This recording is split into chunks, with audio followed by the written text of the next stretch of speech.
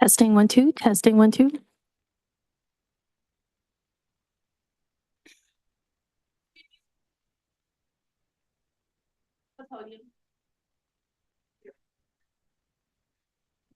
Test 1 2.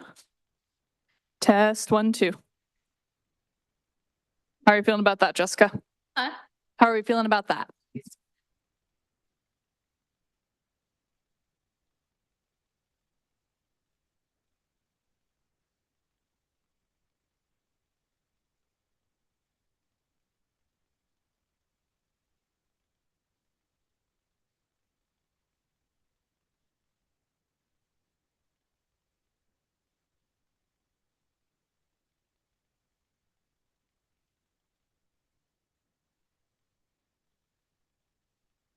Test 1 2. Test 1 2.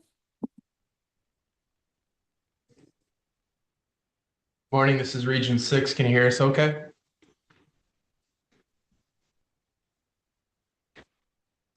Hi, Region 6. We can hear you.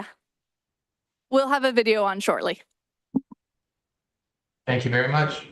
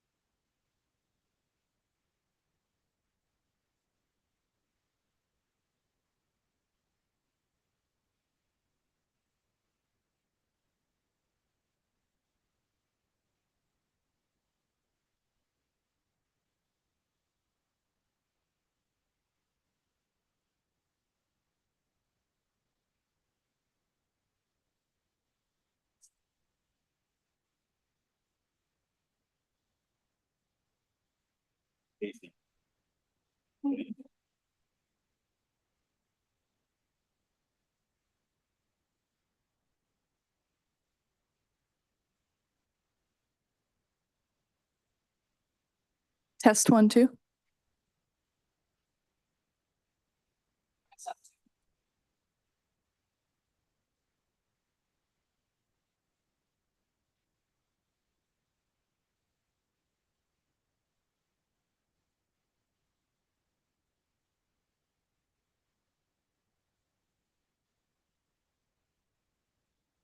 Person? Okay, It's on and off. They're on or not, so everything turns green. okay.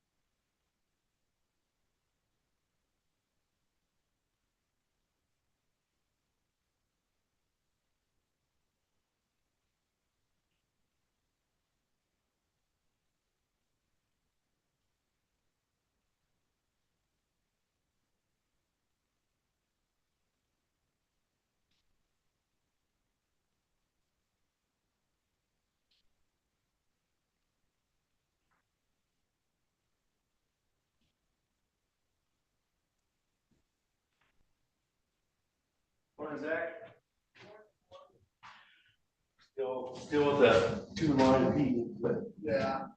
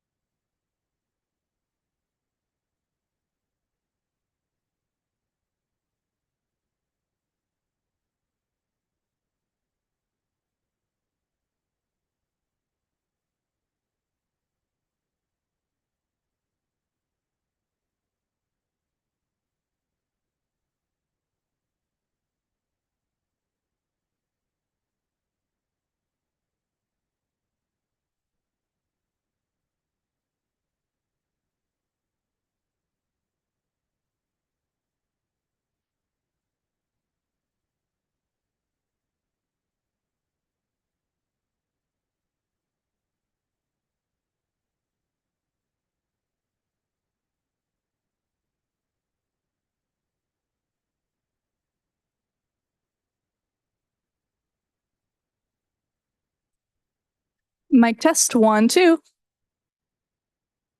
Oops.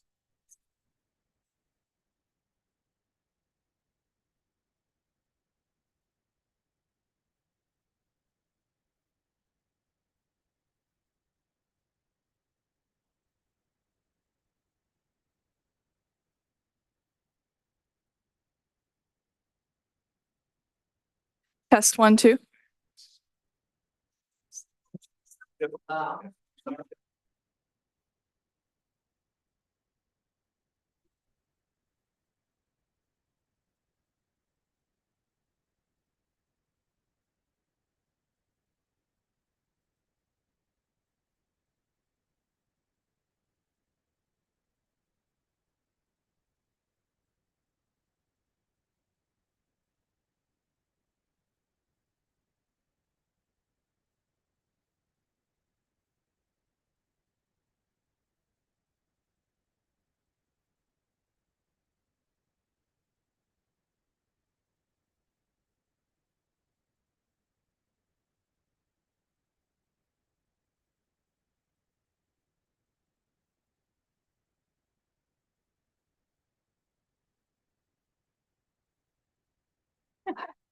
Test 1, 2. Test 1, 2.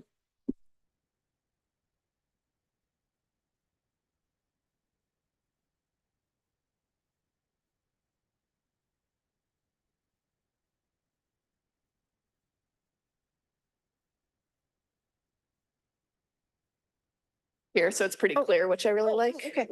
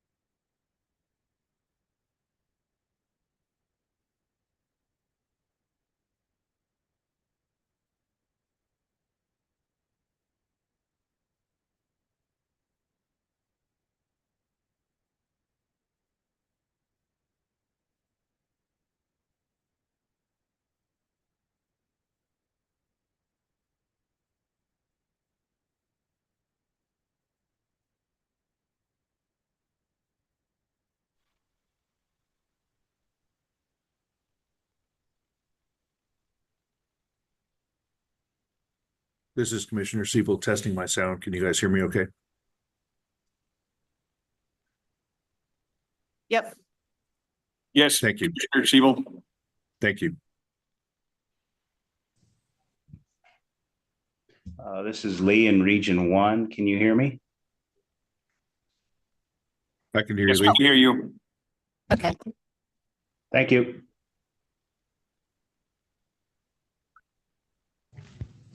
And this is Derek in Region 4. Mic check.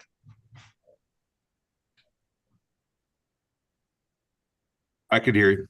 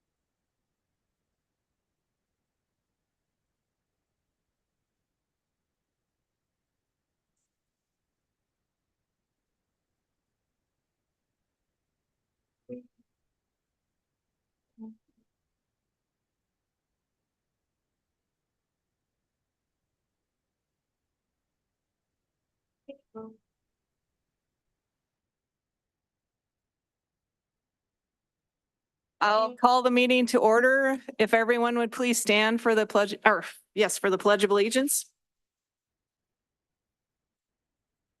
I pledge allegiance to the flag of the United States of America and to the republic for which it stands, one nation, under God, indivisible, liberty and justice for all. Thank you. All right, we'll go start the agenda. Would somebody like to make a motion to approve the minutes from our June 20th meeting? Okay, Commissioner Walsh. Commissioner Burrows, thank you. Are there any corrections or additions? Okay, all those in favor of approving the minutes as written signify by saying aye. Aye. Aye. All opposed, same sign. Motion carries. Okay, we'll move into the expenses.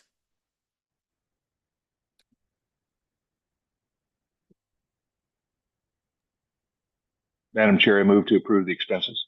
Okay, Second. okay, Commissioner Siebel and Commissioner Brooke, thank you. Are there any questions or corrections or additions to the expenses? Okay, all those in favor of approval signify by saying aye. Aye. All opposed, same sign. Motion carried. All right. We'll go into the commissioner reports. Commissioner Siebel, I'll start with you if you want to. Okay, can you, Great. Can you hear me, Madam Chair? yes, but I don't think they can hear me. So can you, is it a, can we turn the volume up?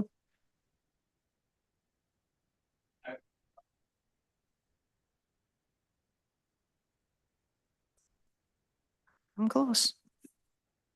All right, I'll try to be as close to the mic as possible, and we have somebody coming to possibly turn the volume up on it. We have a new system, so be patient with us and we'll get it fixed, but thank you for letting us know. Okay, Commissioner Siebel, if you want to go ahead, please.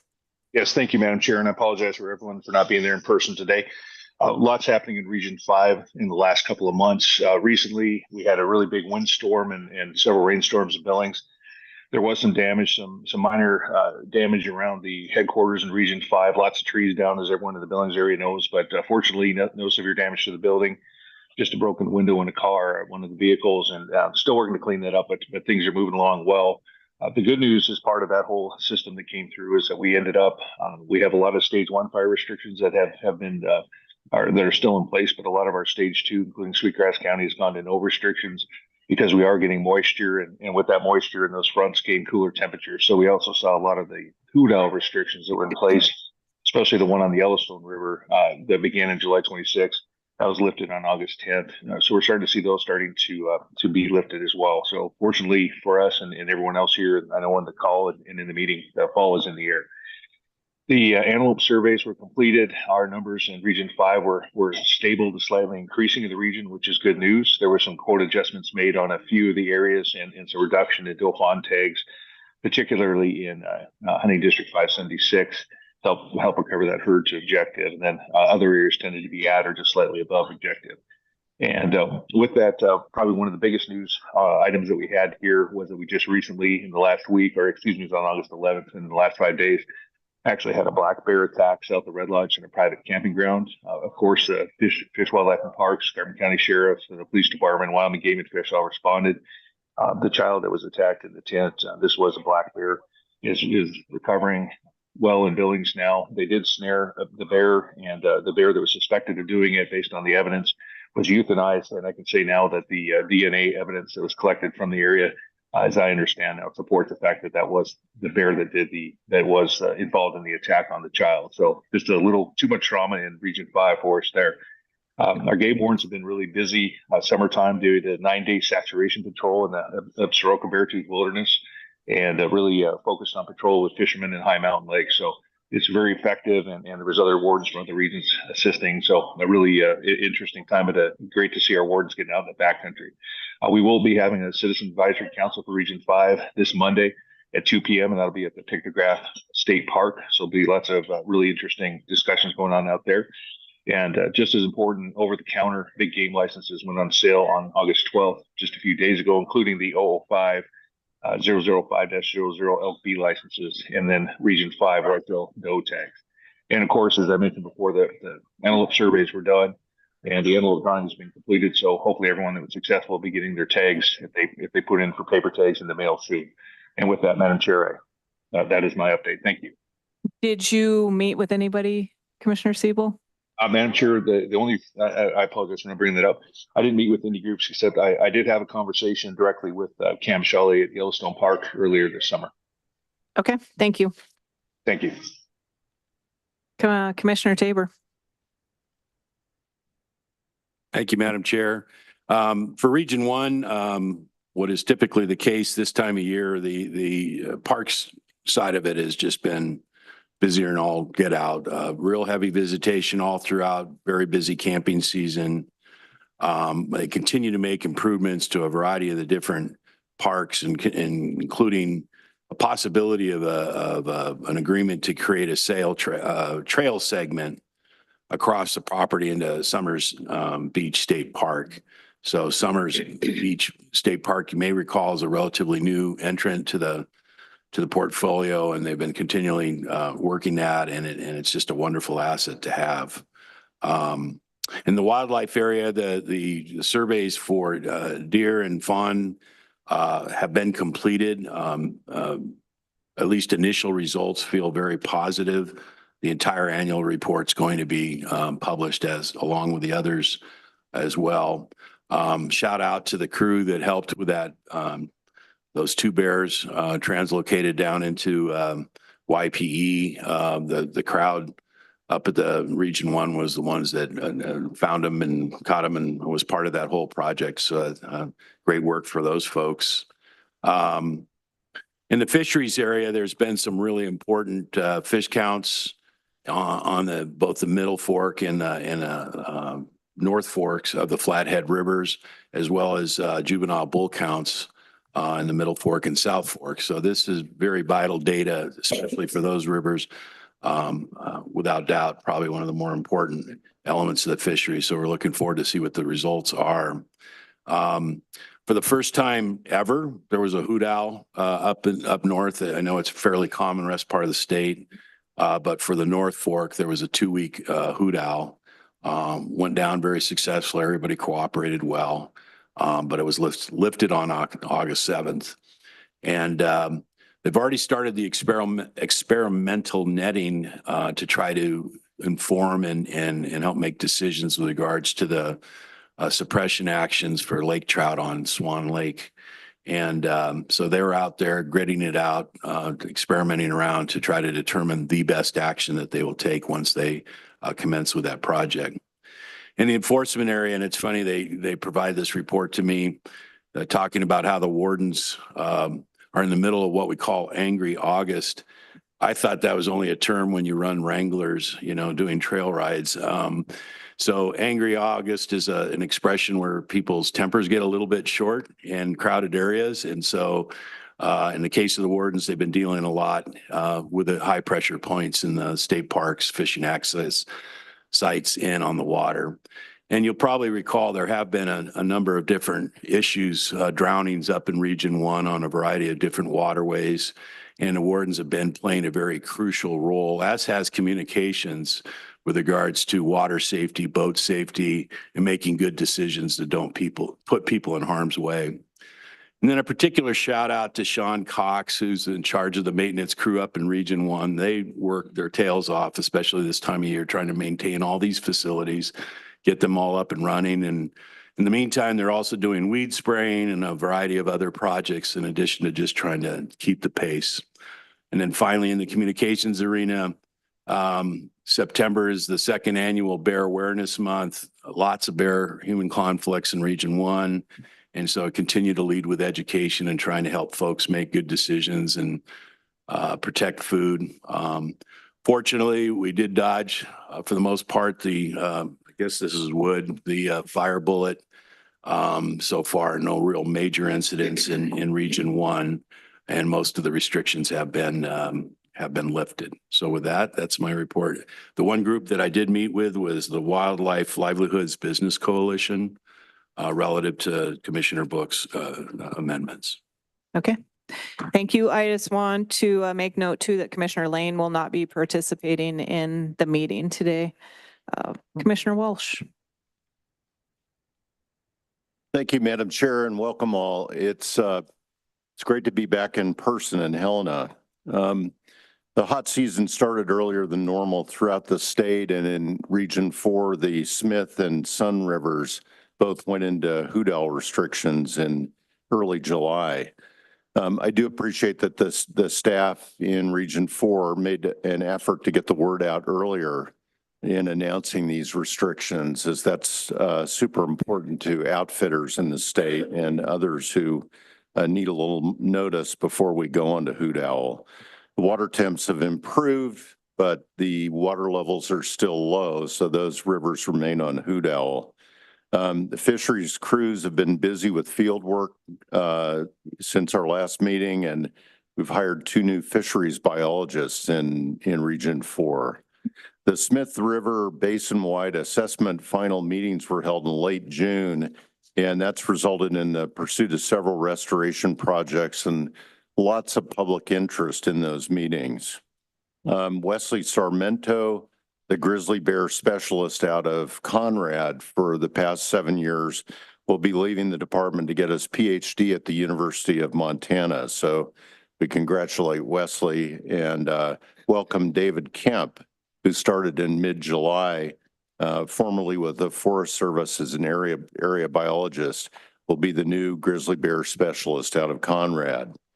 The antelope survey throughout the state looks good and looks good across Region 4, stable to increasing populations except in the Breaks area in the eastern portion of Region 4. In many hunting districts, the antelope permits have been increased as a result.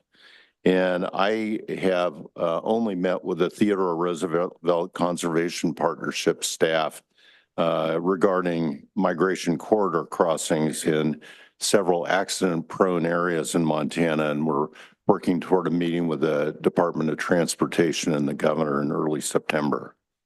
Thank you. Thank you. Commissioner Brooke? Thank you. Hopefully we can hear me. Region 3 parks hosted Bannock Days. They had over 3,000 visitors for Bannock Days. The new road to Mallard's Rest fishing access site on the Yellowstone River is near completion. The site should be open to the public within the next month. This was one that was wiped out with the flood in 2022. The MSU fisheries studies on the Beaverhead, Big Hole, Ruby, and Madison are going well. 3 graduate students from MSU have been working with Fish, Wildlife, and Park staff throughout the summer to get those people, the project started, and also talking to fishermen out there. They also started the health study on the Big Hole and the Beaverhead, which will hopefully provide some insight into what's causing the head lesions and the fungus that they're seeing on brown trout, and also whitefish.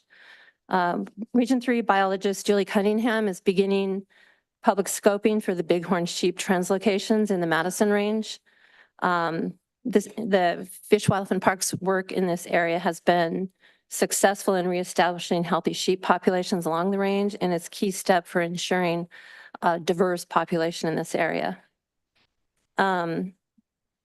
Sergeant and Game Warden Adam Pankratz is leaving. He has been the acting Region 3 supervisor for the last almost a year.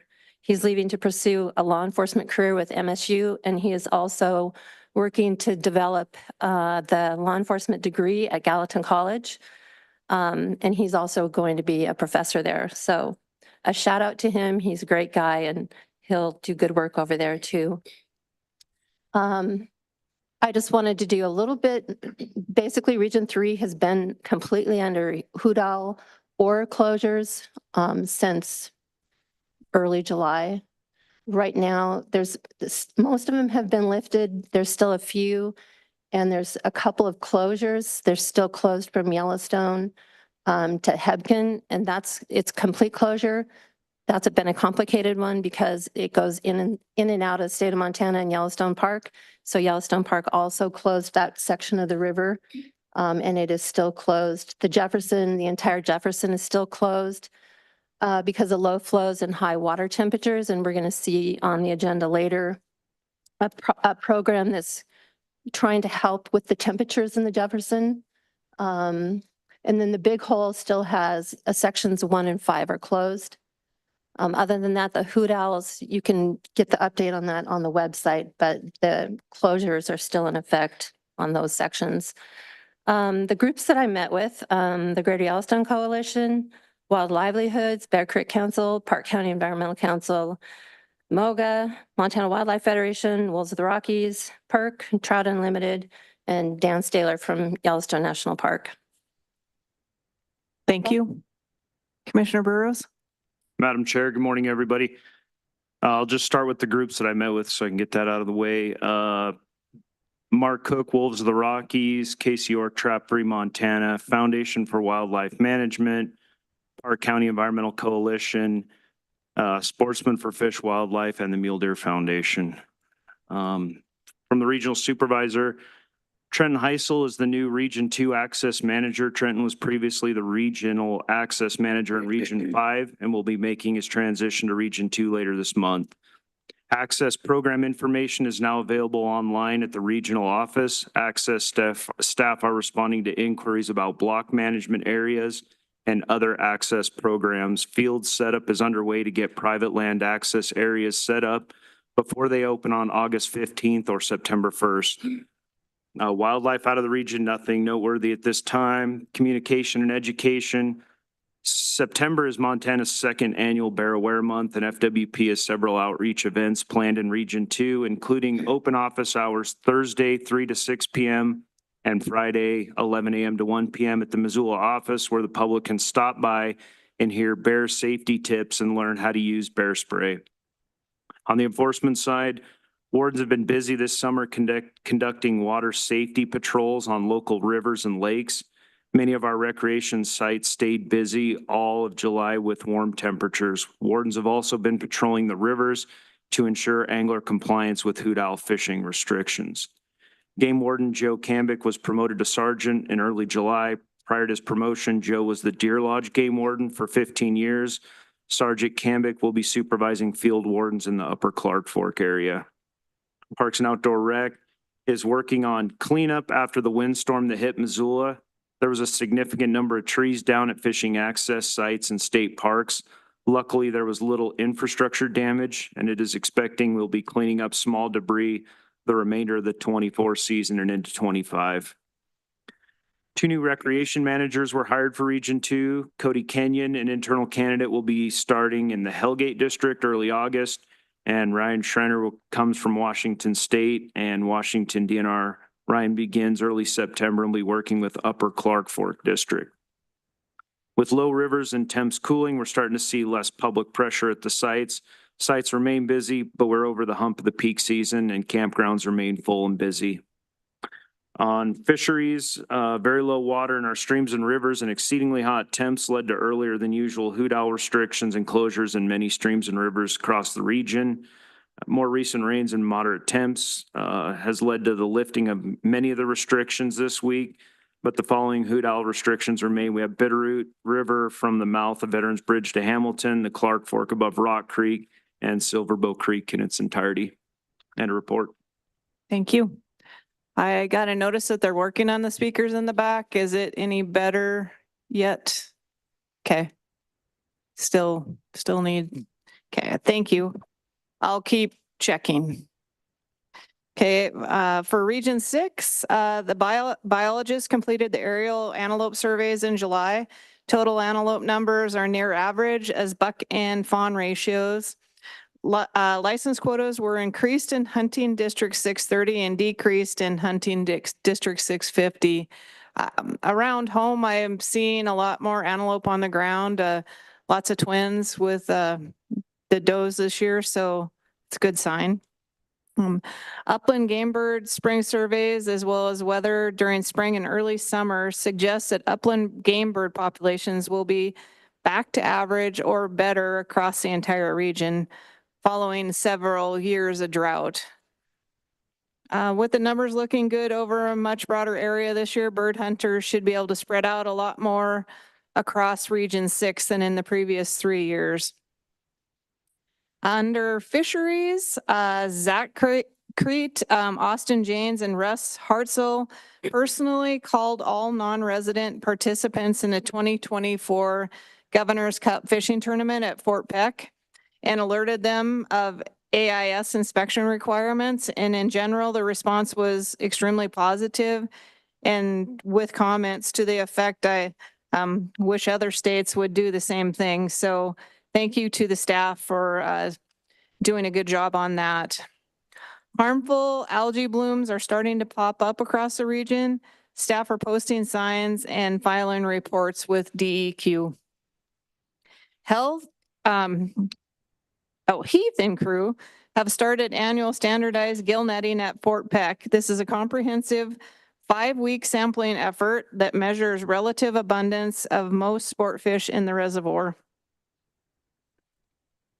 Under Parks and Rec, crews have been busy weed eating and painting the latrines. Brush Lake State Park has been busy with hot temps in the last couple of weeks. Parking issues by users is the biggest hurdle so far. Redwater Fishing Access Site is moving forward. Consultant Great West is adding the signage package to the final construction design, working on getting permits and moving forward to 100% design before going out to bid. Block management field season preparation has begun. Maps are being printed. Gear and pickups are being prepped, and technicians will arrive soon for training. I just want to add to everybody out there listening, for block management or anybody who is out there with the fire danger across the state, just a reminder to park where there is no grass, because there's quite a bit. We got, at least in our area, we got early rain, so there's grass. So just a friendly reminder to make sure you carry something to suppress a fire and try to park where you're not going to start a fire. Communication and education, bow hunter education class was held in Glasgow in June with an online field day offered as well. We had 4 students for the classroom and 3 on the online field day. There will be 1 more hunter ed class and online field day in Glasgow in August, and likely 2 more online field days in the fall, possibly 1 in Havre and 1 in Glasgow. A trapper education field day was held August 3rd in Havre with 10 in attendance. I did not meet with any groups in particular since our last meeting. And that wraps up our reports. All right, we will jump into, director's report. Thank you, Madam Chair. Just a couple of quick things. You know, as has already been mentioned, it's summer. All of our sites are packed, full, busy. Staff are out there working hard. A couple of things I want to just highlight. Going back to something Commissioner Tabor mentioned, I want to congratulate Ken McDonald, Dr. Costello, and the entire Wildlife Division for the translocation of those 2 grizzly bears from the North Fork. We committed to having that done by the end of 2025, and Wildlife stepped up working with our partners at Wyoming Game and Fish and the Fish and Wildlife Service in Yellowstone Park and got that done a year and a half ahead of schedule. So that's a really important milestone for us, and really, really proud of staff for getting that done.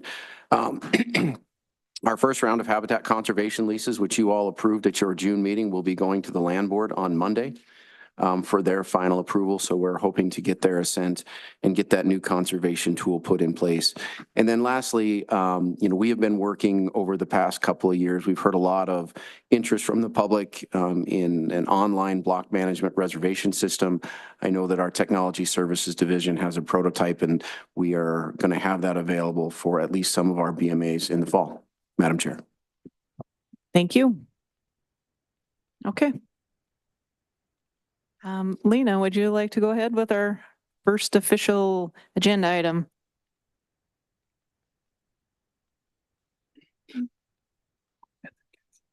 Well, Madam Chair, members of the commission, I am Lena Havron. I am the Chief Financial Officer for Montana Fish, Wildlife, and Parks. I'm presenting to you today our budget priorities for the upcoming biennium. We focus on 5 objectives that are aligned with the governor's initiatives.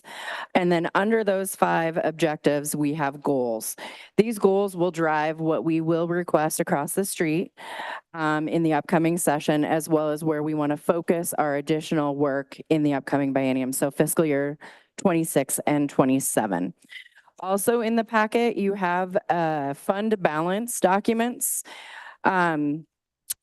We prepare these before every session to do sort of a worst case scenario. If we move all the requests forward that we want, what does that fund balance look like at the end of the cycle? We push this out to 2023 or 2031, sorry. And so you can see our ending fund balance in the general license fund is significant if we have all the expenditures that we may or may not request moving forward. The Parks Big Four fund balance. And so we will look in future years to dedicate maybe more of our House Bill 5 requests in the parks and recreation area for those funds. Okay. Are there any questions? I just have a question for the crowd? Can you hear the person who's at the podium? when they're speaking? Okay. All right. Commission, do you have any questions? Madam Chair. Go ahead, Commissioner Tabor. So I suspect that, and I'm trying to find it, I just had it in front of me, the budget objective that speaks specifically to stewardship, is that where money's allocated for population and population counts fall under? No, sir. That is actually done in our wildlife division and our survey and inventory program, and that is funded ongoing. We are looking at, well, I guess we are looking to expand maybe some survey efforts for some of those things. So it is under the stewardship objectives, I believe this time.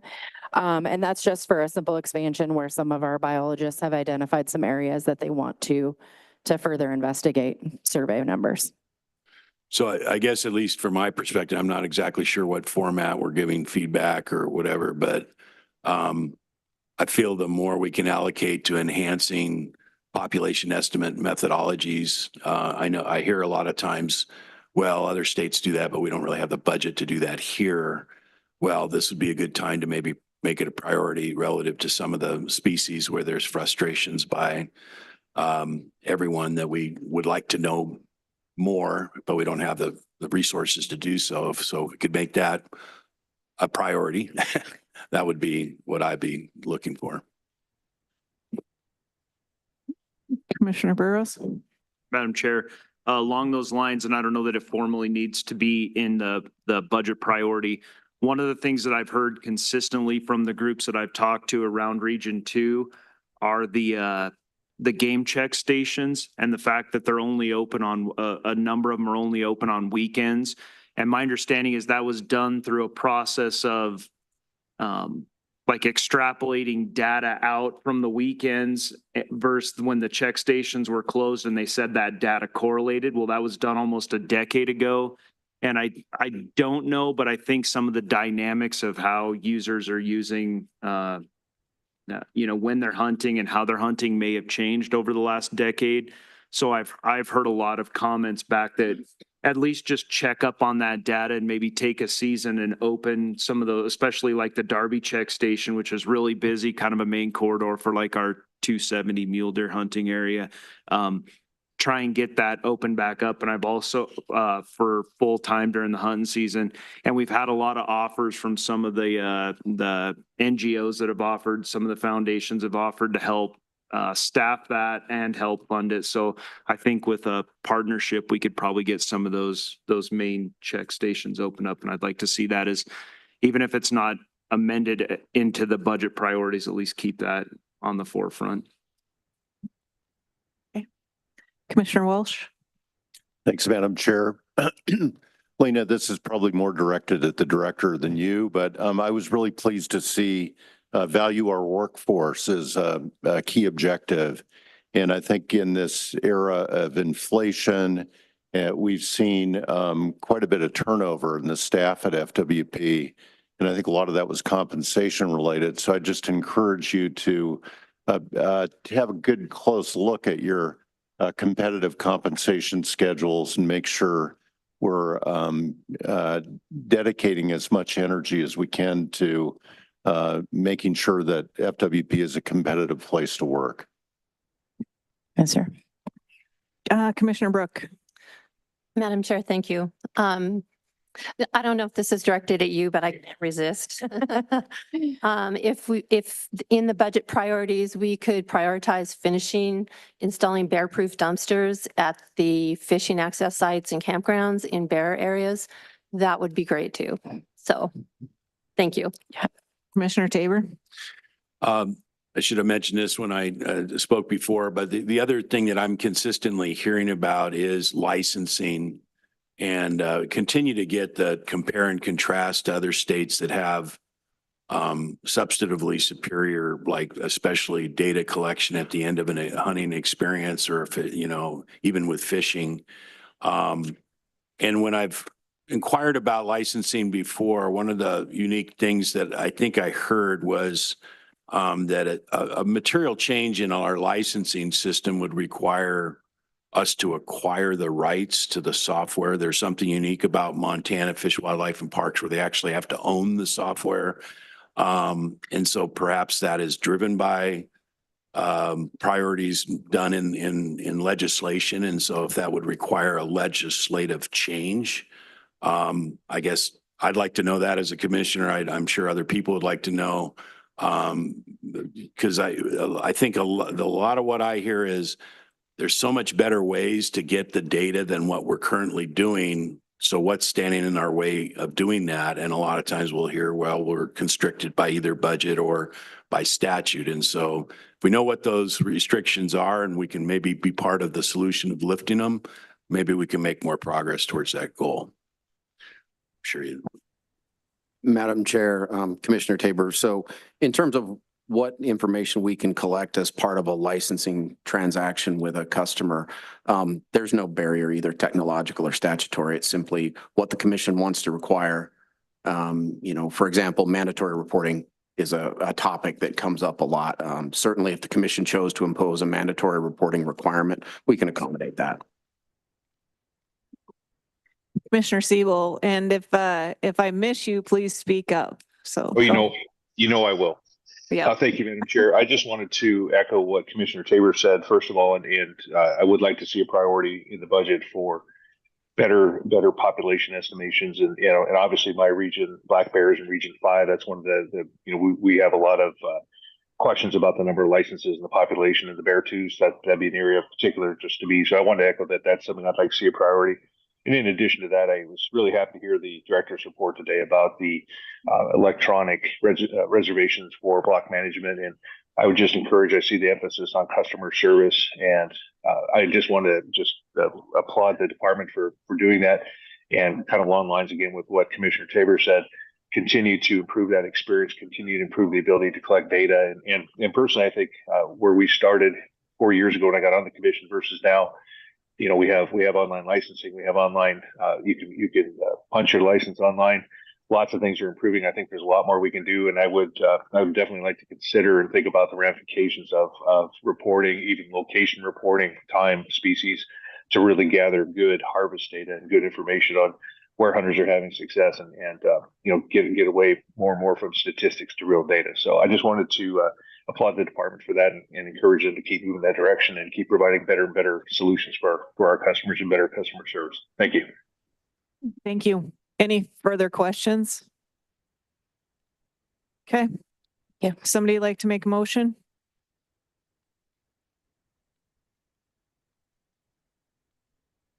Madam Chair. Go ahead. I move the Fish and Wildlife Commission approve the budget priorities as presented by the department with the suggestions by the commission. Is it okay? Second by Commissioner Brook. Right. That's acceptable language. Okay. Any questions before I go out to the public for comments? Okay. I will start with anyone that's present in the room. If you would like to comment, just a reminder, there's a 2-minute time limit on comments.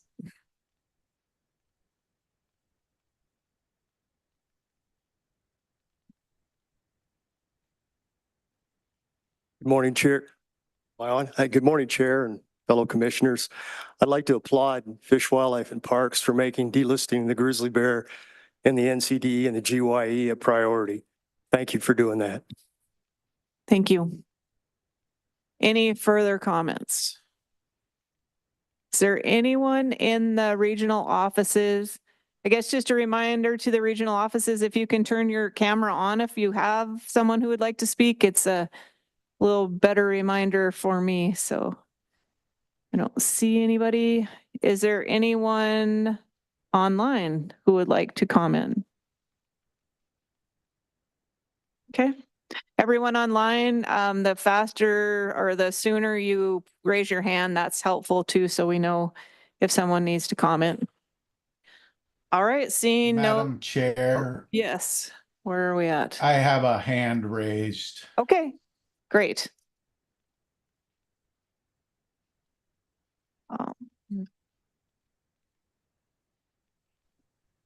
Okay, Nancy, would you like to go, please? Yes, thank you. I'm not sure which agenda items are open for comments at this point in time. Just the budget priorities right now. Oh, okay. No comment. Thank you. Okay, thank you.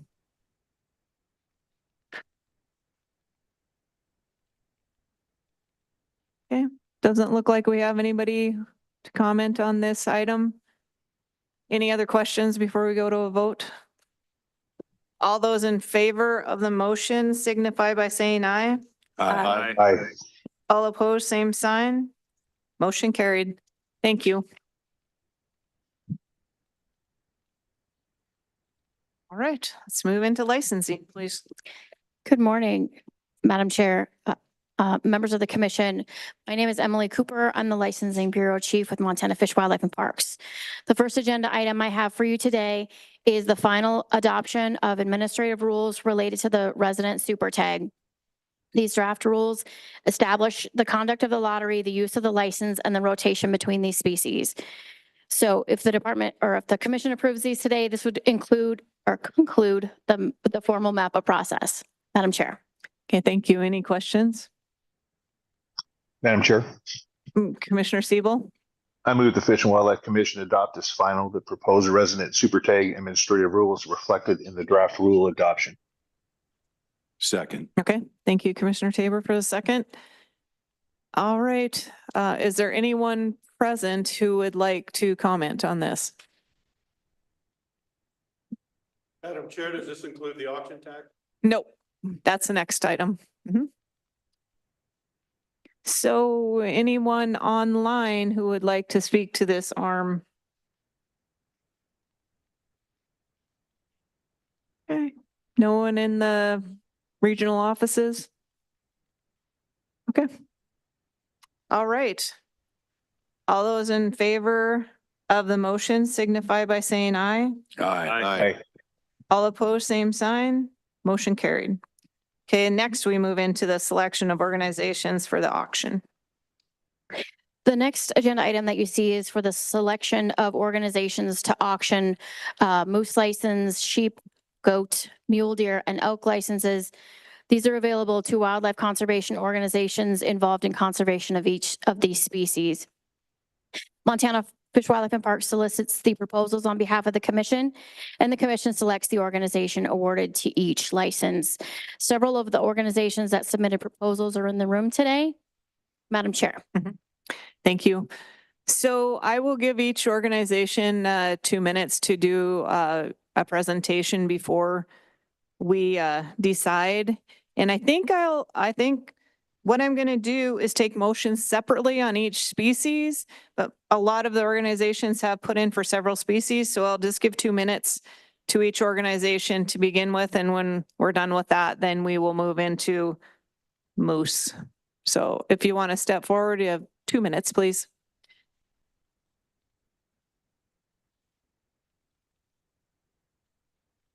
Madam Chair, members of the commission, Director Temple. Good morning. My name is Gray Thornton. I'm President and CEO of the Wild Sheep Foundation with world headquarters in Bozeman. On behalf of our 11,000 members, I want to thank each of you on the commission first for your stewardship of our wildlife, wild fish, and wild lands, and second for entrusting the Wild Sheep Foundation to market and sell on auction the coveted Montana special permit for bighorn sheep. Since WSF first auctioned the Montana permit in 1986, we have directed an incredible $7.9 million to FWP and $319,000 to tribal agencies for wild sheep and other wildlife conservation through the sale of auction tags. We have provided another $671,000 in grant and aid project support for a funding total of $8,929,000 to our great state. During 2024, we have thus far directed $342,000 to FWP for the Montana bighorn sheep permit and another $35,000 in grant and aid funding to Montana projects. This is part of the more than $100 million in permit proceeds and grant and aid dollars WSF has directed to our state, provincial, and tribal agencies partners since our founding in 1977, and is in addition to the more than $600,000 directed to FWP projects from Montana Wild Sheep Foundation, our chapter in this great state. This partnership with agencies is what we call the wild sheep economy. Wild sheep are special, and so is the special permit funding mechanism used to raise needed monies for their conservation, restoration, and enhancement. WSF very much appreciates the Commission's consideration of allowing us to continue the successful partnership and to market and sell the Montana Bighorn Sheep Special License again in 2025. WSF and Montana WSF are proud of our partnership with Montana Fish, Wildlife, and Parks, and we look forward to continuing this special relationship. Thank you. Thank you. Do we have any other groups who would like to speak?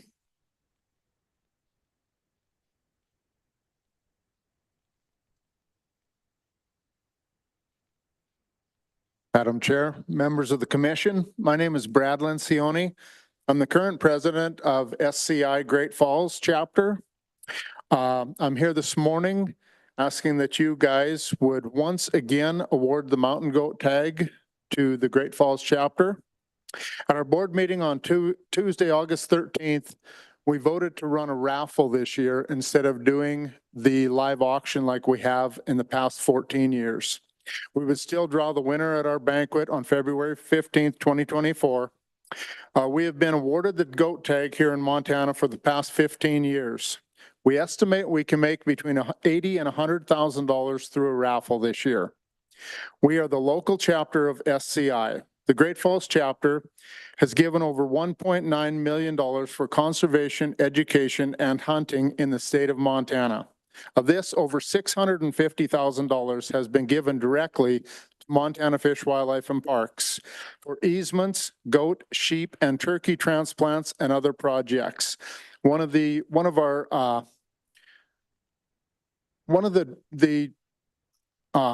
excuse me. One thing that we did do is we had started turkey transplants in Region 4 along the Missouri River. Now Region 4 has a unlimited spring season. For our raffle, we'll have access to over 60,000 like-minded hunters through our chapter and national SCI database. We have over $300,000 to use on projects and are currently involved in the Eagles Roost Conservation Easement right now. We have been running successful raffles since we started the chapter in 2002. We hope you continue to support the Great Falls chapter SCI in Montana and keep the dollars local. Thank you very much for your consideration. Thank you. Any questions? If we have questions, we can call you back. Okay, Thank you. Yep.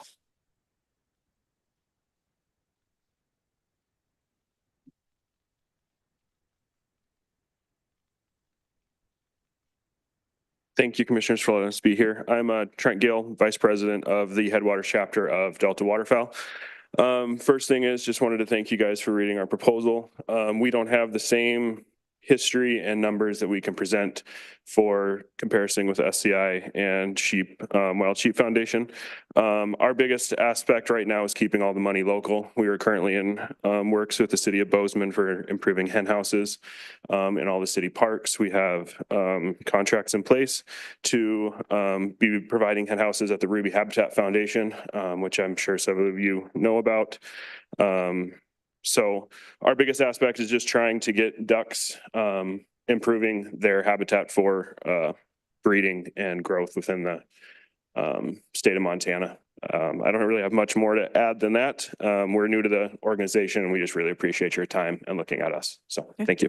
Thank you.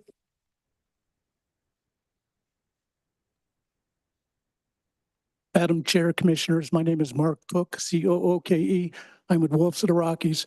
I find it extremely disrespectful to the non-consumptive community when you take money from other organizations. That you can, Mr. Cook, you can, Is this the public comment, madam? Nope, this is not public comment. Thank you. Thank Sorry. you. Yep.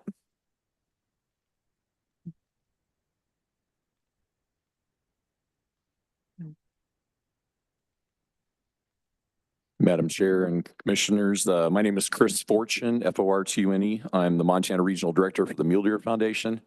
Once again, we did apply for the mule deer license, and we hope that you gave us great consideration for that. Last year, we did not receive it, but we did submit an application this year where we are willing. We kind of see the vision moving forward that there's going to be a lot of pressure to use these licenses in a raffle type system rather than auctioning them off. So we did submit a proposal to do a big raffle. We will promote it at all of our banquets around the country, as well as our communication and marketing team will promote that as well. We have high expectations that we can exceed anything that we've ever raised with that tag through the auction process by doing a raffle. I just wanted to let you know that we have 17 chapters in Montana right now. We raised a lot of money for habitat. We are actually working on projects across the state right now that are encompassing over 40,000 acres of habitat improvement, not only with Mule Deer Foundation, but with some of our agency partners as well. And for 36 years, we've been doing this, and we're the only NGO that focuses primarily or specifically on the conservation of mule deer and black-tailed deer. So we hope you'll give us great consideration on receiving this tag once again, this license.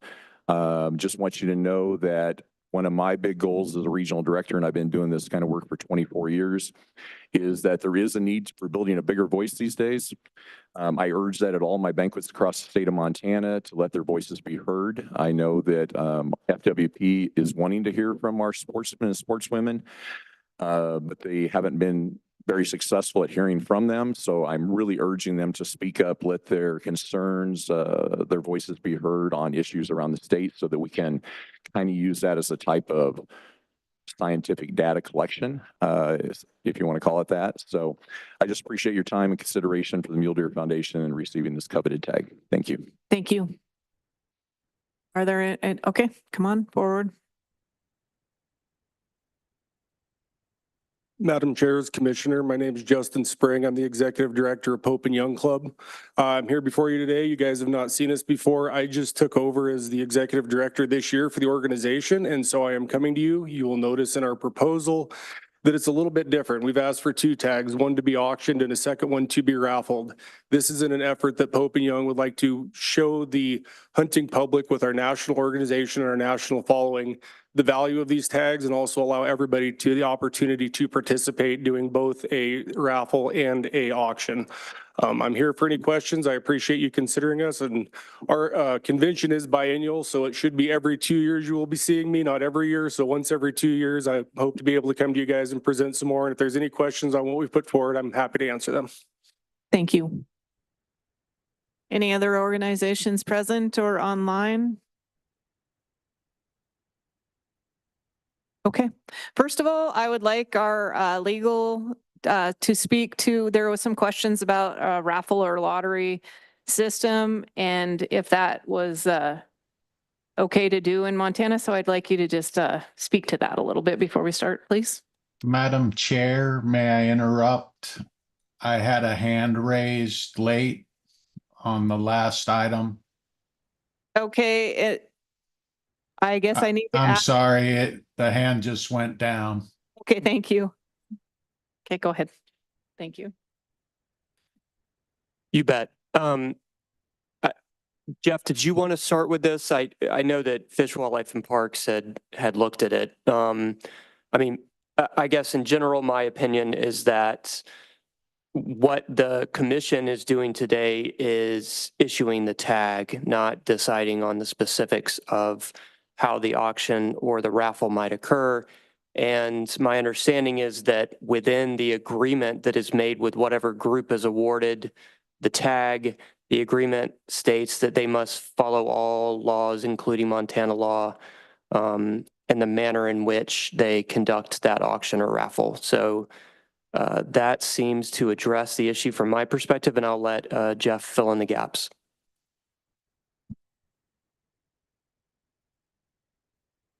Madam Chair, Commissioners, not many gaps to fill in there. That was when Vice Chair Tabor brought that up at an earlier admin discussion. I went back and checked with Deputy Chief Reckoff, and my initial impression was the one that Mr. Segrist just assessed. The commission is simply making the tags available for these processes and not conducting the processes themselves. That's my understanding on the back end through our agreement forms, that these organizations are obligating themselves to conduct whatever, whether it be it a lottery, an auction, in compliance with all applicable laws and regulations, and that we have that, handled from the commission department's perspective from a risk management standpoint. So. All right, thank you. Commissioner Burrows. I didn't hear, did you want to take these in order or? Yeah, let's take them in order of the agenda. Yes, And please. maybe just one clarifying comment that it seemed to be implied that there was somehow pressure direction towards the auction. I think we tried that, and I may have been the person most interested in kind of driving that decision towards the auction style just to see how it went. But I just want all the organizations to know that that's not a consideration for me in this, is whether they're auctioned or not. So I don't believe there's pressure to, at least from my perspective, to dictate whether it's a raffle or an auction. So. Okay. I guess we'll start out with Moose. Somebody, okay, Commissioner Siebel. Thank you, Madam Chair. A couple of things here. I did talk to our commission counsel and did want to disclose that he thought it'd be appropriate for me to disclose the fact that I am a life member of the Rocky Mountain Elk Foundation, of the Mule Deer Foundation, and of Safari Club International. Plus, I've been a member of Wild Sheep Foundation. Just wanted to disclose that as a commissioner. I hope that doesn't impact anyone's opinions. But I just want to say a couple things before, and I'm happy to make the motion on Moose. And this is one of the hard things that as a commissioner, I wish we could give every one of these organizations a tag, because at the end of the day, the benefit is to those organizations and mostly to us, and to the department, and most specifically to the species that that tag is going out for. So if we could give a tag to every one of these organizations, and I know that would take legislative change, I would love to see that, to be able to do more tags. I notice the state of Wyoming has commissioner tags for certain species that allow the commissioners at their discretion to use tags. And if there's any legislators listening, or the department wants to put that forward, I'd love to see more of this and not less of this. And so I want to commend all the organizations in the past. Even last year, I want to commend Backcountry Hunters. They did a fantastic job on the lottery for the mule deer tag, or the raffle for the mule deer tag, and looked like to raise more money than ever for that tag. And so I want to commend all the organizations. We had a lot of really, really good results last year. And this honestly is an extremely tough decision for commissioners to do this, because I love all these organizations. I love the passion. I love the passion of the people and everyone involved in these. So I just wanted to throw that out there, and also disclose my memberships. And I would be happy, if you're open to it, Madam Chair, to make a motion for the Moose. Sure, go ahead. I don't know if I have. Okay, Madam Chair. Trying to look for the language here. Okay. Sorry, I move the Fish and Wildlife Commission approve that the Grand Slam Club Ovis be awarded the 2025 Shivers Moose auction license. I second. Okay, seconded by Commissioner Tabor. Madam Chair, if I may. Go ahead. Madam Chair, so a lot of my thought process is I'm trying to apply a more programmatic approach to all these tags, thinking about it again, number one, for raising the most money for that species, for the department, and the benefit of that department. And so with that, and also I do tend to, you'll hear this from me other times, that I tend to look more towards the species specific organizations as well, just because of the direct benefit to that species. But that being said, the moose tag has been one. It's a fantastic tag. I was impressed by the Grand Slam Cubs. The fact they have national exposure, the fact that they are working with SCI, and that their national convention is back to back with SCI's national convention in Nashville, to me was really the main reasons that I selected them and wanted to give them a chance on the moose tag. So thank you, Madam Chair. Thank you. Any questions or comments before we move to the next one? Madam Chair, I just want to comment, the reason I seconded this, and similar to what Commissioner Siebel had indicated, this is a very specific tag given and envisioned by legislation. And so I think it's important to reflect back on what we're trying to do here, and that is raise the most amount of money possible for this particular species for conservation. And so there are plenty of other mechanisms. I love the fact that the state does have all the different lotteries. We just got done solidifying our administrative procedures on that. So there's plenty of opportunity to enter into lotteries and other things for residents and other folks that wouldn't necessarily participate in an auction because of how much money there is involved. This is just one tool of many tools that we can utilize for conservation. And so given that, I too, like Commissioner Siebel, was somewhat grappling for what are the criteria that a commissioner would apply. We don't have any criteria, and I'll have an ask of the department after we're done with this topic. But for the time being, at least for me, the criteria is all other things being equal. If an organization is pretty focused on that species, that tends to get my attention. Also, if an organization is of national stature and has the highest level opportunity to get visibility for this and therefore generate income, that also gets my attention.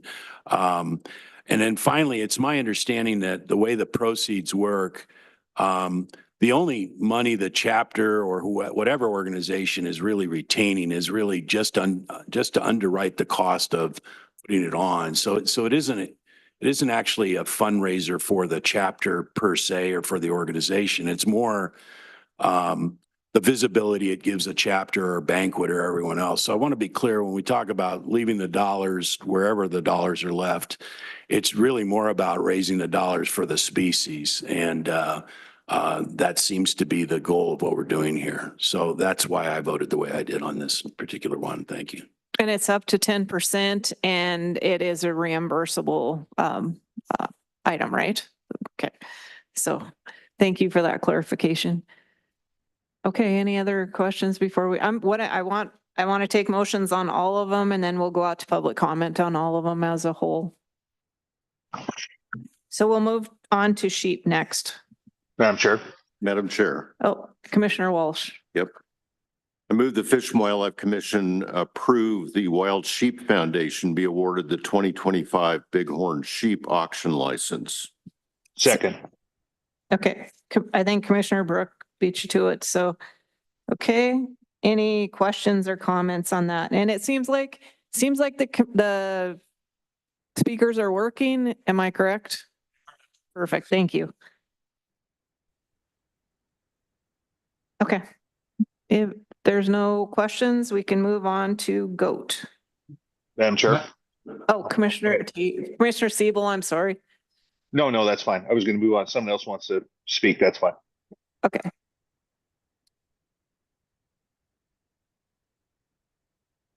Okay, we'll move on to sheep. Or goat. Oh. Goat. Okay. Goat, I'm sorry. Yes, goat. Madam Chair. Go ahead. I move the Fish and Wildlife Commission approve that the Rocky Mountain Goat Alliance be awarded the 2025 Mountain Goat Auction License. I second. Okay. Madam Chair. Commissioner Burrows. I move the Fish Wildlife Commission approve Mule Deer Foundation for the 2025 Mule Deer Auction License. Okay, is there a second? I second that. Okay. Madam Chair. Commissioner Tabor. I move that the Rocky Mountain Elk Foundation be awarded the elk tag. Second. Okay.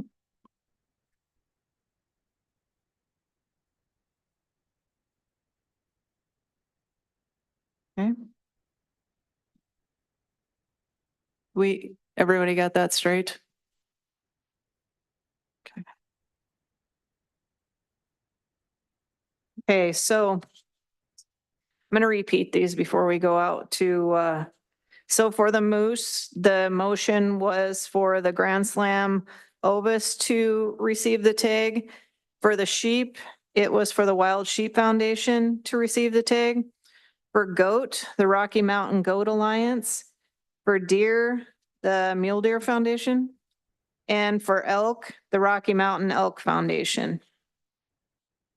All right, I will start with a 2-minute time limit on comments, and I will start with the people that are present to speak to these agenda items, please.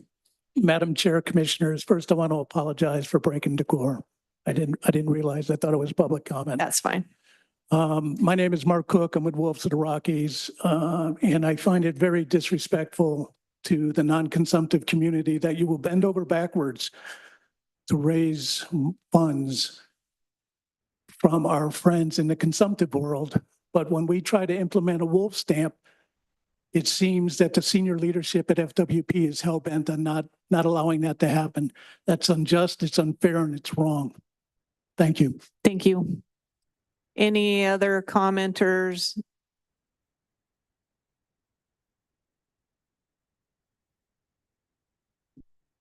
Good morning, Commissioner and Chair. My name is Dagmar Riddle. I live in Whitehall, and I agree with Mark Cook.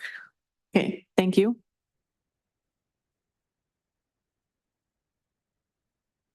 My name's Stephen Capra. I'm with Bold Visions Conservation. I agree with Mark, and I want to know why. Why every time we attempt to do something positive, to interject money, are you rejecting us? And it's the same reason that I go through all the time with this commission. I should have ridden in on a horse and it should be 1880. Come into the 21st century. It's time. Thank you.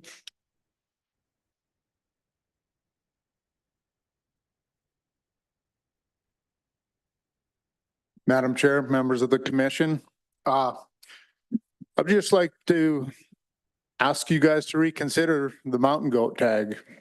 You took a chance on us 15 years ago. We came in the first year, we made 2.5 times what any national organization had made previously to that tag. And we have increased our revenue every single year since then. Last year the last 2 years, we did $110,000 on that tag. Would just really like to have you guys reconsider that motion. Thank you. Thank you.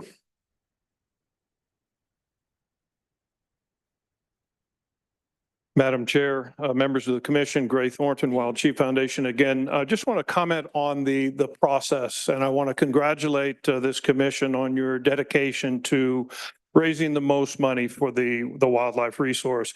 Very interesting. A decade ago, Wild Sheep Foundation did a study using WAFWA data and found that 74% of agency conservation funding, in particular for wild sheep, came from an auction or raffle tag. And primarily those monies came from an auction. A decade later, we're still working on the data, but at this point, again, it is now in the United States, 83% of agency funding for wild sheep conservation is coming from an auction or raffle tag. So the process works. I commented that wild sheep are special and the funding mechanism is special, and it is. And I want to congratulate and thank you all. Thank you.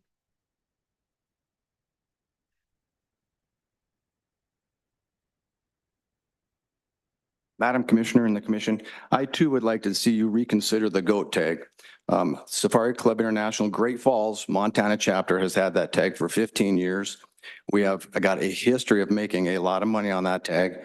In fact, I think we're somewhere in the neighborhood of maybe $500,000 on that tag, and we've donated all of that back. Whereas I'm not seeing a history of making money, as you so eloquently put it, towards making the most for that species, other than having a goat in the title of the alliance. I have seen no history of making money for that tag. I again would like to ask you to reconsider that decision. Thank you. Thank you.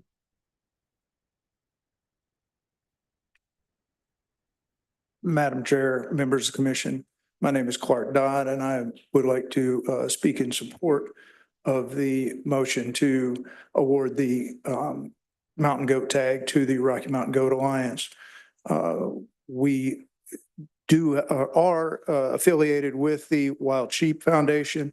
We would be auctioning that tag at Sheep Show, which has a well-demonstrated record of acquiring great amounts of money for those tags through their Sheep Show auctions, and would acknowledge that SCI has done a fine job of raising money for goats with the goat tag, but we do believe that we can do better via Sheep Show, and that we are dedicated in specific to the Rocky Mountain goat.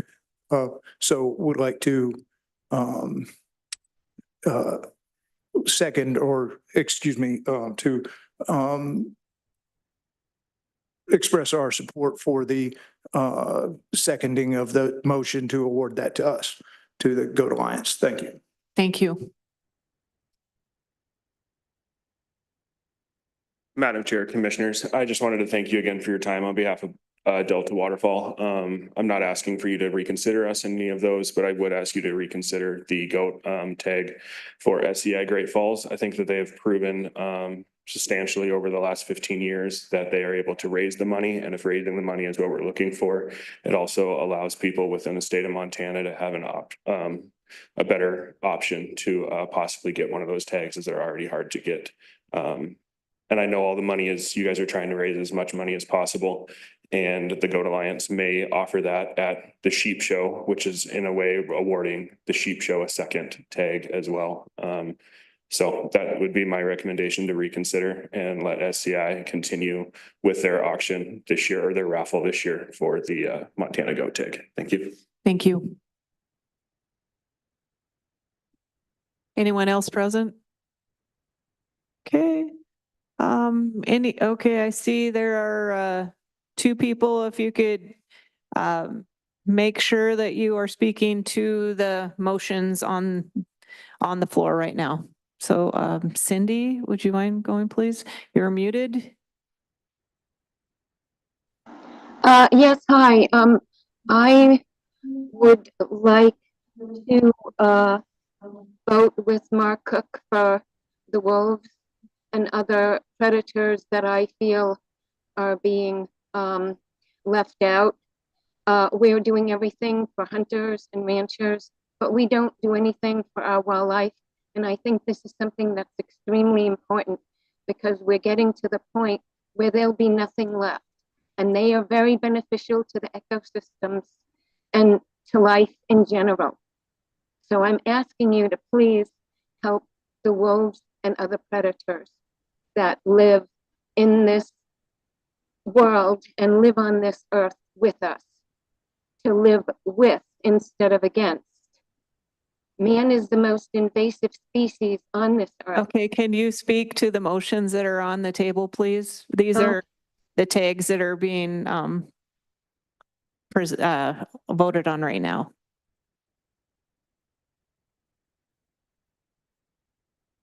Okay, Chris, you need to unmute, please. Hello, and good day. Can you hear me? We can. Okay. Want you to thank you all. I know this is a tough decision. I will say, my name is Chris Kalorn. I'm the regional rep for SCI. I would strongly gather you to reconsider your motion against the Great Falls chapter on the goat tag. These guys are highly involved. The fishing game is constantly in their office asking for conservation easements. They've been in support of, hundreds of thousands of dollars worth of easements and good stuff and Samaritanship in Montana. It would be one of the few goat tags or governor's tags that would actually be sold in Montana.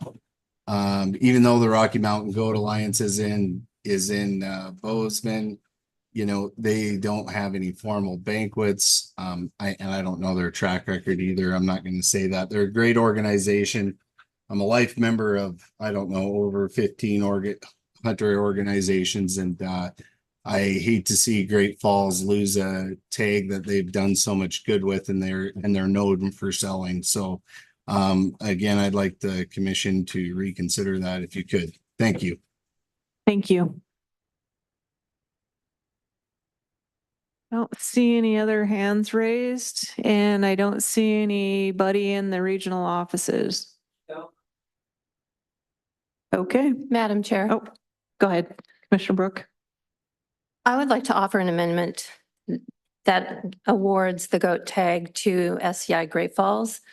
And the reason for that is last year, the Backcountry Hunters Group did a raffle, and they raised $56,000 for deer And the Goat Alliance is saying that they can raise about 47,000, which is about what we got last year with SCI Great Falls. But Great Falls is saying they're going to raffle. And I think that if we really want to raise more money, one of their options is raffle, and I think we should give them the chance to raise more money.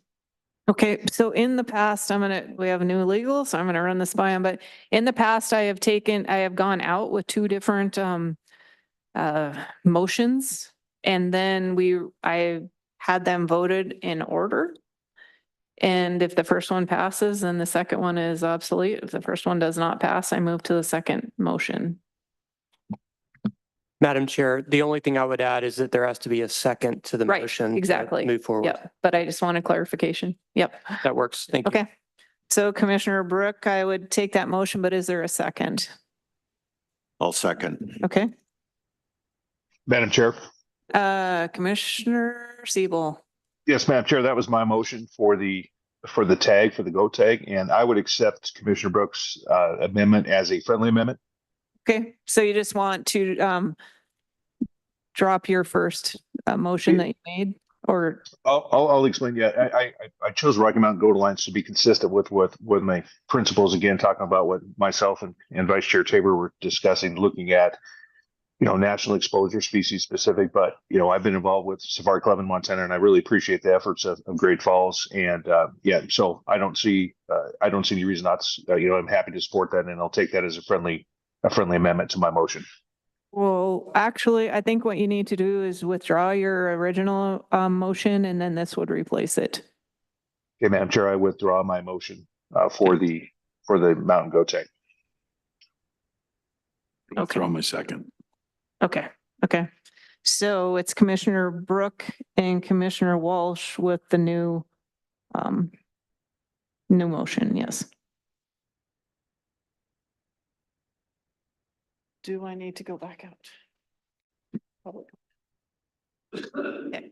So since that was taken from public comment, I will not have to go out again for public comment on this. Commissioner Burrows. Just for discussion on the motion, and I'm not against it, but I think competition's a good thing. And I think we saw that last year with an organization that had the tag. I think that's just going to make that auction or raffle better for them. So again, not speaking against the motion, but I think it's a good thing once in a while to give another organization an opportunity to see what they can do and to prove themselves. So I just don't think we should use past precedents or history necessarily for the decision on tags. And I'm not saying that's what we're doing in this case, but we do see, a lot of long-standing organizations, and without giving another organization a shot, we don't necessarily know what they can do. And we saw what happened last year with the mule deer tag with right. backcountry and the revenues that they raised. Right. And I agree. These motions are not reflective of what our feelings are about the groups that have done a great job of doing these auctions or lotteries or whatever you do. But I think it's fine to replace that. So we will go in order. Okay, on the moose, the tag would go to Grand Slam Club Ovis. All those in favor signify by saying aye. Aye. Aye. All opposed, same sign. Okay. For the sheep, the tag would go to the Wild Sheep Foundation. All those in favor signify by saying aye. Aye. Aye. All opposed, same sign. Motion carries. For the goat, it would go to the Safari Club International Great Falls. All those in favor signify by saying aye. Aye. Aye. All opposed, same sign. Okay. For the deer, the tag would go to the Mule Deer Foundation. All those in favor signify by saying aye. Aye. Aye. All opposed, same sign. Motion carries. For the elk, Rocky Mountain Elk Foundation. All those in favor signify by saying aye. Aye. Aye. Aye. All opposed, same sign. Motion carried. Thank you. Madam Chair. Commissioner Tabor. So I'd like to make a formal request to the department, and I'll have to rely on the director and Quentin and his staff to, how we're going to do this. But I'd like to put in motion that throughout the course between now and next year, the commission set up a set of selection criteria for this specific process. I think it would look somewhat similar to what we did on the budget, where maybe we have specific objectives, guidelines, something of that nature, so that we have what I think would be clear criteria that we're trying to measure this decision on. I don't only think that's fair to the commissioners, but I also think it's particularly fair to the fine organizations that are trying to put in for this and know what it is that really will guide and develop our decision-making in the future. So you'll have to research the process of what we got to do. Maybe we queue it up. Maybe it has to go out to public comment. I don't know if it's put in administrative rule. I'll rely on the legal department to figure that out, but love to be in this position comparing criteria a year from now. Madam Chair. Commissioner Siebel. Oh, I just wanted to just echo what Vice Chair Tabor said, and I agree with that. It would be great to have a more formal process, but I'd also like to repeat what I said earlier, which is to any extent that the department can work with the legislature, if there's a way to get more tags, more availability of this, so we can continue to like I said, I'd like to give tags to all of these organizations. I think they do a great job. I know that's not possible, but to the extent that we could do something similar to Wyoming with commissioner tags for, some obviously take legislative changes to do that, but I would sure encourage the department to take a look at that since we have an upcoming session. Thank you. Thank you. Any other input from the commissioners on that? Okay. All right. Are you guys okay with going through the fisheries 2 agenda items and then taking a short break after that? Yeah. Okay. All right. Let's move into fisheries, please.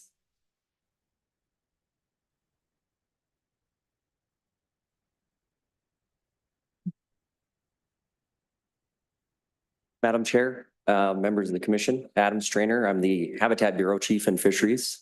And I think just after hearing today's report outs from the commissioners, my work here is done as far as a drought report because the information's getting out there. Super impressive how engaged you guys have been throughout this process. So I thought rather than give region by region drought updates as I've done in the past, I thought I'd just kind of recap what's happened thus far. Most of it's been covered, but I just kind of go through it a little bit here. So as far as drought restrictions on water bodies across the state, closures and water call monitoring, we've got a team that gets together weekly on Tuesdays. Sometimes that even involves a commissioner, and we appreciate your involvement and always have the door open if you'd like to be involved in the future.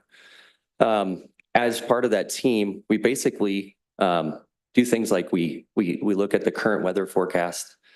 We examine the current flow and temperature conditions, and then discuss the best ways to keep the public informed as we kind of navigate the drought, especially this summer.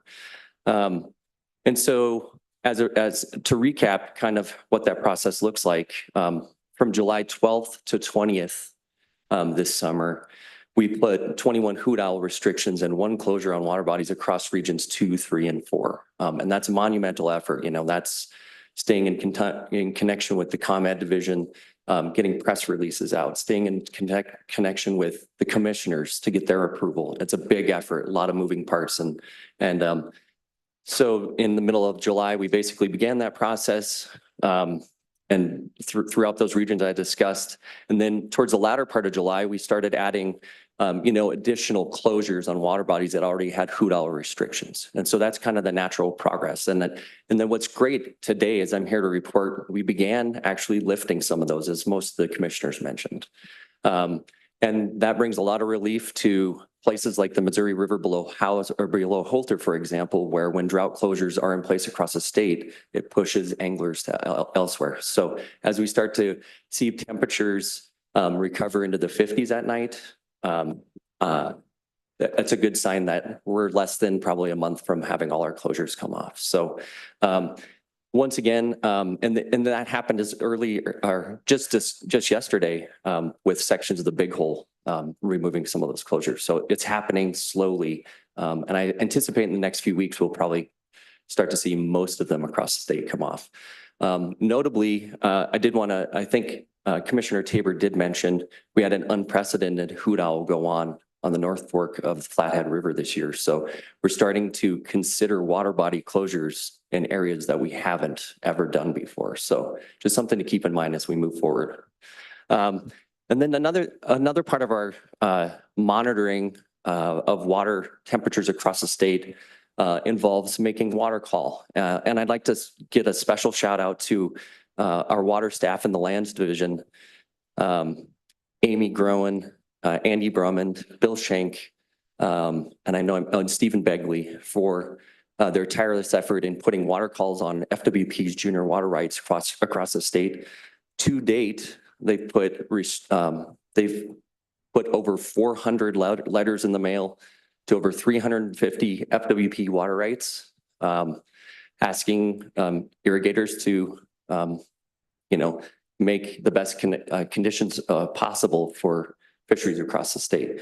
It's a huge effort, and we really appreciate them staying engaged in our weekly water calls as well. Lastly, just a special thanks to all the commissioners for the responsiveness and during this drought season and supporting and improving our closures, and then supporting water calls as well. And thanks to all the anglers out there who get our message and take the time to stop fishing at 2 or stay out of water bodies. As I believe Commissioner Burrows mentioned, enforcement is out there keeping tabs on that, but there's been great compliance across the state. So we'd like to thank the anglers too. So with that, any questions? Commissioner Tabor? Just have a comment. So at least in the process that I was involved, which tends to be minimal up in Region 1, what I'm finding kind of almost to the person, especially in the angling community, is a real strong support for doing this. I think everybody's genuinely concerned about the fish and the long-term sustainable survivability of them. The one thing I would echo is what Commissioner Walsh had indicated, and that is the heads up notice that we think it's coming, even if it doesn't come to fruition, because a lot of times what I've noticed about the outfitting community is they oftentimes will select launch times that are separate to try to relieve the congestion and what have you. So that's good for the social management of the waterway, not so good for if we're trying to concentrate everybody on the river at the same time to keep them on when the temperatures are low. And so I think the educational process continues to be really important. So I would encourage the department through the communication mechanisms at the regional level to get out to the public why this is so vital, why we do it, how effective it has been. And I think we're going to get really strong widespread support going in the future. That's my belief. So, Chair Robinson, Commissioner Tabor, thank you for that. I think I just leave with what's great about our restrictions and closures. What we've heard from the public, kind of a progression, is that we've gotten to a point where folks have gotten away from kind of resisting the closures and gotten to calling us earlier saying, we would like to see this even if we're not meeting criteria. So that's a great place because that means folks are getting educated and appreciate what we're doing. So thank you. Madam Chair. Go ahead. Adam, thank you. And thanks for allowing me to participate in the meeting. It was very informative, but I was wondering, does every region have a drought advisory committee, or is it just a few select areas?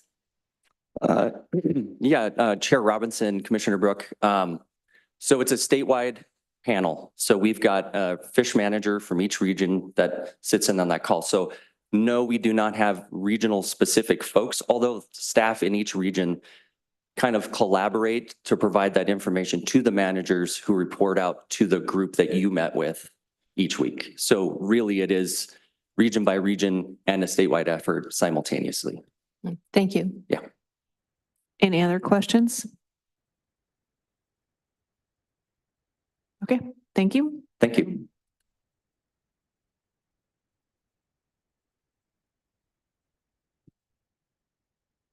Madam Chair and Commissioners, my name is Michelle McGree. I am the Future Fisheries Coordinator for Fish, Wildlife, and Parks.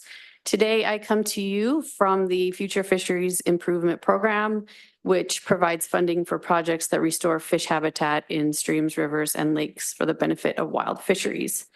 So this program accepts applications twice a year. We meet together with a citizen review panel that's appointed by the governor and come up with recommendations for funding that are forwarded to you every 6 months at your August and February meetings. So this year, or for this cycle, we have 6 grant applications for consideration.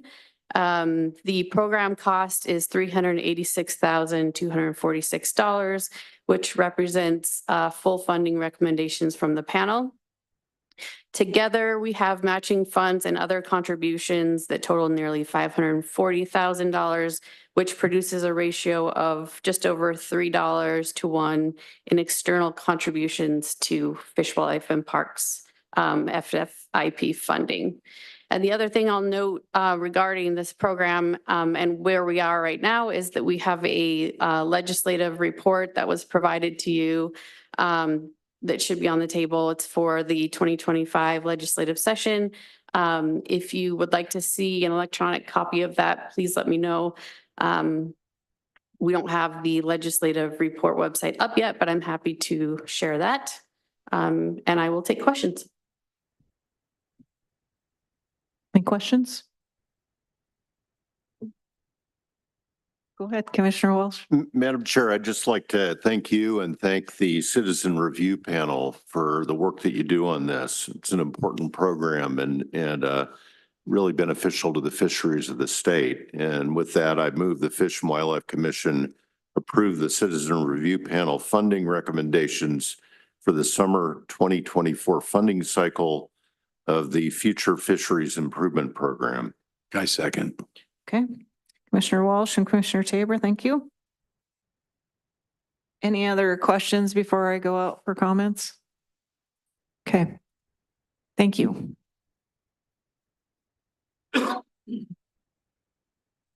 Good morning, Madam Chair, members of the Commission. For the record, Clayton Elliott, ELLIOTT, representing Montana Trout Unlimited. And with your tolerance, let me just make one comment on the drought restriction immediately prior. I just wanted to thank Adam and his staff. The part that he also left out is his diligence in communicating with both myself and Dr. Bias with Fishing Outfitters Association of Montana and how we can help get the word out in our constituencies. We had new staff this year and a new process working together for the first time, and I thought it went incredibly smoothly. So I appreciate both the role that the commission plays in this, but just wanted to commend the staff for their good communication to us as constituencies. Briefly, and I submitted written comments on the Future Fisheries Improvement Program, and I'm broken record up here on Future Fisheries. Certainly appreciate the program. Again, commend Michelle and the great work that she does, a great partner for us who are working on the ground. Just the opportunities with Future Fisheries as we talk about drought in terms of repairing, restoring, and conserving water are tremendous. And these projects are great investments in the future that hope to address some of the long-term drought issues that we're facing in Montana. In the meantime, they're good for business. They're good for economic opportunity in rural communities. They're often good for irrigators and agricultural partners who we view as strong allies in this work. And they're good for fish. The last I'll close on is the number that I always like to highlight, the 3-to-1 match in terms of the money that this project or this program leverages in outside dollars is significant. So if you have questions about any of the specific projects, you'll see our name in a number of these. We're excited to see them. We appreciate the work of the review panel. And thank you, Michelle, for all of your good work on these. Thank you.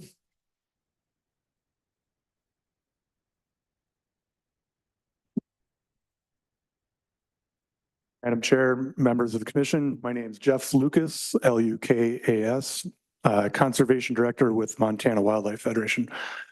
We appreciate the opportunity to comment on the commission's agenda items today, and we'd simply like to second Montana Trout Unlimited statement with a me too, and say that we strongly support the Future Fisheries Program and are pleased to see how well these projects are vetted for their efficiency and efficacy. So thank you.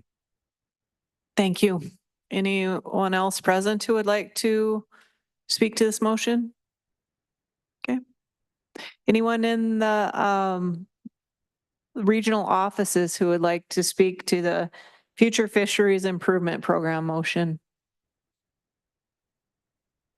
Okay, it looks like Michael Bias, if you would like to go ahead and unmute. There we go. Go ahead. Thank you, Chair. Thank you, Commissioners. My name is Mike Bias, B-I-A-S. I'm Executive Director of the Fishing Outfitters Association of Montana.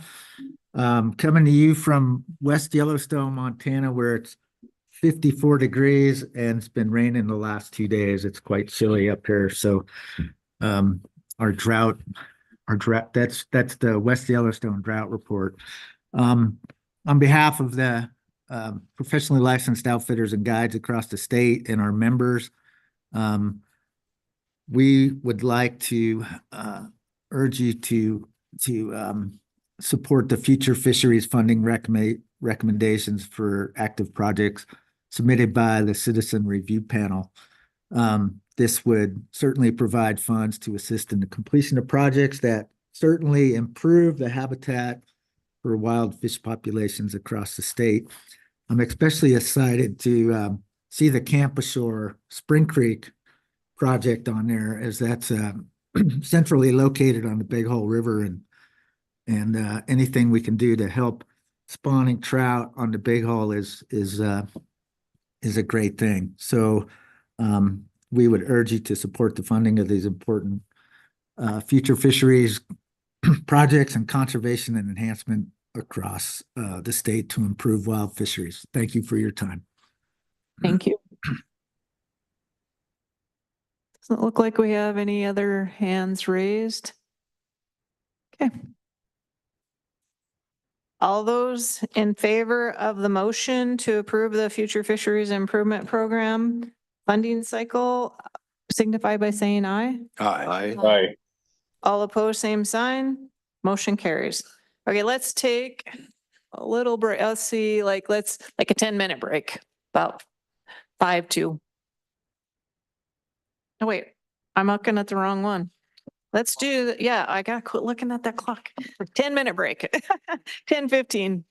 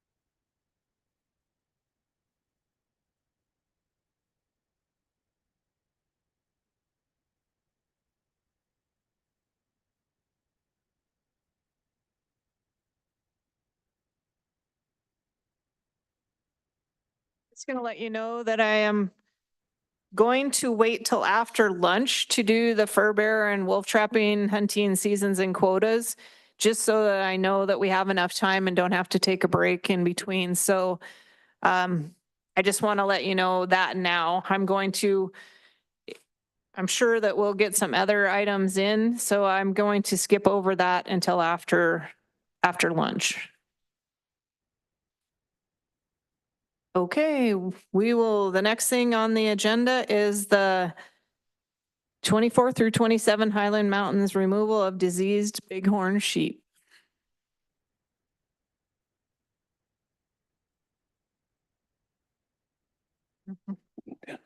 It's green. Good morning, Madam Chair, members of the commission. Brian Wakeling, I'm serving as the Chief of Game Management for Fish, Wildlife, and Parks. The item we have in front of you this morning dealing with management removal of what we call chronic shedders, bighorn sheep within the Highlands Mountains. This is part of a ongoing research project. We've been monitoring these sheep for about 3 years already. and we're trying to address an issue that deals with a disease exposure that can result in respiratory disease within bighorn sheep. This is a prevalent issue throughout the West, and so we kind of took what we believe is a pretty unique approach to trying to develop this investigation. What we did is we sat down with the Wild Sheep Foundation, both Montana and the national chapters, to work on some ideas. But really the novel approach is always common to use your partners when you're developing those things. But we also, and it was largely at the encouragement of the Wild Sheep Foundation, we certainly had no opposition to it. But we also worked with the wool growers because this is something that's often looked at as a real contentious finger pointing issue where we look at one side of the issue and, it's a disease that came from domestic livestock, but it's present in wild sheep and can impact domestic sheep. Transmission can go both ways. We're looking for ways that we can mitigate this going into the future. And so what we look at is a potential approach, and this is something that's been used in some of the other states, something that the Western Association of Fish and Wildlife Agencies Wild Sheep Initiative has embraced, looking at this from a broader standpoint. But the specific exercise that we're looking at in this investigation is the possibility of detecting and then removing what we call a chronic shedder. A lot of sheep come down with this Mycoplasma ovipneumoniae, which is we believe to be the leading cause, biggest contributor to respiratory disease in most of the wild sheep situations. There's a lot of responses that can occur. We can either wind up with an all-age die-off. We can have some sheep seem to be resistant to it to some degree. But what we see in many cases is kind of some of the sheep recover and some of the wild sheep do not, and they wind up being a carrier, a typhoid Mary, if you will, where they're not showing any specific signs themselves, but they can pass that on, especially to offspring and young of the year, and they wind up with low recruitment, which results in a struggling population. So the proposal that we have before you today is the authorization to remove up to 15 bighorn sheep over the course of the next 3 years. So that's during 24 through 27. Currently, we are aware of, and we've trapped and tested in the neighborhood of 115 sheep. About 40 of them we've tested twice. And what this tells us is that currently we believe that we have approximately 7 that we've detected in multiple times that have this MOVI present and would qualify under these definitions as a chronic shedder. Those were the ones that we would propose for removal over the course of the next 3 years. And we're not looking for 15 per year. We're looking for a total of 15 over the course of those 3 years. And currently, of those 7, 1 has already died of other causes, so we're looking at 6 right now. We are going to continue to capture, disease test, and monitor these animals going forward. As I mentioned, it's part of a research project, and it's a bigger management experiment looking at this kind of exposure and other treatments across several different sheep populations. So that's our request. We need the commission's authorization in order to do the removal. We are not looking for this to be a hunter removal. This is something that the agency would do the removal. The rationale for that is there are specific animals on the landscape, and trying to point that out to a hunter and try to have that removed is problematic. Once you've got that animal, you want to be able to remove it at that point in time. So that's our proposal. I'll be glad to try to answer any questions. Any questions, Commissioner Tabor? Brian, first, a couple different questions, and I'll just have you cover it. The first one is, are there any other alternatives to this? And you can address that. Second of all, I just want you to comment a little bit in general about potential treatment. So I understand that there's some sheep populations that have been primarily held on private land where there's been some major breakthroughs relative to doing treatments of either feed or whatever with antibiotics that has been proven to be extremely effective at reversing some of these disease issues. And I know in the general sense of when we look at wildlife in Montana, the concept of potentially treating feed sources or whatever has not been part of our history. Can you just comment a little bit on that, whether that can ever be in the toolkit? If not, why not? And then also, are there any other alternatives to removing the sheep that you considered?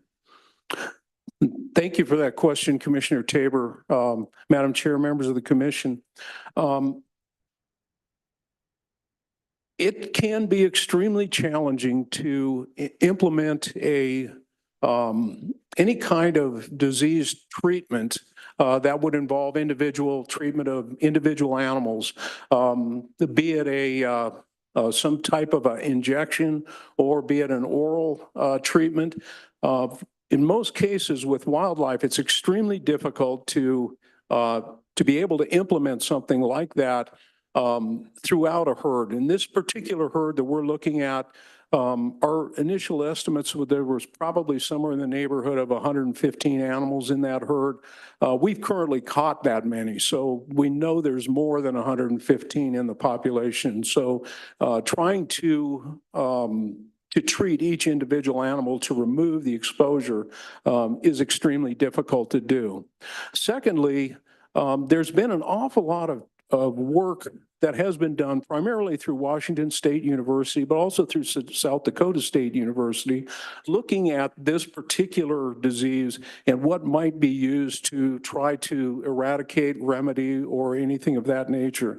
And to date, there has not been an effective vaccine that has been identified that would eliminate this particular respiratory pathogen. Part of the challenge is that while mycoplasma is the primary agent, it seems to be affiliated with a number of other pathogens that also work in combination. It's kind of a cocktail of pathogens, if you will, and it's extremely difficult. We haven't identified an effective vaccine at this point in time, and even if we were to try to implement it, would be extremely challenging.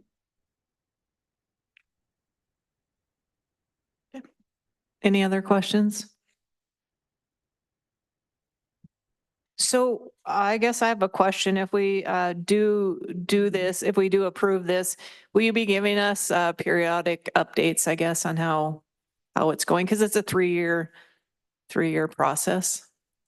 I'm not certain I understood the question entirely. Just like how many you have taken, I guess, and I guess just updates on how it's. Absolutely. Sure. Absolutely. We certainly will be providing updates. This is something that when we're ultimately finished with this is something that would definitely be part of a peer refereed publication. But in the meantime, we've been in the course of developing this.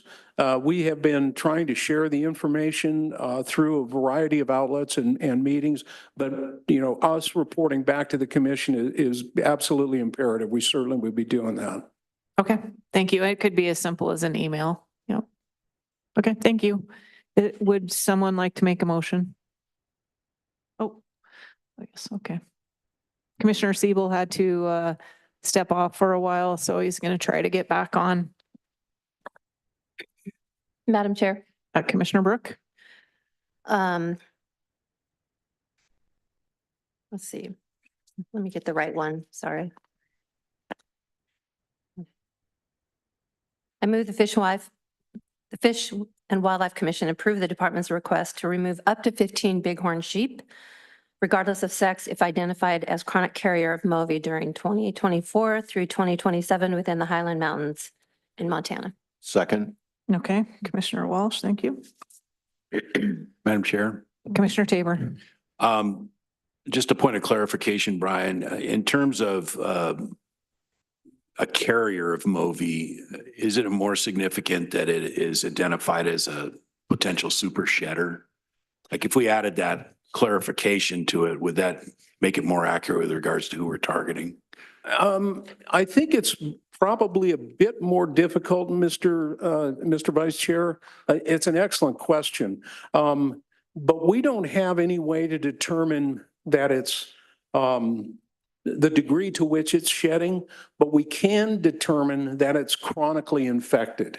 And so my sense is that saying super shedder, that it's kind of a colloquial term that we use to describe an animal that's on the landscape and probably doing exactly what you described. But what we're actually testing is it chronically infected? And so in two separate instances, separated by several months and sometimes years, that animal continues to be infected.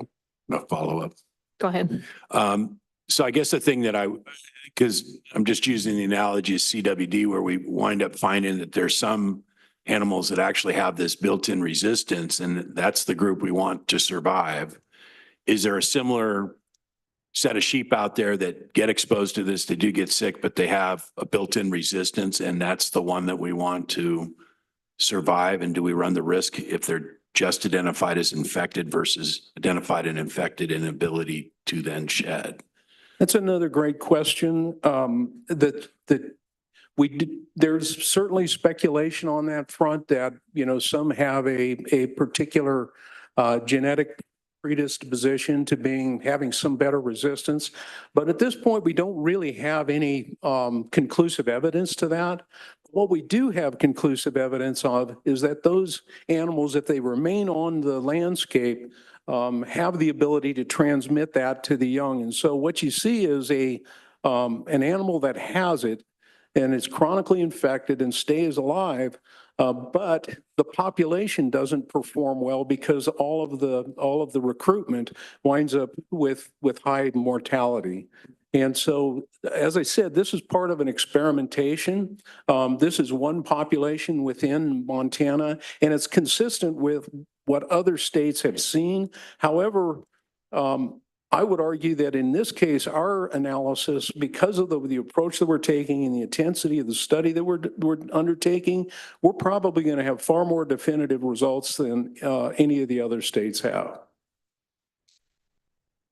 Any further questions? Okay, thank you, Ryan. Is there anyone present who would like to speak to the motion? Go ahead.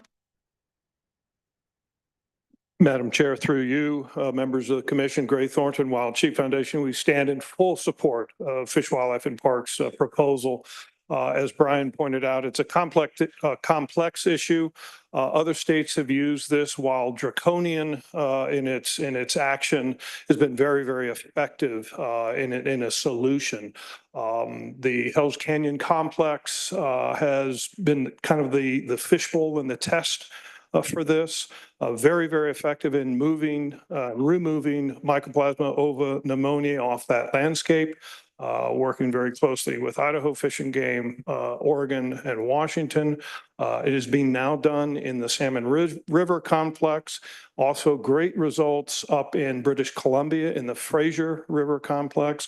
And Commissioner Tabor, to your question, there has been some success in nasal cleaning and antibiotics on domestic stock. And the reason for that is your ability to contain, capture, recapture constantly that domestic stock. There's a great movie called Transmission you all can look at where it was done on a domestic goat population, and MOV was removed from that population for the most part. Right now, as Brian pointed out, the best approach that we can have is remove those chronic carriers, and that is having a very, very effective result. One last comment, as Brian pointed out, very challenging to continue to doctor a wild animal. And I guess I would even, ask the ethical question on that, because it's a multiple process to do so. So we stand in full support. Thank you. Thank you.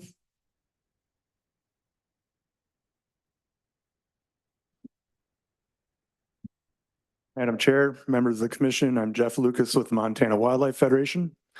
MWF supports commission approval of FWP removing up to 15 bighorn sheep that have been confirmed to be infected with MOVI in the Highlands. As an organization that has always stood for sound scientific management of the public trust, we understand that this is a very difficult but necessary decision to make. Much like in the Tendoy Mountains, an area that I have hunted extensively and where I've watched diseased sheep succumb to their disease, the health of the bighorn sheep herd in the Highlands would be at greater risk of being infected to the point of being wiped out if this action isn't taken. We have a tremendous amount of respect for the field bios that propose this removal, knowing that they'd be involved in the difficult work that lays ahead of them. Unfortunately, removal is the right thing to do. Please do pass this proposal. Thank you. Thank you.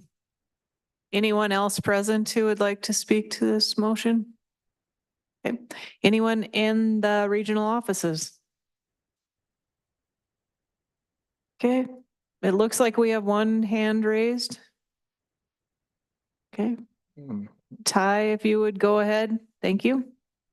Madam Chair, members of the commission, Ty Stubblefield with Montana Wild Sheep Foundation. I'd like to offer our support for the department's request to test and remove bighorns in the Highlands. We find ourselves saying recently that we've got to try something new because what we're doing is not working. And this is what we believe a step in the right direction. We'd like to offer our support for that and thank the department and the commission for the monumental efforts taking place in bighorn conservation right now in the state of Montana. Thank you very much. Thank you. I don't see any other hands raised. Okay. Any other comments or questions from the commission before I go to a vote? Okay. All those in favor of the motion signify by saying aye. Aye. All opposed, same sign. Motion carried. All right, Ken. Madam Chair, Commissioners, I'm Ken McDonald, Chief of the Wildlife Division with Fish, Wildlife and Parks. Our next item is approval of the non-game checkoff work plan. This is a statutory requirement that the commission approve the work plan annually. Typically, the non-game checkoff was about $30,000 to $40,000 a year from the tax checkoff.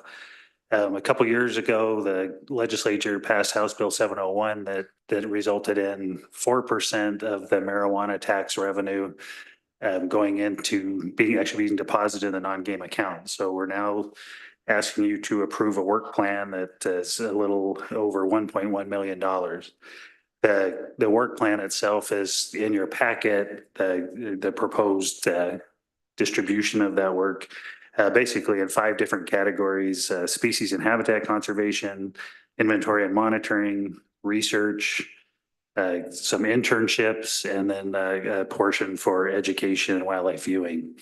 I can answer any detailed questions if you have them, but if not, I will leave it at that and look for you to support that work plan. Any questions?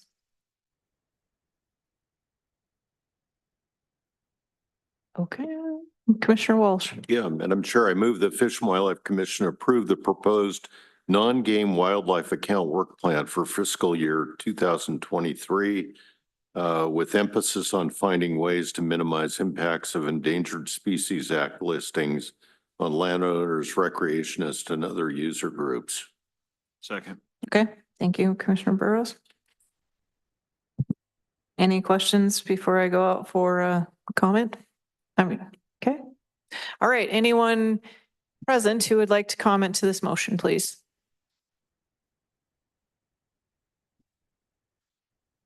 Madam Chair, members of the commission, Jeff Lucas again with the Federation. The Federation recommends that Fish Wildlife Commission approves the proposed non-game wildlife account work plan for fiscal year 2023 or 25, with emphasis on finding ways to minimize impacts on Endangered Species Act listings for landowners, recreationists, and other user groups. We are pleased to see that the increase in financial resources for non-game species in Montana has resulted in more projects being vetted and funded. MWF will continue to promote both science-based management for game and non-game species alike, and the necessary funds to support the management of all wildlife across the state. Thank you. Thank you. Madam Chair, Commissioners, my name is Mark Cook, COOKE. I'm with Wolves of the Rockies. I encourage you all to support this. This is definitely a step in the right direction. And also, I'm hearing legislatively the whispers that there is an element within the legislature that wants to go after this funding. I would encourage the department to fiercely resist any attempt to reduce this funding. Thank you. Thank you.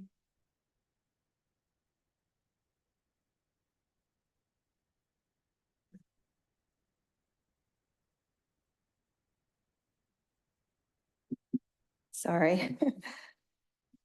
Forgive me, I have to read my comment because it's hard to get everything in just 2 minutes. So bear with me, please. If I can get my password in here.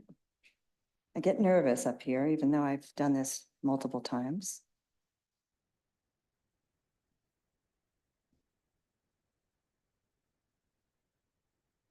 I'm Casey York with Stratford, Montana, out of the Bitterroot. Over 85% of Montana wildlife are classified as non-game, totaling almost 500 species. These include badger, raccoon, red fox, hares, rabbits, squirrels, marmots, porcupines, and prairie dogs. Years ago, FWP asked, where have all the porcupines gone? Who knows?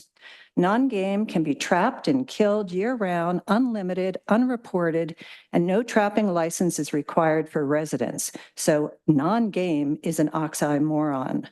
The 2023 non-game program expenditures were over $1 million.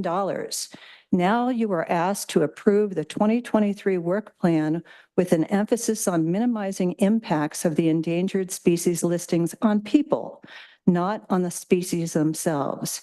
225 species in Montana are listed species of concern, meaning at risk due to declining population trends, threats to habitats, etc. Almost another 100 species are potentially at risk. Over 50 require special considerations or protection. Burrowing owls, a species of concern, excuse me, are completely dependent on the prairie dogs, squirrels, badgers to dig their burrows. Lynx feed on snowshoe hares. These are the very species who are legally destroyed by trappers and shooters year-round. The pygmy rabbit is nearing extinction, but where's the memo to stop killing rabbits? Beaver are central to life. 50% of threatened or endangered species rely on beaver-created wetlands for their survival, but beaver are legally trapped for recreational and commercial purpose in unlimited and unreported numbers, 5.5 to 9 months out of the year, with most of the state being the latter. You cannot save a species by killing those they are dependent upon, whether it's for food or habitat. Either one hand doesn't know what the other hand is doing or doesn't care. But now you've been told again, and you need to fix this. Thank you. Thank you. Are there any further commenters present? Okay. Do we have anybody in the regional offices? Okay, I don't see anybody with their hands raised. Okay. I have a modification to the motion I made. I read 2023. It should have been 2025. Okay.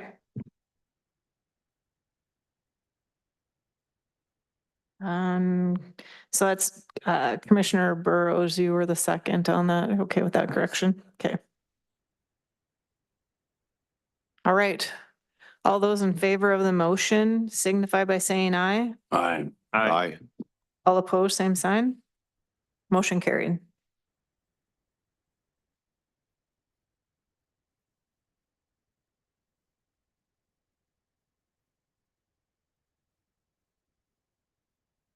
Good morning, Madam Chair. Again, Brian Wakeling, Management Bureau Chief with the Wildlife Division for Fish, Wildlife and Parks. The next item we have before you is a correction to elk season dates in Hunting District 466 and whitetail deer season dates in Hunting Districts 210, 211, 214, and 216. We brought something similar to this before the commission in June. What we've encountered is a few areas within the regulations where we inadvertently truncated seasons where our intent was to have a season, have no gap between seasons. And so what we're recommending is the commission go ahead and authorize an amendment to the seasons today. What this would do, people who routinely obtain these permits or licenses often, it's so the kind of thing that we have not announced that, we were truncating the seasons back in December when the commission adopted these. And so in some instances, people fail to look at the recommendation or the regulations, expect things to be similar to what they were in previous years, and may make an inadvertent error. Despite the fact that the commission approved it, it was not what the department intended at that time. And so we wanted to bring these season date adjustments before the commission for your consideration and possible approval, which would go ahead and extend those seasons to what they were traditionally. I'd be glad to try and answer any questions. Okay. Are there any questions? Would someone like to make a motion? Madam Chair, I move the Fish and Wildlife Commission approve the correction to adjust the LP license 004-00 general season beginning with October 21st instead of the 26th in hunting district 446 and adjust the antlered buck, white-tailed deer, and either sex white-tailed youth season dates to begin on November 2nd instead of November 4th in HDs 210, 211, 214, 216 in 24 and 25. Okay. Commissioner Brooke? Second it. Any questions? Okay, thank you. Is there anyone present who would like to speak to the motion? Is there anyone in the regional offices who would like to speak to the motion? I don't see any hands raised, so we will go to a vote. All those in favor of the motion signify by saying aye. Aye. Aye. All opposed, same sign. Motion carried. All right, so like I said, I'm going to move the fur bearer and wolf trapping to after lunch, so we will move into parks and outdoor recreation.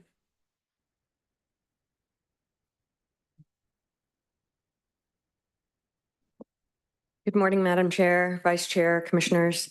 Deb O'Neill, Acting Division Administrator for FWP's Parks and Outdoor Rec Division. You have before you a list of deviations, a lengthy list of deviations. After this commission approved the consolidated public use rules in December, we knew our next step was to identify, to look for deviations at all of our sites. And we had to review a lengthy list. Staff reviewed these rules at every fishing access site in WMA to see if a deviation existed that was either obsolete or needed to be remain in place and have you guys reapprove the rules or the deviations rather. Additionally, staff had assessed to see if there was a need to have a new deviation at these sites. And this was a lot of work. It was a heavy lift. So I'd like to thank staff for their diligence on this. And being so thorough. The spreadsheet outlines the new deviations and the existing deviations with a justification. And if you have any questions specific to any of the regions or any of the sites, we have staff online to take your questions for you. Okay. All right. Thank you. I know we do have an amendment, but I want to take the main motion first and then the amendment motion second. So if someone would like to make a motion. Madam Chair. Oh, Commissioner Brooke. I move the Fish and Wildlife Commission approve reapprove the existing rule deviations and approve the proposed rule deviations as presented by the department. Second. Okay, Commissioner Tabor, second. Thank you. And then do you want to speak to the amendment, Commissioner Burrows? Or would you like the department to cover it? Okay, go ahead. I can just make the motion Sure, now. bet. So Madam Chair, I move the Fish and Wildlife Commission amend the 2024 public use rules deviations to remove Chief Looking Glass fishing access site in Region 2 and Voyager's Rest fishing access site in Region 5 from the list of new deviations regarding camping nights allowed. Is there a second? Second. Okay, Commissioner Walsh seconded it. Okay, any questions from anyone? Okay, thank you. All right, is there anyone present who would like to speak to these? Oh, wait, stop. We need to vote on the amendment first. Sorry. So, okay, And maybe just a little bit of back because we Okay. didn't like give any rationale as to why. We know that there's an issue with some long-term camping, some homelessness type issues in those, a lot of junk and garbage being collected and stuff being dumped in it. And especially I'm more familiar with the Chief Looking Glass, but I heard they have the same issues over in Region 5 as we have at Chief Looking Glass. So that's the rationale, is just exacerbating some of the issues that we've had there by extending that camping there. So okay. So this is our first amendment today, but we'll vote on the amendment. And so it will be an amended motion that goes out to public comment. So all those in favor of the amendment signify by saying aye. Aye. Aye. All opposed, same sign. Motion carries. Okay, now, please. Thank you. Madam Chair, members of the commission, Jeff Lucas again with Montana Wildlife Federation. MWF supports these new rules for fishing access sites and wildlife management areas. And since FWP has consolidated parks, fishing accesses, and wildlife management areas under a recreation division, it would seem to make sense to operate all sites under one set of public use rules. But that does cause some concern for us because each type of site has different goals. For example, they all have a recreation component, but WMAs are not state parks.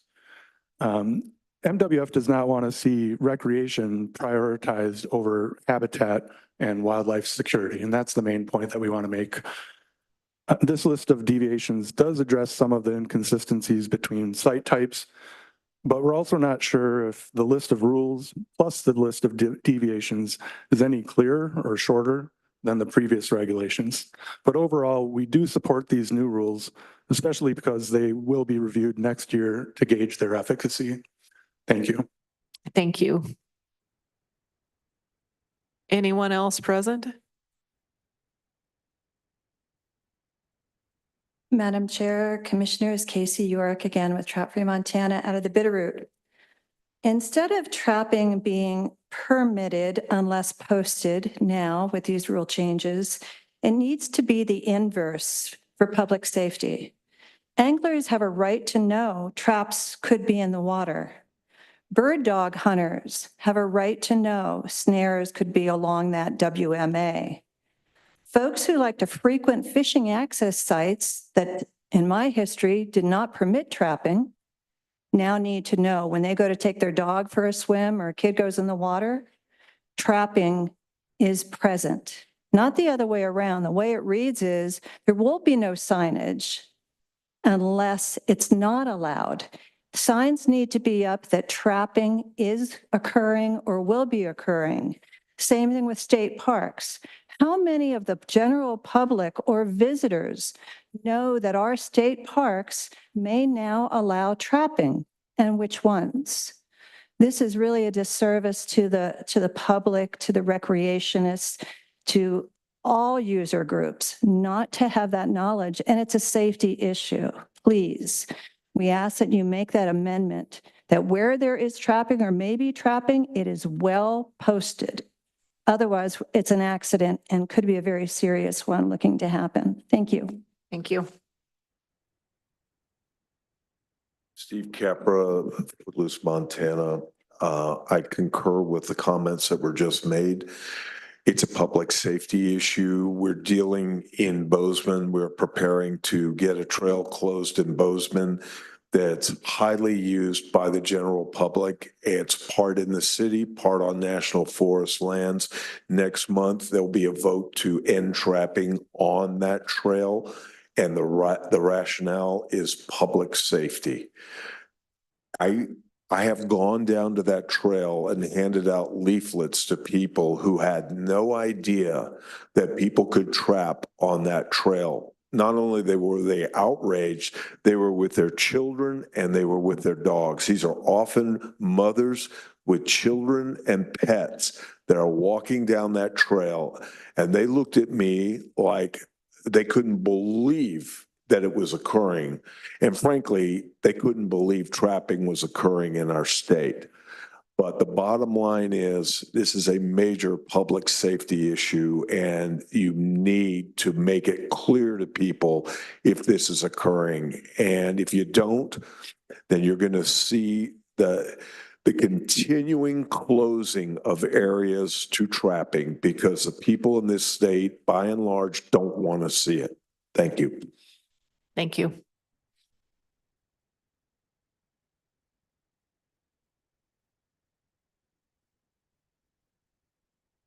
Madam Chair, members of the commission, my name is Chris Morgan, I'm the VP West of the Montana Trappers Association.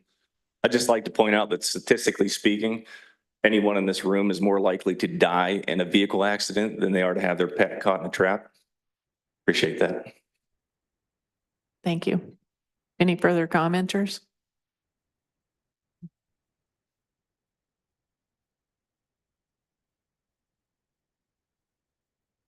Hi, I'm Laura Pippin. Have you ever seen an animal trapped in a trap while they're struggling to live and their arms dangling?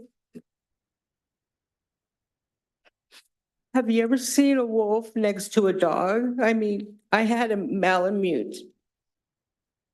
And I can't imagine him dying that way. Please stop trapping. Please. I beg you. Thank you. Thank you. Any other comments? Okay. Do we have any commenters in the regional offices? Okay, it looks like we have a couple hands raised. Allison, if you would go ahead, please. Yes, hi, thank you. I'm Dr. Allison Dahlman, and I completely agree with everything Casey York just stated.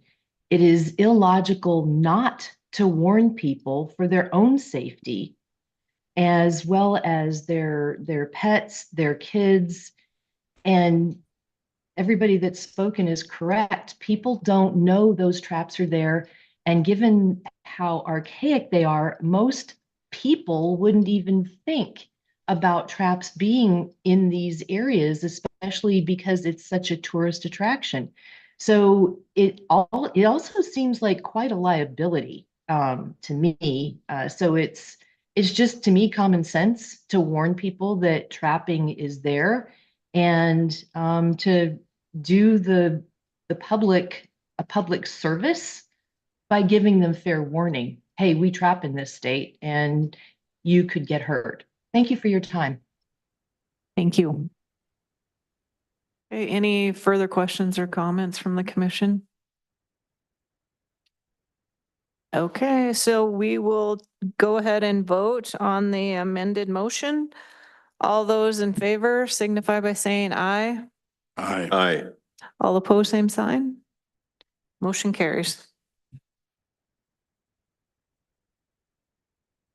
All right, thank you, and we'll move on to the Montana Great Outdoors Conservation Easement, please.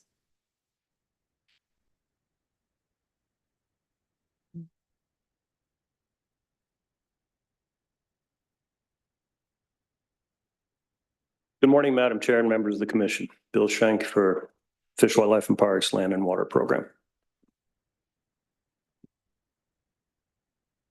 First item I have for you today is the Montana Great Outdoors Conservation Easement Phase 1.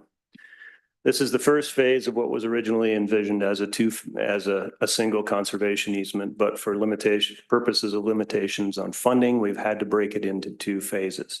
This first phase is 32,981 acres.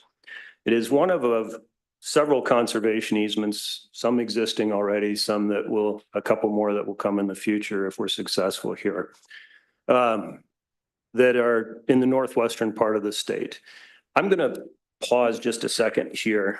I know in the environmental assessment in your materials, there is a map on page 7, and the public that's online can look at it there. I have copies of that map if that would be helpful to you. I printed them this morning, so I'd pass them out to you if you so desire. And if Yeah, if you would please, Okay. because I don't have that, so. Thank you.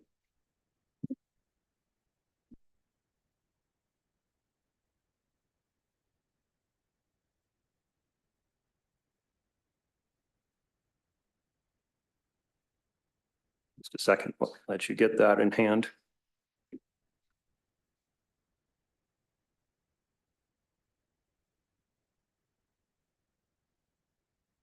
So as you can see from the map in front of you, this land lies to the west of Kalispell.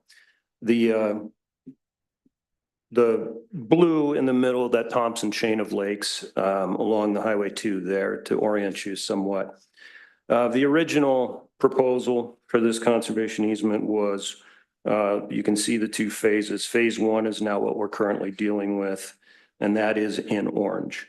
The breakout between the 2 phases was made, with an eye toward existing conservation easements and uncertainty of funding for the second phase and what we and Green Diamond Company would like to accomplish first. Again, back to the numbers, just over 32,000 acres. This piece has a total appraised value of $39,542. Funding for it would come from as follows: $1,500,000 from Habitat Montana. We're partnered with the Trust for Public Lands on this. They do a lot to help line these easements up. They have raised over $4 million of private money to contribute to this effort. There is $20 million from the U.S. Forest Service Forest Legacy Program, and that leaves us considerably shy of the appraised value. Green Diamond Company has agreed to donate the balance, or roughly 35%, $13,827,000 worth of donative value going into this easement. Why do we do these? This conservation easement essentially keeps the land as it is. For 3 generations or more, this land has been available for public access. Weyerhaeuser Timber, other timber companies that have this in the chain of title, they've treated this essentially as quasi-public land. The public is used to being able to access it for recreational purposes, hunting, fishing, hiking, and the like. Second, all of Montana, and this is no exception, is facing development pressure. Of the original estate that Weyerhaeuser sold, some is already being subdivided, and that's okay. Some of it is being held out of these easements with the intention of allowing some future development. But the bulk of it, we're aiming to get into conservation easements that do those 2 things. 1 is that preservation of public access. And 2 is to prevent the subdivision from occurring such that these lands remain in the timber base and a long-term timber economy for that part of the state.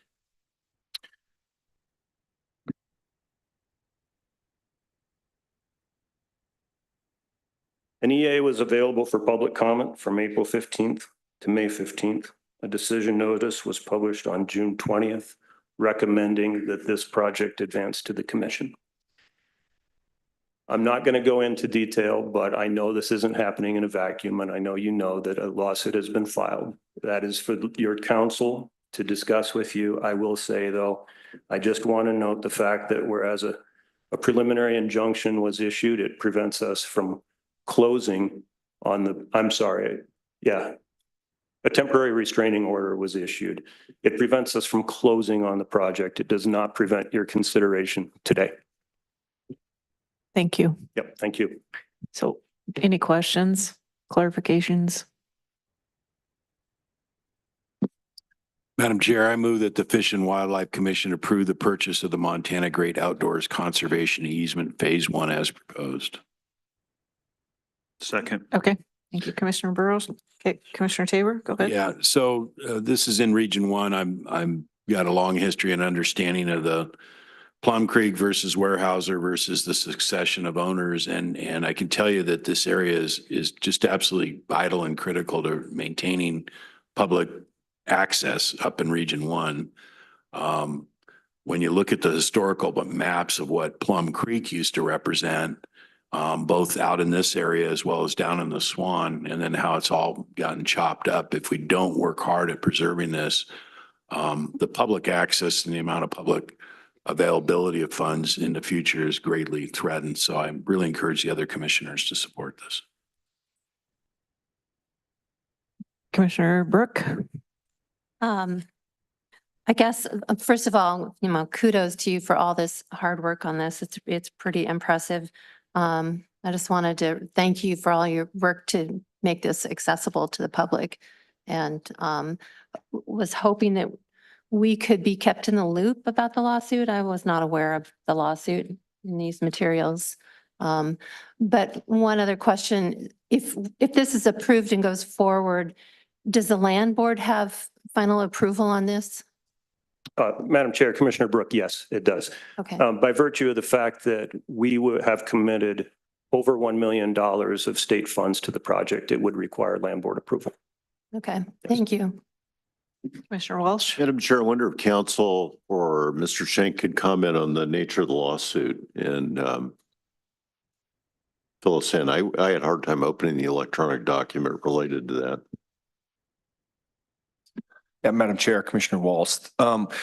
The commission was actually named in the lawsuit only because it was filed Monday with the intention of asking the judge Tuesday for a temporary restraining order to prevent you from considering it today. The substance of the lawsuit has nothing to do with the commission's authority with regard to the approval of conservation easements. The underlying claims in the lawsuit are actually directed at, there's a wide range of them, but they include claims that the MEPA process was not followed appropriately, claims that the underlying authorities for the state's forest legacy program, which is just one discrete component of the funding here, are not statutorily authorized. Just a range of a bunch of things thrown kind of against the wall with respect to the underlying legal processes leading up to this particular CE, but they had nothing to do with the commission's authority or any action it takes. And so from our perspective, was just for you to deal with this as a normal matter of business. And then we will go on in the process of dealing with a preliminary injunction hearing next month, which would affect, in theory, only the land board's potential consideration of it. And then I suspect we'll be chewing away on this one for a while from just a legal defense perspective. Madam Chair, if I may add a bit to that. Please. The TRO that was sought that would prevent this commission from voting was not put into place by the judge. The judge only restricted the final authorization and final closing of the deal. So it does not prevent you from voting on this today, just to make that clear. Also, working with Fish, Wildlife, and Parks legal staff, I'll be at least as long as the commission is still a party, I will be keeping in touch with them and monitoring it on behalf of the commission as legal counsel. Madam Chair. Go ahead. Just to follow up, who's behind the lawsuit and what's the basis for it? Madam Chair, Commissioner Walsh, the plaintiffs are an organization called Citizens for Balanced Use out of, I believe, I'm not sure whether they're a Montana nonprofit. And then the principal plaintiff is WRH Nevada Properties, who is a holder of mineral interests in that area. And so they're the plaintiffs in the case. Any other questions? Okay. Is anyone present who would like to speak to the motion?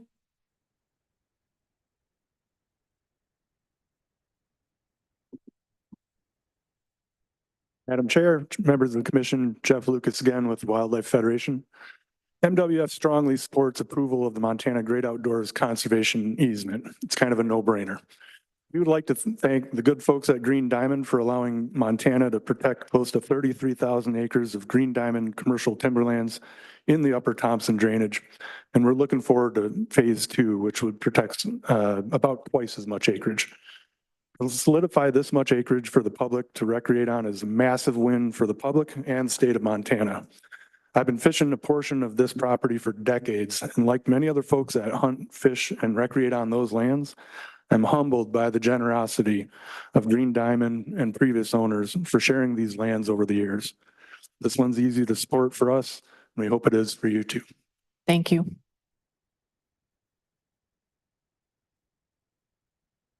Ma'am, I have some documents here that I'd like to give the commission. It's the Indian Freedom of Religious Act. It's the last amendment, and it's got to do with the authority right now, today on your vote. My name is James Jimmy St. Goddard. I'm the spiritual leader of the Blackfeet tribe here in Blackfeet country you call Montana. But a lot of the action that you're doing is being recorded because we're going to federal court on the authority of this commission, because all the killing of our sacred beings, you guys call animals, we call sacred beings. But if I could have somebody pass these out, it's 3 pages long. And the last page is where my Indian freedom of religion is involved. And to deal with all these sacred beings, those were put here in Blackfeet country you call Montana, so we could practice our way to look in your commission, your state, your laws are for to recognize what Creator has done as human beings. And what I'm hearing for the last 2 hours is that you guys are not considering everything. You're just going along with each other and saying, I. I haven't heard any brave people say no here today. But this document, we are collecting the names of the commissions. I don't want to be threatened in any way, but individually, you are going to be sued in a month. And it's going to change all the direction. And I ask you to please reconsider your boss, that guy that needs to grow some hair in that office back here. His name's G40. Where does he come from? Our tribes don't know how he got here. You know, he's on Blackfeet territory. And all the tribes recognize that. But I'm serious because the Magui, the wolf has a name. Thank you for your comments, and the gentleman standing next to you will take your pages and we'll get copies. So I just want to ask a logistics question and agenda question. So we get to comment on the wolf at what time today? Because I'm disabled. After lunch. We're going to do that after lunch. And honestly, we probably keep looking at that dumb clock. I think we'll probably take lunch at 11:30 and probably be back here at 12:30. Okay, ma'am, I will comment, but I don't want to, scare you because, I have no fear. The Blackfeet have no fear. All right. Well, thank you. Yes. You will have another chance to comment on that agenda item. Okay. Thank you. Thank you. Thank you for listening. And I just want you guys to do the right thing. I mean, killing isn't the answer. It's working together. You'll have not time. the answer, ma'am. Okay, thank you. I don't know. You'll have time killing later. is not the answer. Okay, thank you. I mean, we've killed enough. Thank you. I'm a historian. Okay, sir, but we have another commenter behind you. Okay, you. sorry. Yep. Yeah. I'll just sit right back here. You could, but, you could take them and hand them out. They're these ones here. Yeah, they each get one. There's 3 pages. Take care of it, sir. Thank you. Don't call me sir, sir. I'm not a sir.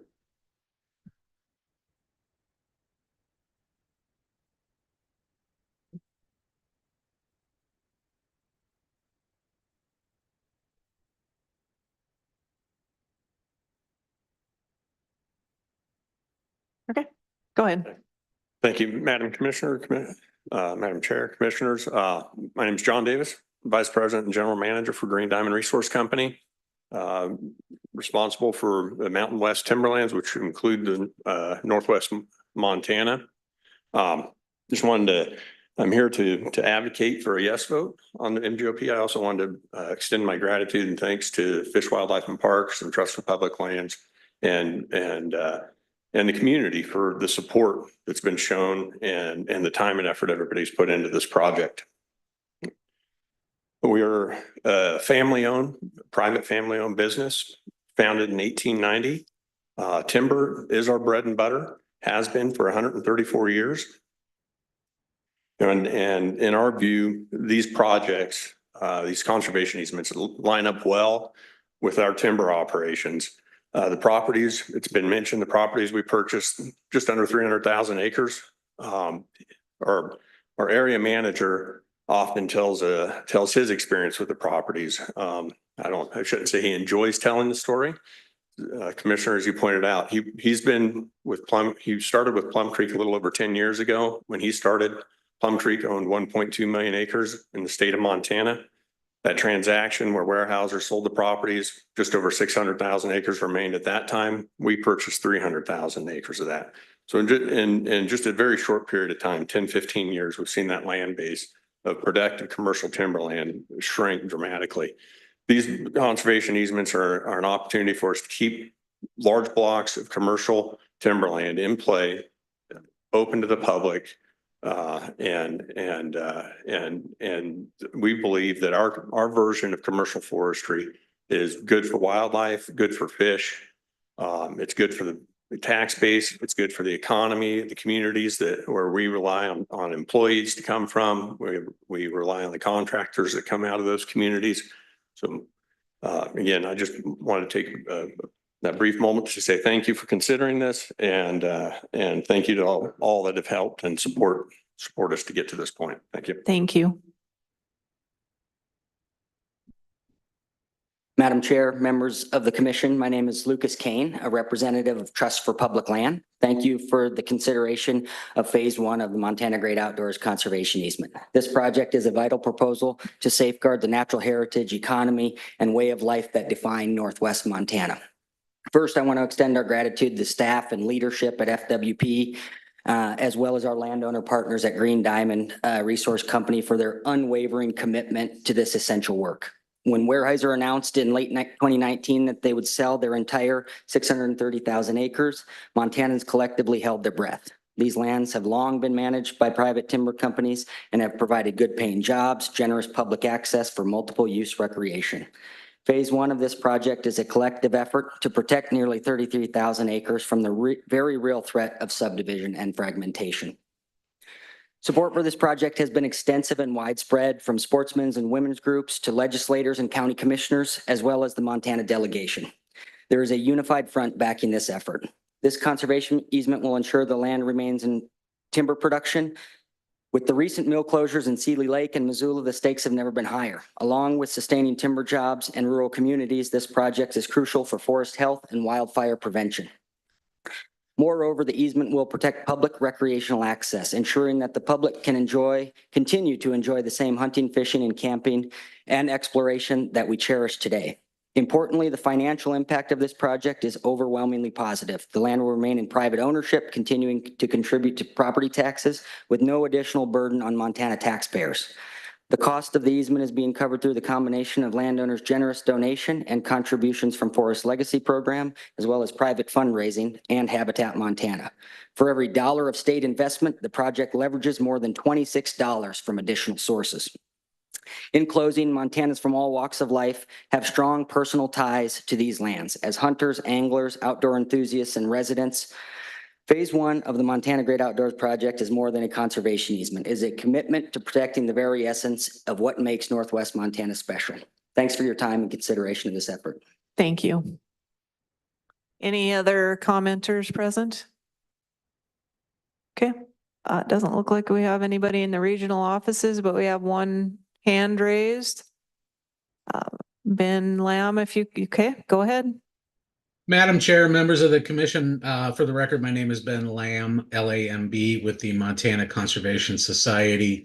The folks from TPL, Green Diamond, and everybody else have done a great job speaking to the benefits of this.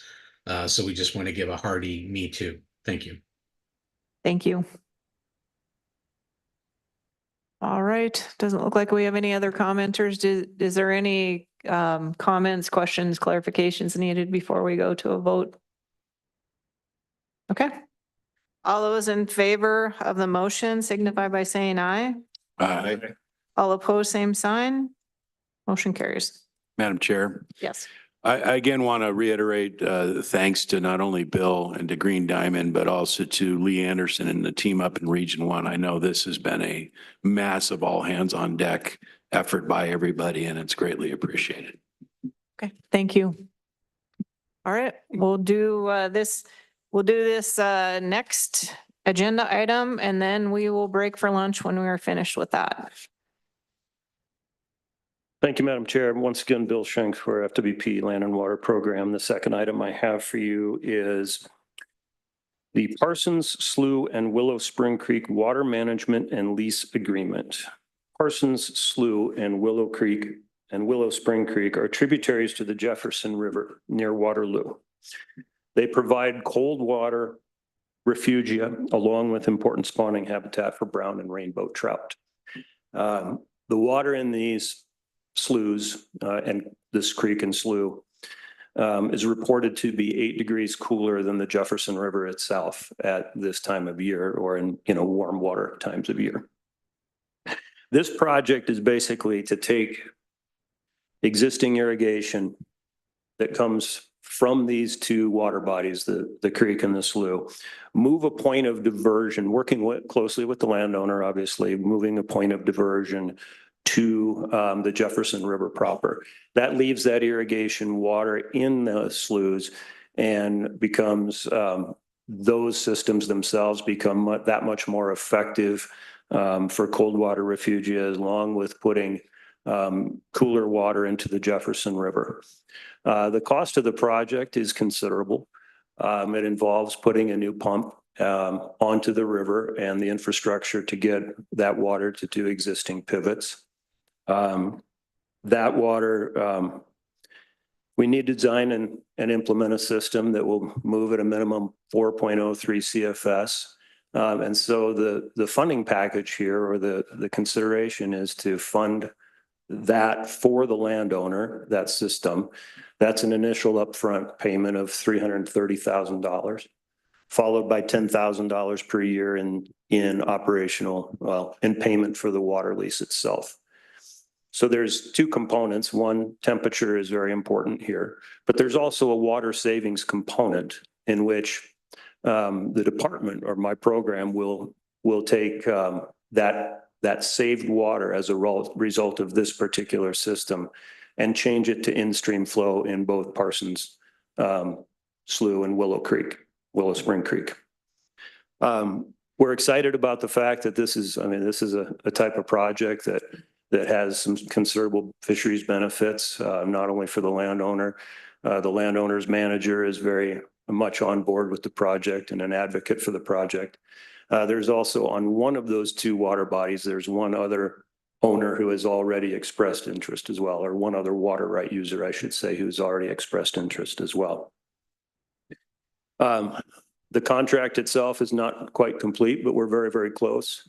Understandably, the landowner is seeking protection here and wants to make sure the system works. And so there are some provisions in there that FWP would also fund repairs necessary in excess of $2,500 a year should that occur. But the designer of the system is very confident that it's going to be a good functional system.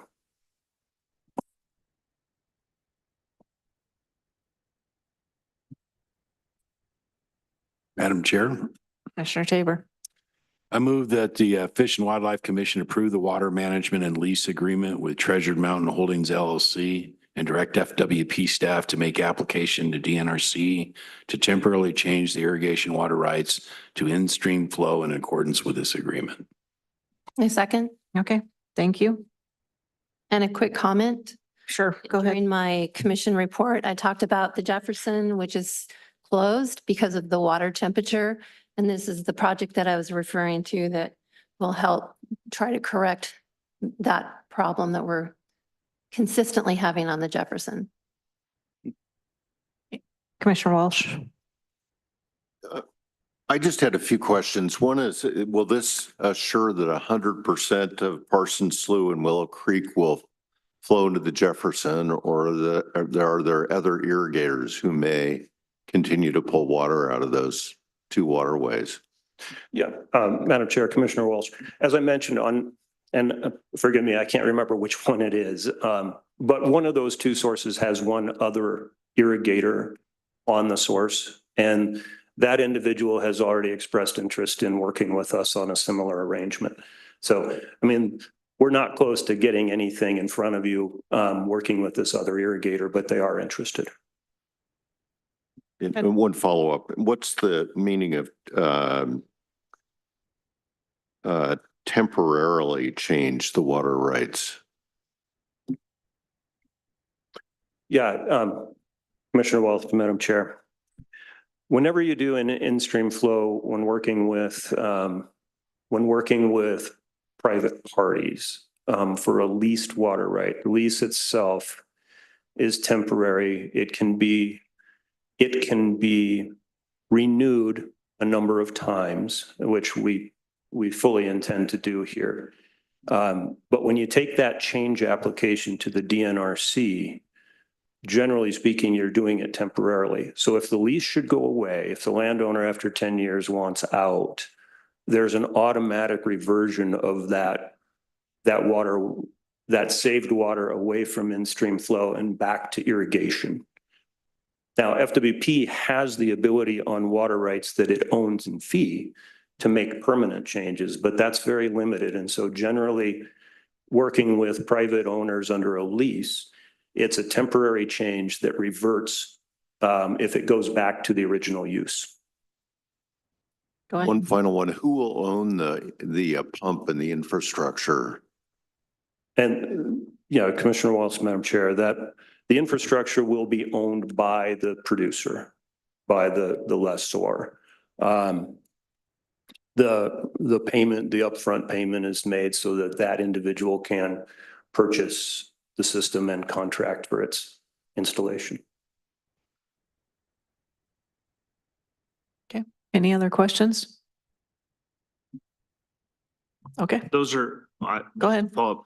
I mean, those are pretty good questions. I guess I'm still trying to have my head around. So you have a 10-year guarantee for this temporary water use to, because the way I understood it is the landowner's going to get the same amount of water, but it's just 8 degrees warmer. And so that all this infrastructure that's being put in is only guaranteed for a certain period of time. And the landowner could then revert back and say, I no longer want this agreement, and the infrastructure costs are then sunk and gone. And then we revert back to the way things were. Madam Chair, Commissioner Burrows, essentially that's correct. There's an out in here in case the system doesn't work. We're very confident that it does, but there's also in the event that the landowner opts to come back out of the lease for those purposes, that there is a payback provision that comes proportionally shrinks over time. The original lease, because of limitations in the statutory authority to do this, and I'm talking about the Water Use Act, DNRC statutes, essentially. There's a limit to 10 years plus renewal periods. Under some circumstances, you can do 30 years. We're not there. So in the original lease, what we're contemplating is building in, it's a 10-year lease, but with 2 automatic 10-year renewals, which would only be exercised if one of the parties gave notice and wanted to get out of the lease. So I guess I have a quick question. If the infrastructure quits working, I mean, just like malfunctions, I guess, who has to fix it and pay for that? Madam Chair, the owner operator, the landowner would be responsible up to $2,500 a year for that expense.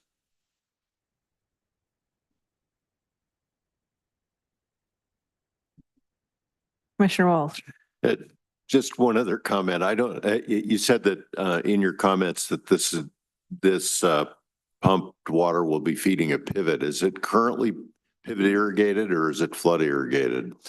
And is this going to save water? Is this a more efficient system that we're putting in?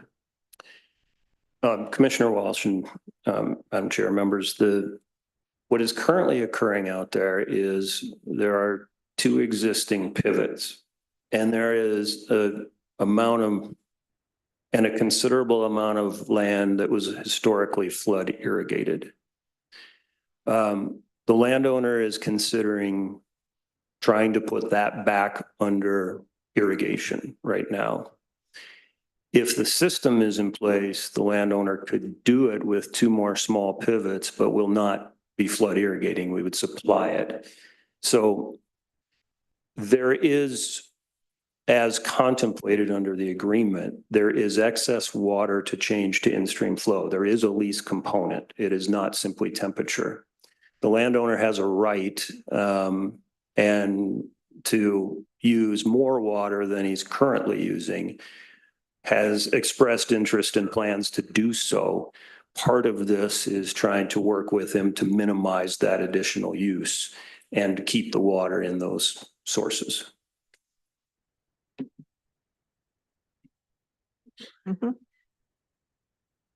Any other questions?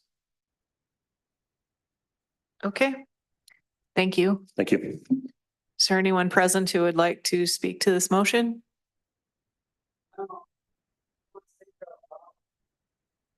Go ahead,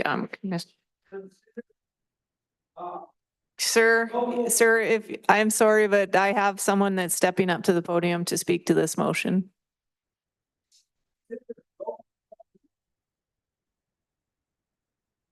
Go ahead. Good morning, Madam Chair, members of the commission. Again, for the record, Clayton Elliott, ELLIOTT, representing Montana Trout Unlimited, and appreciate the opportunity to offer our support for this proposed water lease. And I want to begin by thanking the department. Obviously, we've been a key partner in working through this negotiation and transaction, but all the way up from Director Temple to Andy Brumman and Bill Schenk and Ron Spoon on the field. Like, this has been a great team to work with to get to yes, along with the landowner. I think the proposal, and I apologize for being outside and missing part of Mr. Schenk's presentation. I was on conversation with the chair of the Water Policy Interim Committee on very similar topics of what the legislature needs to do on some water use act things. But I'll highlight briefly why we think this is a good deal. First and foremost, we're dealing with tremendous challenges in Southwest Montana that are primarily related to flow and temperature. This is a win-win solution for an irrigator, for a landowner, as well as the fishery in Southwest Montana to put valuable water in a stretch of river that needs it. As you've undoubtedly heard, both from a flow standpoint and a temperature standpoint, and the place in the Jefferson River that this lease would be executed, you're going to see pretty tremendous benefits. I've got, and I will make them available, some of the temperature data that we've been able to work in partnership with the department to secure, and I'll provide that to the commission. But surmise it to say, I think this is a great example that we've done this in a number of places, both with the change of point of diversion and the irrigation infrastructure upgrades. It's been successful in those places, in the Yellowstone and others, to secure those benefits. But it's a good practice for the irrigator and the landowner. It is in the spirit of the law. It's in the spirit of the legislature and their investment in these in-stream flow lease agreements in this last legislative session. And I think that it's going to be a tremendous benefit to the fishery and a struggling part of the state. So appreciate your consideration. This is a battle to get to this point, and just wanted to thank the staff who've been really committed. Thank you. Are there any further commenters? Yeah, I know, sir, but if you can come up to the podium. Okay. And speak to the item on the agenda, please. Okay. I want to mention who I am. I have a white name. It's James Sankador, and my Indian name is, my Blackfeet is Isakya, Sacred Holy Paint Gatherer. And it's taken me 40 years to get where I'm at. But my comment is I'm not for or against this issue, but I'm asking you guys to consider global warming for the grandchildren of these people who want to deal with our sacred uki we call water. I'm just asking to consider global warming. But we discussed this back home, and it's kind of a political thing that because the Republicans won't accept global warming. But the reality is here. Thank you. Thank you. Are there any further commenters present? Okay, I don't see anybody in the regional offices, and I don't see anyone with their hand raised. Are there any other questions or comments before we go to a vote? Okay. Just one Okay, clarification. go ahead. My understanding was through the presentation that FWP would be responsible for costs associated with the infrastructure. Was that correct? Initial cost. Okay. Because the EA says the owner was responsible to construct the pump site and other conservation water infrastructure. I think what he said was am I correct that you said the funding would go to the owner and the owner would then go out to contract to have it built? Madam Chair, Commissioner Burrows, that's correct. Okay. Yeah. Yep. What's that? Madam Chair? Go ahead. Yeah, just once again, Mr. Schenk, what is the total cost of this project? The cost is, Commissioner Walsh, $330,000 upfront, $10,000 a year for the lease payment. Any other questions?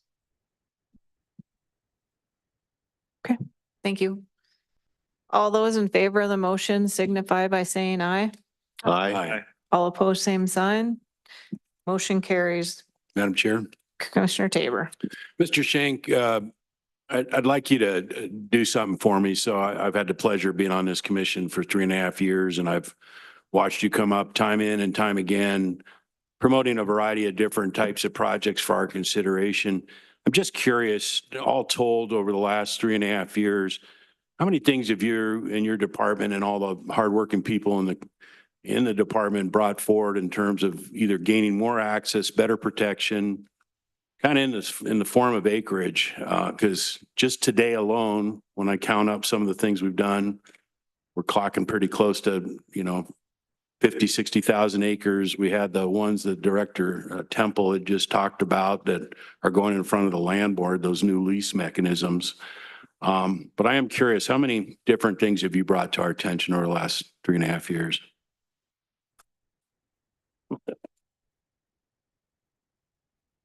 Sorry to put you on the spot.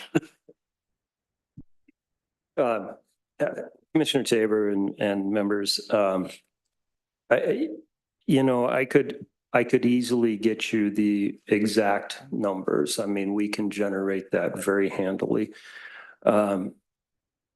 I'm thinking about the last 3.5 years, and I know that some of the larger projects, the Lost Trail Conservation Easement was in the neighborhood of 7,500 acres. The Big Snowy Wildlife Management Area was 5,500 acres, as well as leveraged access to the big snowy range and Forest Service land there. But there's many smaller projects that, I don't think they'd count a lot in terms of acreage, but they provide some meaningful access. Comes to mind the Bad Rock Canyon Wildlife Management Area right outside Columbia Falls. That's some 400 acres, but is, I think, an incredibly important local resource. So I guess what I'd like to do is compile that and submit it to the commission, if I may. You're right that the projects themselves really run the gamut from say one small key lease or lease renewal on a fishing access site to these types of projects of a large conservation easement that, like this one, isn't complete, but those types of projects. And there's been a fair number of them when I think back over 3.5 years.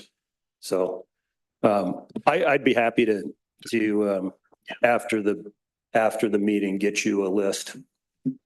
Well, the point I guess I really want to make, and I hope folks that are listening and Montanans understand just how hard this department and administration is working to continue to gain access and to create opportunities for Montanans to avail themselves of these wonderful resources. So thank you.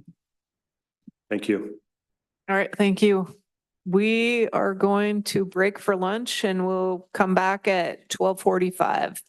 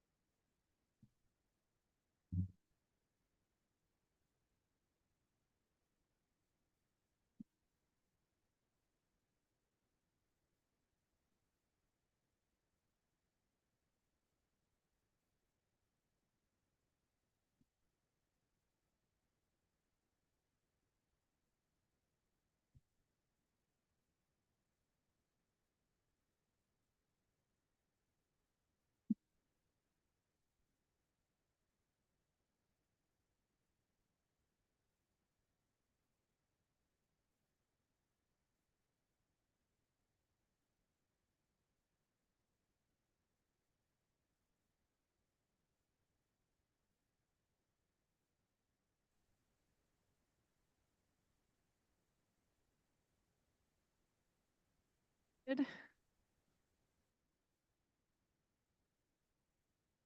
Okay, Brian, if you'd like to speak to our agenda item, please.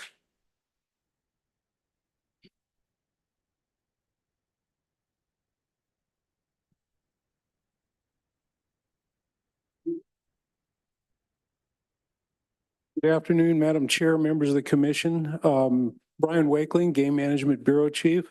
Before we get started into this particular item, I think I'd offer Quentin an opportunity to kind of give a little bit of an overview on some of the background on where we're at today and why we're there.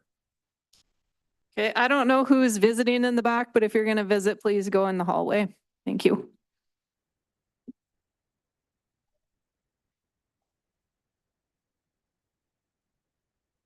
Chair Robinson, Vice Chair, other members of the commission. Thank you, Brian. Just real quickly, and I'll do exactly that. I'll offer a course summary of this most contemporary piece of wolf management by the state of Montana. And if I miss anything, then we'll rely on questions to fill those gaps.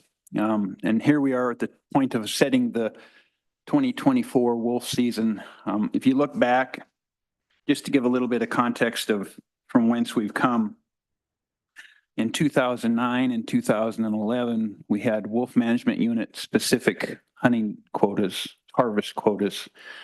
Think wolf management equal to a hunting district or a small group of hunting districts.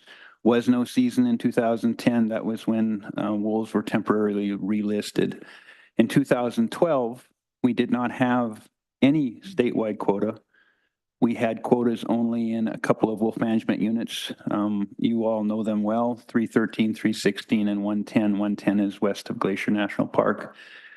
That structure ran through to 2020. In 2021, on the heels of the legislative session, the statewide quota concept showed up again, and it showed up with a breakdown at the trapping district scale and a commitment to check in to those trapping districts, which are equal to regions as and if harvest approached that quota. That changed from 2020 to 2021, where we went from no statewide quota, a WMU quota in a couple places, to a statewide quota with check-ins. We understood, the Department of Fish, Wildlife, and Parks understood to be largely in response to the 2021 session, where a couple of wolf-related bills showed up.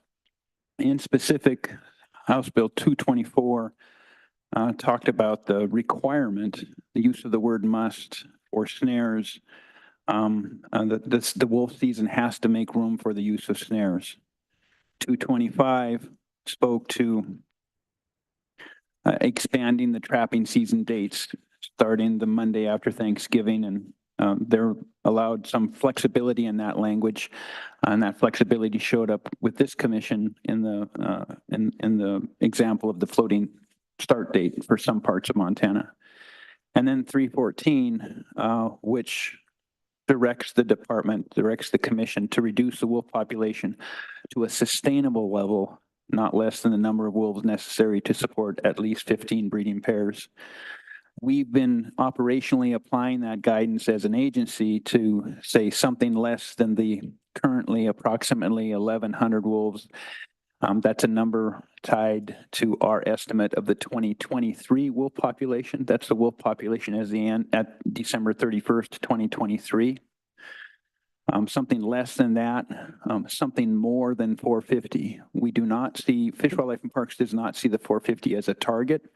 450 is we see as the recovery criteria that was expressed in breeding pairs converted to number of wolves with a little plus for security. So that's not a place that Fish, Wildlife, and Parks sees as a pursuit. And you get to that level and your management discretion starts to get very, very finite. Think about things like response to livestock conflict, setting quotas, and realizing that you don't want to go below that number. And so it's somewhere between those 2 points. We're still close to the 1,100 end, so we're still, as an agency, pursuing an additional decrease in wolf populations. The regional quotas, the hunting district quotas under that statewide quota in those years when those have appeared, those have not been by the department an expression of a population goal at that regional or trapping district scale. Rather, they represent a harvest prescription with an eye to population reduction and using a 30% harvest rate out of the research, out of the literature that tells us somewhere near there we should start to see a decline. And so that's what those regional objectives represent. Not an endpoint of a population target, but an endpoint of a population reduction. In the 2021 regulations, you also see, as part of the response to the legislative addition of tools, some shall, some may, and the commission certainly picking up the shalls and some of the mays, is hearing the diverse input that we have heard on wolves and that we'll hear again today, no doubt. We saw that as an expression of the commission with its check-ins at that smaller scale as an assurance, as a transparency that going to be continuing managing the wolf, not recklessly, but deliberately and in a moderated, gradual fashion. I'll stop there.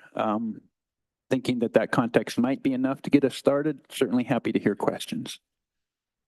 Okay, Brian, do you want to go ahead, and then if we have questions, thank you. Thank you, Madam Chair, and thanks for the introduction, Quinn. I'm working off a proposal and information sheet that was amended on July 17th, and so that proposal and information sheet highlights the changes that we made in our original proposal from when we first posted it after the June commission meeting. The primary difference before what we had proposed originally and this one is that what we have done is extracted the trapping seasons for wolf and the open areas for trapping seasons for wolves. Being that, defer that to the October commission meeting. Everything else in wolf hunting, wolf trapping is still contained within this recommendation that's before you today. And what I'm going to do is try to walk through the salient points within this. And so getting down to the actual recommendation, one other thing I'd mention is we had originally posted a mock-up of the regulations as we saw it as our recommendation. We have pulled that down, and the amended mock-up is available on the website, was shared with the commission as part of that. And while we had amended the original motion to say that we were not addressing the mock-up, the current mock-up, we would recommend that that be part of the commission's motion because that does reflect the changes that we're proposing within the document and within the regulations. So the first thing that we routinely recommend is a quota of 100 wolves that for the controlled removals in accordance with 87-1-9013C. This is popularly known as the Senate Bill 200 quota. What this does is allow for the lethal take when a landowner or their agent. The difference that we're making this year is we're trying to clarify specifically that any take that's authorized for wildlife services is included within that 100. And so that's specific in that recommendation and on that line. Another component, this is again a routine component of our recommendation, is that a non-target capture of a lynx. This year we're adding wolverine because wolverine has been added to the federal endangered species list. A lynx, a wolverine, or a grizzly bear by any trapping method shall be reported by the department to the commission. This, we're not proposing that this would require a commission meeting to discuss, but we would inform them, and the commission could choose to convene if the situation warranted. We're also recommending some minor changes to the statewide quota, and the way we're handling that, regions 1 and 2 would remain the same as what they were last year. Those quotas were not reached. Region 3 would remain the same, even though that quota was reached. What we saw within that region is that we're looking at that 30% harvest objective, the 30% human-caused mortality, and we're approaching 50% in some years. And then 4, 5, and 6, we split those out. But 4, we increased it by 5, 5, 6, and 7, we split them out so that they were no longer pooled as one quota. And that number has been increased by a total of 3. Unless we've specifically mentioned anything else on any of these other quotas, it's our intent, bobcat quotas, otter quotas, those will remain the same. I do want to go over a few specific changes that we're recommending, and these are largely clarifications.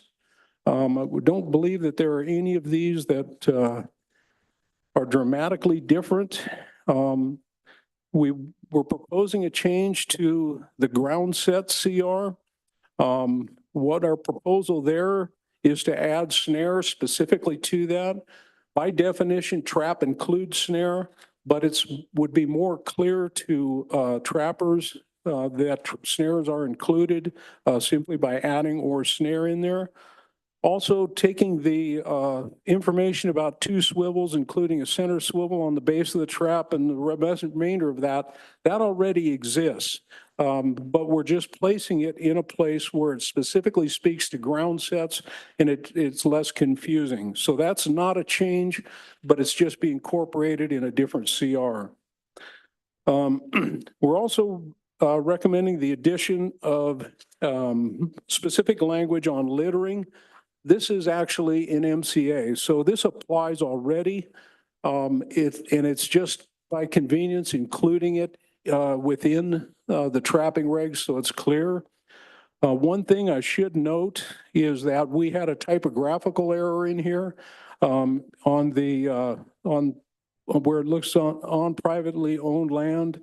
The fourth line down, it says hunting, trapping, or trapping license. In the statute it is hunting, fishing, and trapping. So the statute's correct. We typed it in correctly when we added it here. So all of the rest of that is in statute, and it's not our prerogative to change that. We wanted to clarify the definition where occupied dwellings, the CR there. We don't currently have a definition for killing ground sets. And so what we clarified that simply by saying all neck snares and body gripping ground sets. Non-target capture, spoke to a little bit about this, but again, this is not something radically new, but the department shall notify the commission upon the reported non-target capture. And the wolverine was the important thing that we've added there. We amended the wording on wolf traps. And again, this is because it applied to wolf trapping, but it was kind of referred to traps in general. And so we tried to put it in a place where it clarified that. Reporting requirements for fur bearer pelt tagging and inspection. We added bobcat hunters to trappers because bobcat hunters also have that reporting requirement. Again, clarification. And on the beaver damage permitting, this is some language that is already included on the application, but we wanted to clarify it within CR, and that damage permits are only valid for the harvest of up to 10 animals, and so on as it's described there. Only those animals that are causing the damage for which the permit is issued may be taken. The damage permit expires on May 31st.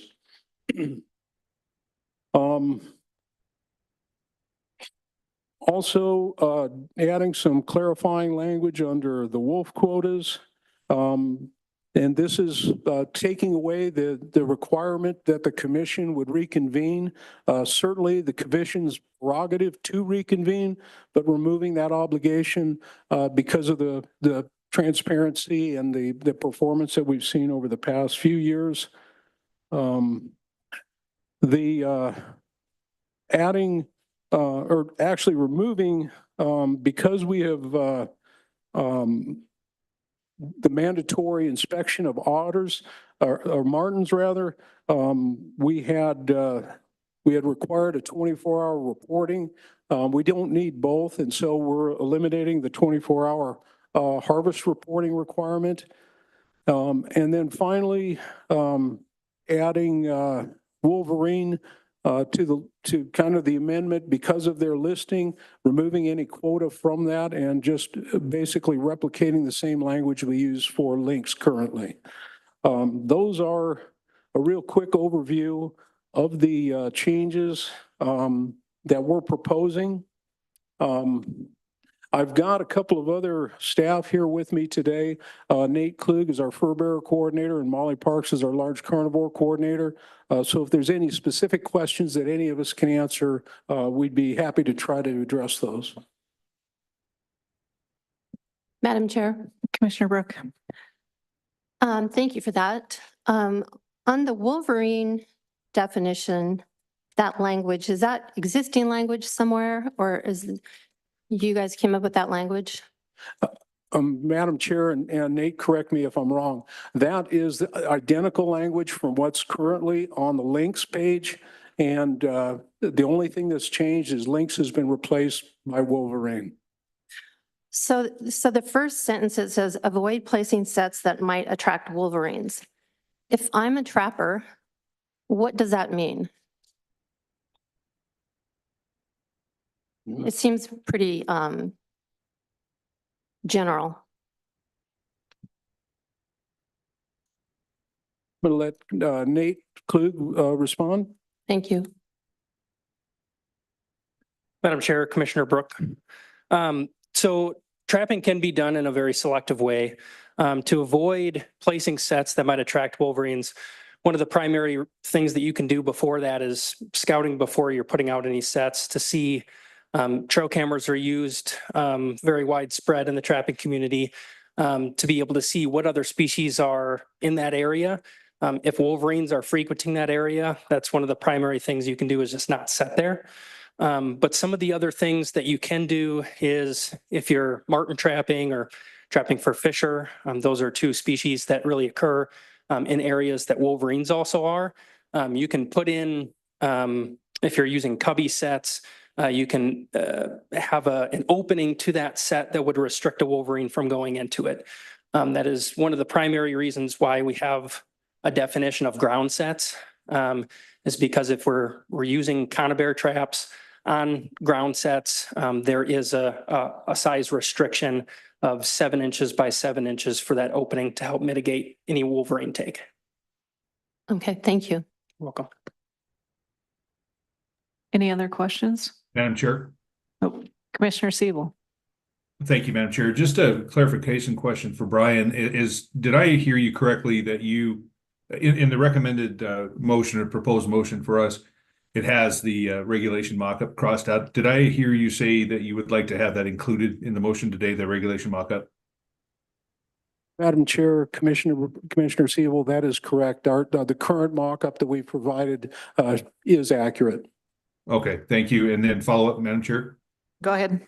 Just for clarification as well. So the what we're doing today essentially is establishing everything except for the trapping dates, which will be decided in October. Is that correct?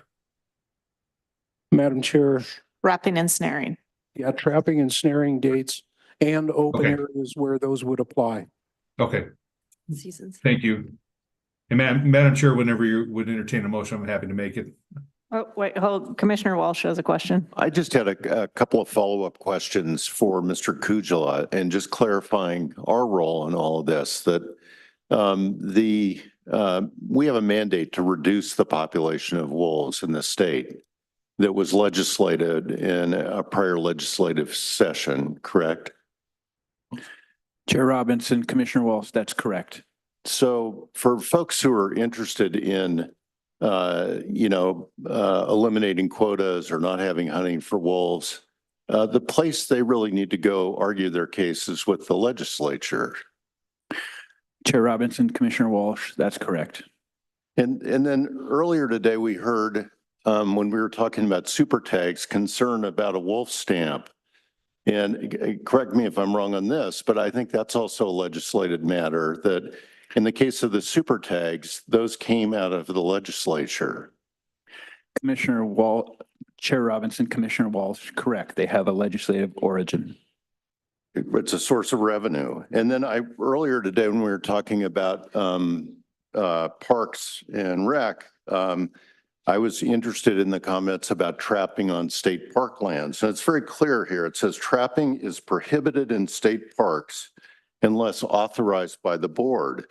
The board authorizes the department to issue specific restrictions on trapping at state parks where trapping is allowed. Now that's the State Parks Board, isn't it? Chair Robinson, Commissioner Walsh, yes. Okay, thank you. Madam Chair. Commissioner Tabor. Brian, can you find in the booklet, there's some charts that you guys put in at my request, which is the summation of, I believe, the IPOM projections based on various different harvest goals. If you have that handy, just let me know. I do. Okay. So I want to get again clarification for the benefit of the commission and those watching exactly what we're doing here with this chart. And then I'll ask you a couple of questions, but just educate us as to what the various different charts are and what it's really telling us. Thank you, Madam Chair, Vice Chair Tabor. Excellent excellent to point it out. So the first thing I'll talk about is the tables. There's 3 tables there, and it indicates what the level of take has been for the last 5 years. When we look at IPOM, which is our way of estimating the number of wolves, it was designed in response to when wolves, the recovery goal for wolves dealt with the number of breeding pairs that were alive on December 31st. So a breeding pair in December 31st is defined as 2 wolves together with 2 pups that survived to that age. So all of our models and all of our data that we projected to date is based on that calendar year date. The thing that's challenging with a lot of the data that we collect is that our license year for hunting and trapping does not align with the calendar year. The calendar year was important because that was part of the federal recovery goals. And so it was designed for that. But what we look at, and when we talk about the number of wolves we have today, which I failed to mention again, our estimate on December 31st was 1,096. When you look at what it was a year previous, it was 1,097. Those are indistinguishable numbers. We're not claiming that we can detect what the population is doing over that period of time because of things like confidence intervals. So if you look at the tables, what we have tried to provide within those tables is not only a comparison of calendar year by year, but the bottom table also provides a comparison of the number of wolves that have been taken during the spring period. So if you look at that bottom table, the bottom year 2024, the total harvest and the total lethal control effort totals 188 wolves that occurred this spring, which is not accounted for in our IPOM estimate. If you look at the 5 years previous, this number is 30 to 40 number of wolves greater than most of those years. And so we've had a very successful harvest during the spring. We did have some reduction in harvest last fall as a result of the court order that had the injunction against our trapping season. So what we've seen is a shift in harvest, and we've picked up substantial harvest. And if we have an average year going in, we'll be harvesting in total probably in excess of 300 wolves, and counting both the lawful harvest and the incidental removal through lethal control that's also authorized. Now, the way you can look at that is with those tables, and those are the tables you referenced earlier. If we're looking at those tables, you see a bunch of black dots that go across the axis there, and those are the point estimates of our populations, and they have little bars that go above and below it, and those are our confidence limits that go around either side of that estimate. So what we're saying is that 90% of the time, we would expect a true population to fall within those restrictions. Then we get into the blue phases, and the blue phases are what we call projections. And as you can see, the further into the future you go, the wider those confidence intervals get. And essentially, the way to describe it is if you participate in some kind of an archery or something of that nature where you're trying to hit a target, the further out you get, the less likely you are to be able to hit a smaller target. And so that's essentially what we're dealing with here. The further out we get, the less confidence we have in our ability to hit the point. So each of those scenarios has our current estimated number and also has what we believe our projected number would be based upon an estimated harvest. And so, there's a variety of estimates there, 313, 331, 350, 400, 450, 500. And you can see that the trajectory changes dramatically depending upon how aggressive that harvest is. What we see with our anticipated harvest this year is that we would anticipate a continued gradual decline. I'm thinking of probably that 313 harvest probably represents it as closely as anything. And you can see for the next 2 years, if we maintain that same level of harvest, even right now, our confidence interval would not hit the red line. The red line is the 450 wolves that we estimate based on IPOM, which is a very conservative way of estimating things, that we would retain 15 breeding pairs, which was the recovery goal in the original federal recovery plan. We would still have those 15 breeding pairs within Montana. So at 313, our confidence intervals don't even touch the 450 line for the next 2 years. And so we feel confident that our recommendation will continue to meet the legislative intent and getting a continued decline, and will also confidently keep us above that 450 breeding population, 450 wolves, which supports 15 breeding pairs. Madam Chair, some follow-up. Go ahead. So in looking at these various charts, I actually zoomed in on the one that's got 331 because I believe the department's coming up with a recommendation of 334. So that's probably the closest approximation. And when I study that chart, it looks like if based on what you said, the beginning of 2024 already being a larger beginning than we've had historically in at least the last 5 years, should we actually harvest in that 331 area plus have 53 removals, IPOM's saying that we would probably come in right at 1,000 wolves for 24. And for 25, give or take the confidence interval, which seems to double every year it goes out. Looks like, worst case scenario, it could actually dip, into the high 800s, but it also could go the other direction. But if it stays true to form close to the dot, that we're probably looking at something in the high 900s for 25. That's with the department's recommendation. Am I interpreting that correctly, looking at these charts? Madam Chair, Commissioner Tabor, I think you're doing an excellent job of interpreting the data. It takes a degree of sophistication to get to that point, but I think you're interpreting it correctly. So the point I want to emphasize, and I did this last year when I was starting more and more to understand the tools that we're using, its best predictive quality is really in the next year. And then for every year we go past that, it really starts to get deeply, deeply conservative to the point where 5 years out, it says you could go high or low, almost the entire span of the population. And that's kind of by design, the way IPOM works, right? Is that it's got a substantive built-in conservatism in it, it appears, especially on the interplay of confidence intervals.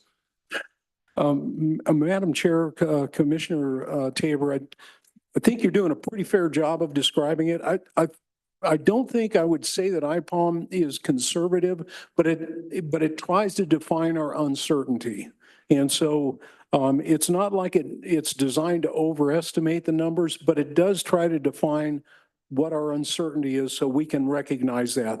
And I think it's also important to recognize we always think about being wrong on the low end. We could be wrong on the high end. It's an equal probability. Right. Madam Chair, I have one more question, and it's probably more directed to Quentin Kujala, and that is, so I spent quite a bit of time reaching out to other jurisdictions, in particular Idaho, to try to understand trials and tribulations that those states have in their jurisdictions. and got into a very meaningful, lengthy conversation about population estimates and IPOM. So my question is really for Quentin. You know, when we look at IPOM and the historic utilization, it's my understanding Idaho also uses IPOM as well. Parallel to that, though, they've been experimenting around with a genetic-based type approach for population estimate. And I had it explained pretty thoroughly. Don't ask me to now turn around and explain it to everyone else because that's not my background. But what I heard more than anything else about it is, first of all, touch a little bit at it and how the two states are working together. But second of all, how this other methodology seems to fortify this process of looking at IPOM as being a pretty strong, viable tool right now for the state of Montana. Chair Robinson, Vice Chair Tabor, thank you for that. Yes, we are aware of that effort by Idaho. We also continue to look at and explore the further evolution of our monitoring process. As an aside, we heard the commissioners speak earlier today to the first item about population monitoring and estimation. So the piece of that conversation now comes to this conversation. Our further explorations right now, and we are not done, include that close kin genetic mark recapture that we think shows promise to represents another methodology to come to the same functional endpoint of population estimate. And then we also continue to look at the criticisms that the definitive described criticisms, the quantitatively stated equivalent criticisms that parties have brought to IPOM, and thinking about how those criticisms might be further addressed, either in illustration of IPOM having addressed that already or an IPOM adjustment. Chair Robinson, Vice Chair Tabor. Further questions? Okay. I know we have a couple amendments coming up, but as before, I'd like a motion on the original motion to begin with, please. Madam Chair. Commissioner Siebel. I move the commission adopt the fall 2024, winter 2025 fur bear and wolf trapping and hunting seasons and quotas as presented by the department and in the regulation mock-up, with all other aspects regarding prior seasons and regulations included, except for those influenced by routine calendar rotations and wolf trapping dates, where those dates will be applied, will be addressed at the October commission meeting. Is there a second? Okay, Commissioner Brooke.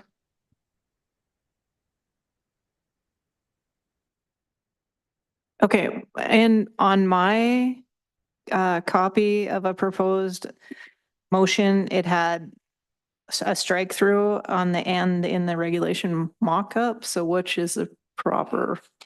Right. Chair Robinson, if I may, that is the exchange. That was the question that Commissioner Sewell asked Brian. We weren't sure as we came forward with the request, the intent to move the trapping date discussion to October. We weren't sure if we were going to have the mock-up ready to go to reflect that. So we struck that out. The mock-up is ready. Okay. And so it comes back in. Right. I saw it in my book, so I was okay. Thank you. Thank you. Just wanted to make sure. Do we have the ability to put the amendments up on the screen? Yes, Madam Chair. Okay. Commissioner Brooke, you want to start with your first one? Madam Chair, thank you. My first amendment is the result of about a year's worth of meeting with the stakeholders and business owners in Park and Gallatin County regarding Wolf Management Unit 313. The request was that somehow the harvest of 313 be spread out in a wider area.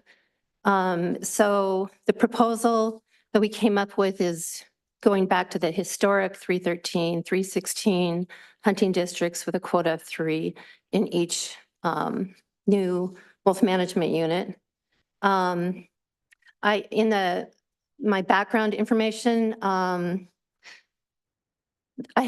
of the things I did, I met with a lot of the public and business owners down in that community. And then subsequent to that, I also ended up meeting with Dan Staler from Yellowstone National Park. And after that, the commission received a letter from Cam Shawley, Yellowstone Park Superintendent, in support of this. And so We welcome that.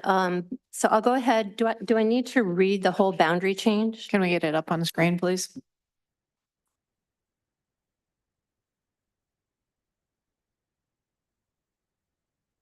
So it'd be striking the existing 313 language and then changing it into the old 313, 316 boundaries that existed before. That's do you have the language that goes? The boundary language? The whole boundary language, or do I need to read that?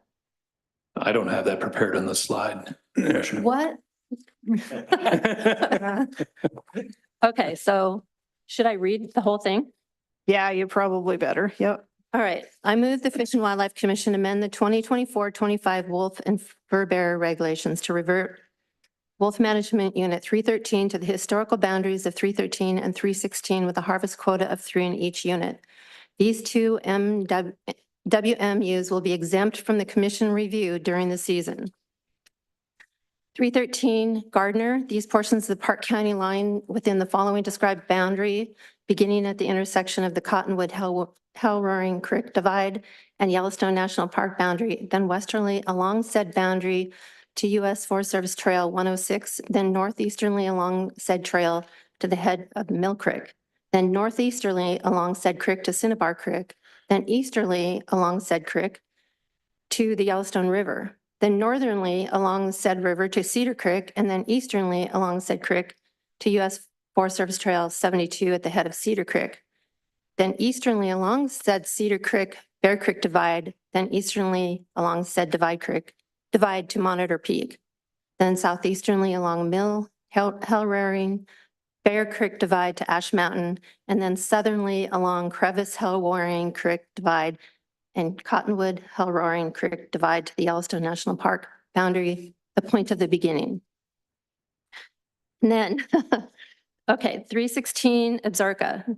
Those portions of Carbon, Sweetgrass, and Park County line within the following described boundary, beginning at the junction of the Montana-Wyoming border and the Custer-Gallatin National Forest boundary, southeast of Albino Lake, and then northernly and westernly along said boundary to Granite Mountain, then north 1/2 mile to the Stillwater County line, then west along said county line to the Custer-Gallatin National Forest boundary near Timberline Mountain, then northernly along said boundary to the Slough Creek Boulder River Divide near Columbine Pass, then southerly along the Boulder River Slough Creek Divide and northwesternly along the Boulder River Buffalo Fork Divide and the Hell Roaring Creek Boulder River Divide to the Hell Roaring Mill Creek Divides near Crow Mountain. Then southwesternly along Hell Roaring Creek's Divide to the Bear Hell Roaring Creek Divides to Ash Mountain, and then southerly along the Crevice Hell Roaring Creek's Divide to the Crevice Cottonwood Creek's Divide, then southerly along the Crevice Cottonwood Creek's Divide to the Yellowstone National Park boundary, then easternly and southerly along said boundary to the Montana-Wyoming border, then easternly along said border to the Custer-Gallatin National Forest boundary, southeast of Albino Lake, the point of the beginning. Is there a second? Second. I second. Madam Chair, can you repeat that? Thanks, Eric. All right. I think I had a lot of this is Commissioner Tabor. Did you say second? No, actually, I think Casey did. Okay. Okay. Any questions? I guess I have a question. Do we have the breakdown of, like, since we split this, what the number of wolves harvested in the different areas? Yes, Madam Chair, I'm going to go to Molly Parks, our carnivore coordinator, to put that. Okay, thank you. Chairwoman Robinson, member commissioners, I'm Molly Parks. I'm the large carnivore coordinator for FWP.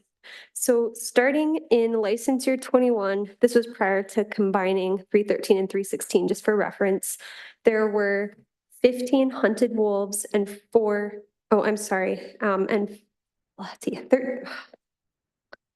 can't read my handwriting, I apologize. 15 hunted wolves in 313, 4 in 316, and then 2 wolves trapped in 316. So for a total of 21. Then we moved to the combination with 6. There were 6 wolves total taken in license year 22 out of 313, none out of 316.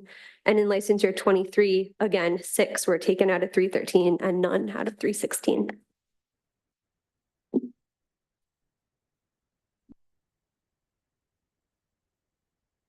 So, yeah, I guess I'm just going to be blunt. In essence, we're lowering it down to possibly just 3. Even if there's 3 in each one, the chances of getting 3 in 313 are pretty slim. 316. Am I correct? I apologize. Could you repeat the question? So the 6 were taken out of the one management unit the last 2 years, and none were taken out of the other. So splitting it 3 and 3, if we did split it and we did the quotas 3 and 3, in essence, we're just lowering the quota down to 3. I mean, there is a possibility that more could be Madam Chair, taken. that is correct. That is a possibility. Madam Chair, Go ahead. there wasn't a 316 for the last 2 years. Right, but they broke it down into where 316 was. So there was no wolves taken last year out of 316? Yes, for the last 2 years, 0. Yep. Within the polygon that would have comprised 316 for the past 2 years, no wolves have been removed from that area. One other point, could you tell when we met the quota on 313 in the last 2 years? We're at what date? Yeah. Molly, if you don't have that perhaps, and I'm not sure if Warren or someone from Region 3 is available that might be able to respond to that. Well, you would know, sir, you cannot be speaking out of turn.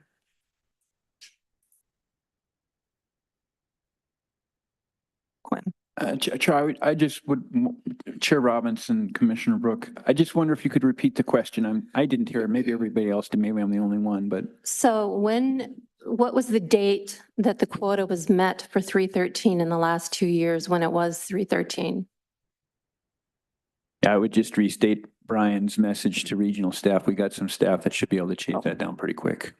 Just make sure they heard that. Thank you. So region 3? Are we on there? Yes. I'm trying to get Region 3 online. Okay, thank you.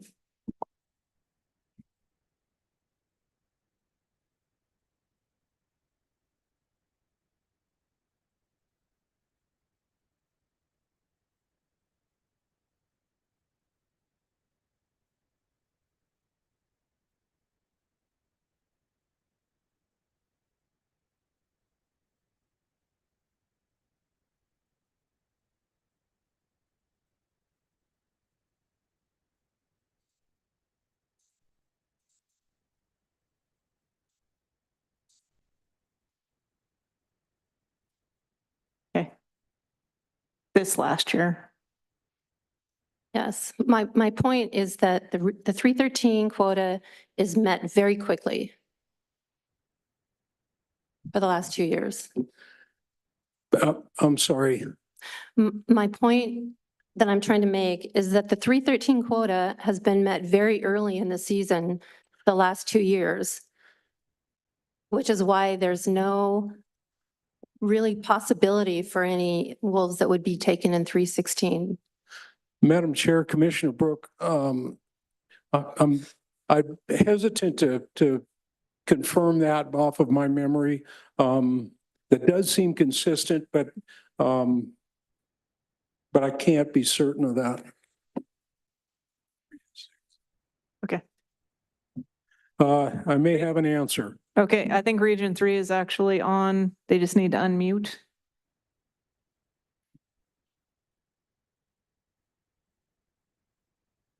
Region 3, could you unmute, please?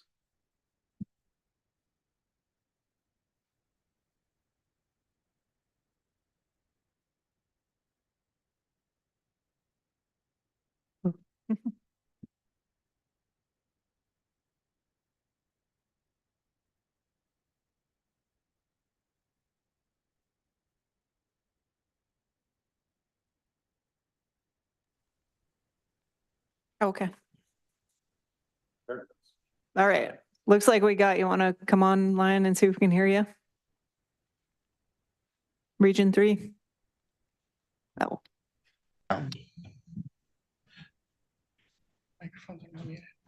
Can you hear me now? We can. Yes. Oh, excellent. Thank you, Madam Chair, members of the commission. My name is Warren Hanson, Region 3 Wildlife Manager. Unfortunately, I do not have the specific closure dates for the last couple of years currently at hand, but we are able to query that data and get it to you shortly. Madam Chair, the data that I was just texted in last year on October or on December 25th, Unit 313 was closed. In the 2022 season, it was on February 6th that the season was closed for 313. Okay, thank you.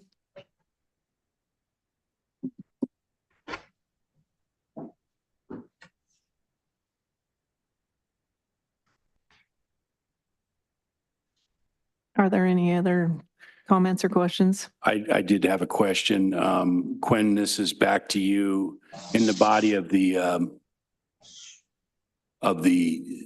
department's recommendation, it's got a statewide wolf population is being reduced as directed by the legislature, comes up with a total of 334 wolves distributed as follows, and then it has the regions and the target numbers. And so you commented a little bit about this in your opening remarks, but I guess I need to feel clear as a commissioner, these are not quotas. So like if one region hits that quota, we don't shut it down just because it's hit the quota. This is just a target, if I understood you correctly. Could you just go in a little bit better explanation of that for my benefit?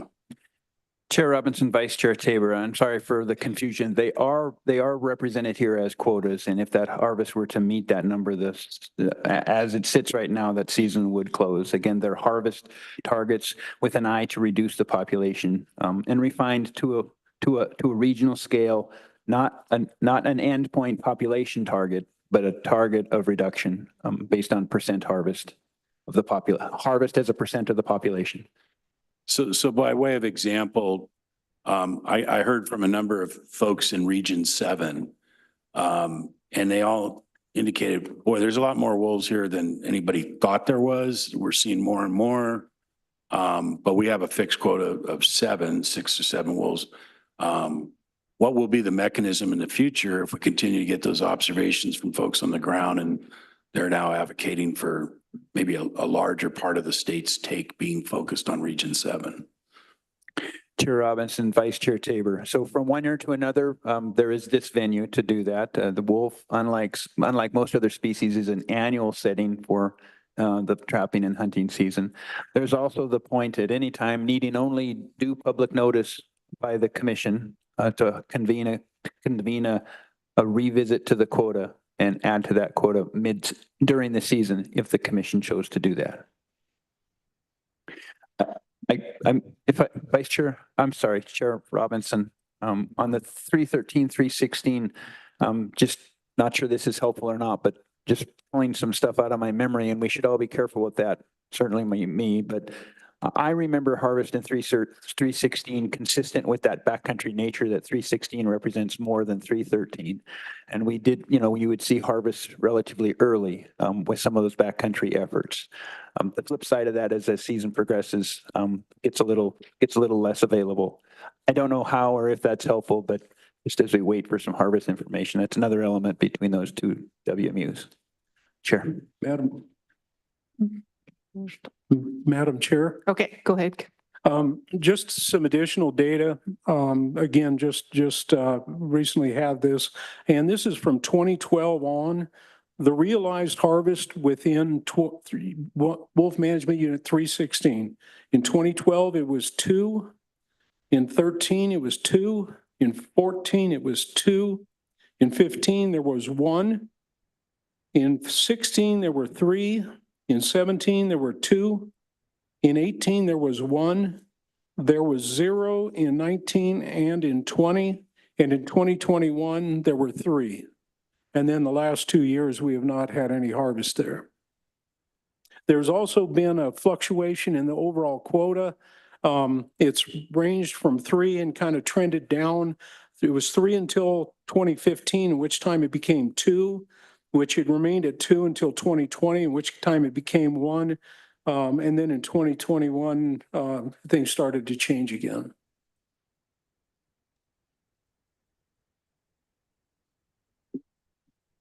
Madam Chair, I have a question for Commissioner Brook.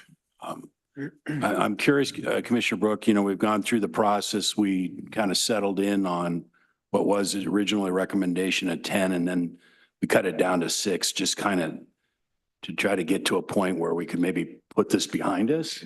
And so we're further kind of breaking it down and getting it even more micro. What's the inertia behind your process and your thinking here? And is it based on biology, or what is the approach here that you've been trying to follow in order to effectuate these changes? Thank you for that question, Madam Chair, Vice Chair Tabor. I don't think that this is much of a change as what it was in the past, because it's only been 2 years that was in 313. And the public, I think, weighed in a pretty big way that they did not like the concentrated harvest that close to the city of Gardner, and the impact to the businesses of the wolves being harvested, that many wolves right close to where their businesses are. And a lot of these people are taking tourist business into these areas, and it hurts their business to have that many wolves taken out of that small of an area. And it is a pretty small area when you get up into the Gardner Valley, the Paradise Valley. It's pretty concentrated there. So as we all know, that quota is not set on any biological data. It's a social number that was come up by various people that have been on commissions before me. And so after the meeting last year, I started meeting with people who were saying the commission doesn't listen and they wanted to be heard. And I did that. And that is, as a result of that, is this. Does that answer your question? Are there any other questions on this amendment?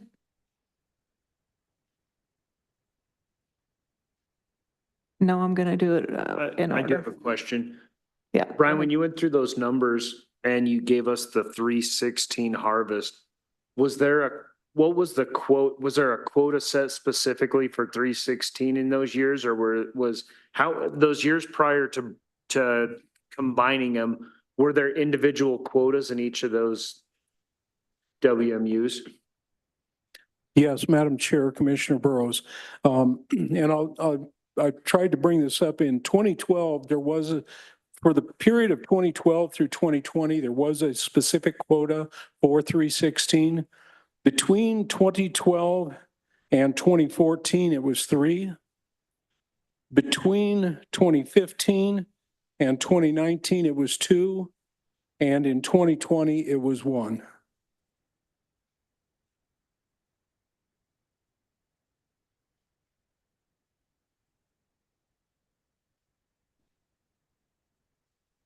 So the only years, only a couple years it actually even met the quota out of all those years.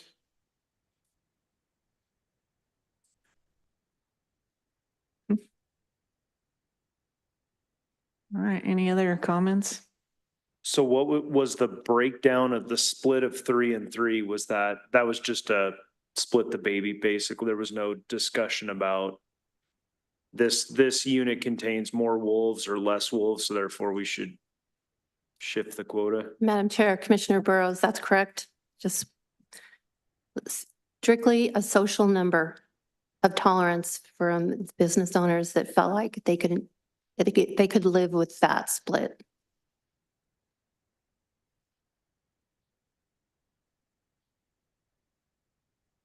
Any other comments?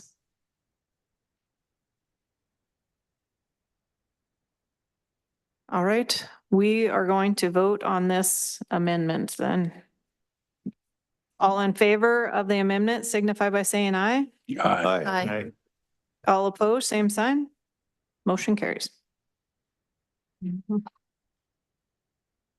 Okay, so do you want to go with your next amendment, please? Yes, Madam Chair. I have another amendment that is in regards to telemetry. And this also came from these meetings that I participated in. And also last year at the commission meeting in August, there were several members that commented on the wolf regulations that indicated that people were using telemetry to hunt wolves, which I don't think there's very many people who think that's happening, but because of the way the regulation was worded, it eliminated telemetry so that if somebody actually was using telemetry, it would not be against the law. I believe telemetry and AI are going to be a conversation that we have every season setting as more and more technology is involved in wolf watching, wolf hunting, and also other species, game species. So with that, I move the Fishing and Wildlife Commission amend the 2024 wolf and fur bearer regulations to include a commission regulation incorporating sections of MCA 87-6-401, subsection D and 2, which would apply to the hunting of wolves, a non-game species in need of management.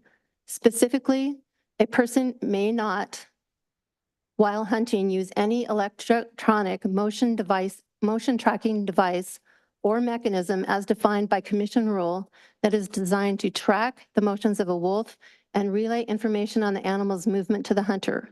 A radio collar attached to a dog that is used by the hunter engaged in lawful hunting activities is not considered a motion tracking device or mechanism for the purposes of this commission regulation. Second. Okay, thank you. Any discussion, questions?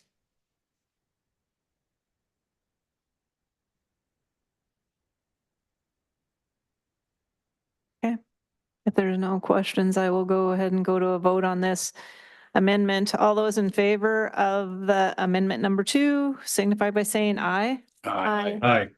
All opposed, same sign. Motion carries. Okay.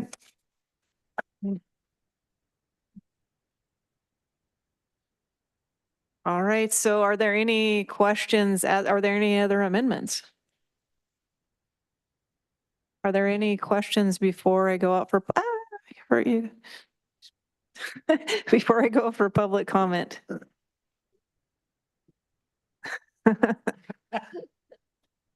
All right, I will start with commenters. I'm going to do it with the 2 minutes and we'll see how long we go on, but you will have 2 minutes as with every other thing. So go ahead and let's get started. Can I just say one thing before my 2 minutes kick off? That last wolf that was killed was a Yellowstone wolf, 1272. It was a male killed on Christmas Day. Good afternoon, Commissioners. Helena Edelson, President of Large Carnivore Fund, Basement Gardener, WMU 313. We ask that you make these amendments. For all fur bearers, limit methods of killing to fair chase. Report kills within 12 hours, not 24 or 48. And when a quota is reached, close the area immediately. And for wolves specifically, given compounding errors in IPOM from a lack of data, collared wolves and trail cameras being shot, there are likely 438 wolves in the state, not 1,096. Preserve a set number of wolves with collars long enough to provide accuracy by decreasing wolf quotas between connectivity zones. Statewide quota of 334 means killing 76% of wolves in Montana. Lower the statewide quota using the current 30% to 131 wolves statewide. All wolves killed in WMU 313, where I'm from, last season were from Yellowstone packs. Please compensate for the 3 collared Yellowstone wolves killed beyond the quota by reducing the quota in 313 from 6 to 3, and support all ecosystem services versus a few. Annual revenues from wolf hunting licenses in 2023 compared to wolf watching and tourism in a single year, $285,000 killing wolves in the entire state versus $82 million preserving them in the GYE alone. A resident can kill up to 20 wolves depending on the license. 20 killed earns FWP $156, $7.80 for a dead wolf versus $820,000 for a living Yellowstone wolf based on the long-term average of 100 wolves in Yellowstone. Please lower the bag limit per wolf license. Please, thank you for adopting Commissioner Brooks' 2 amendments. And for bobcats, please add bag limits in regions 4 through 7 and lower the quota in region 7. Thank you very much. Thank you. Madam Chair, Commissioners, Mark Cook with Wolves of the Rockies, COOKE. If you think for one moment that people aren't going to still kill wolves in 313 and report them as being killed in 316, you're sadly mistaken. Poaching is alive and well in that neck of the woods. There's 2.2 million cattle in Montana, 12 to date, there's 2.2 million cattle in Montana. 12 cattle have been killed in Montana to date, either confirmed or probable. Elk populations are at objective or over objective in most areas. Region 1, which is driving most of the wolf hate, elk population isn't even being counted, but yet it's driving the bus on the kill wolves. Why isn't FWP counting elk in these areas? To me, this is mismanagement, and it plays into your hands that you can say there's no elk in that area, we need to kill as many wolves and soon to be grizzly bears. That has to stop. You want to follow the law. On July 31st, FWP released a public service announcement. The Chief of Conservation made the statement, we are committed to following the law to reduce wolf numbers. In 2003, House Bill 242 was passed by House Representative Debbie Barrett. It mandated the department to count the elk in Montana and come up with a number on how many elk you could have.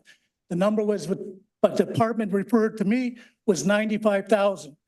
We have 140 to 145,000 elk in Montana right now. Why is it you're pushing a law and enforcing a law to kill wolves when you don't give a damn about how many elk you have? You can't be arbitrary in what laws you enforce and what laws you don't. What I'm about to say, I'm actually embarrassed to say, the non-consumptive community isn't going away. We will outweight you, we will outmaneuver you, and we will already outlitigate you. Thank you for the opportunity to speak. Thank you.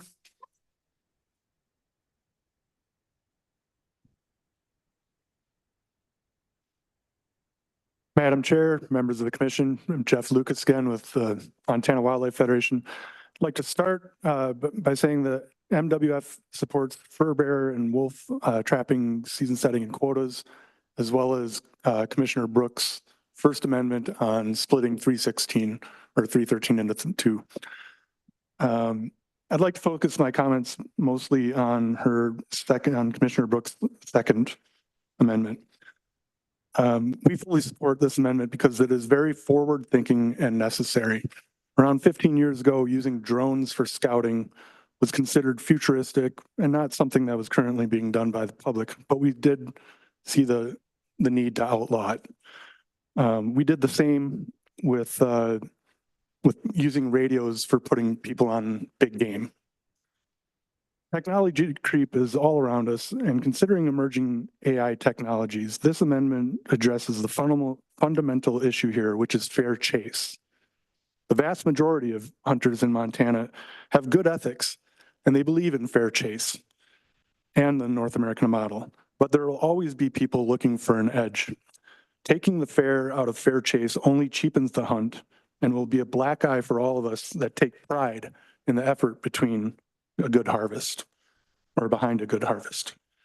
We aren't looking far in the future here, and MWF commends Commissioner Brooke and the Commission for considering this much needed protection for bedrock hunting ethics.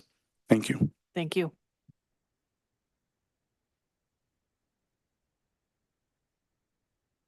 Madam Chair, Commission, my name is Jessica Cargella. I'm here on behalf of Footloose Montana today. We want to express our gratitude to Commissioner Brooke and to the Commission for listening to Montanans and Superintendent Shawley and passing her amendments. I just want to address what Commissioner Walsh said about enforcing legislative will. That is true. Legislative intent is your job, but you are also statutorily required to develop the how. The legislation on the wolf quotas didn't have a deadline. There's no date certain on that.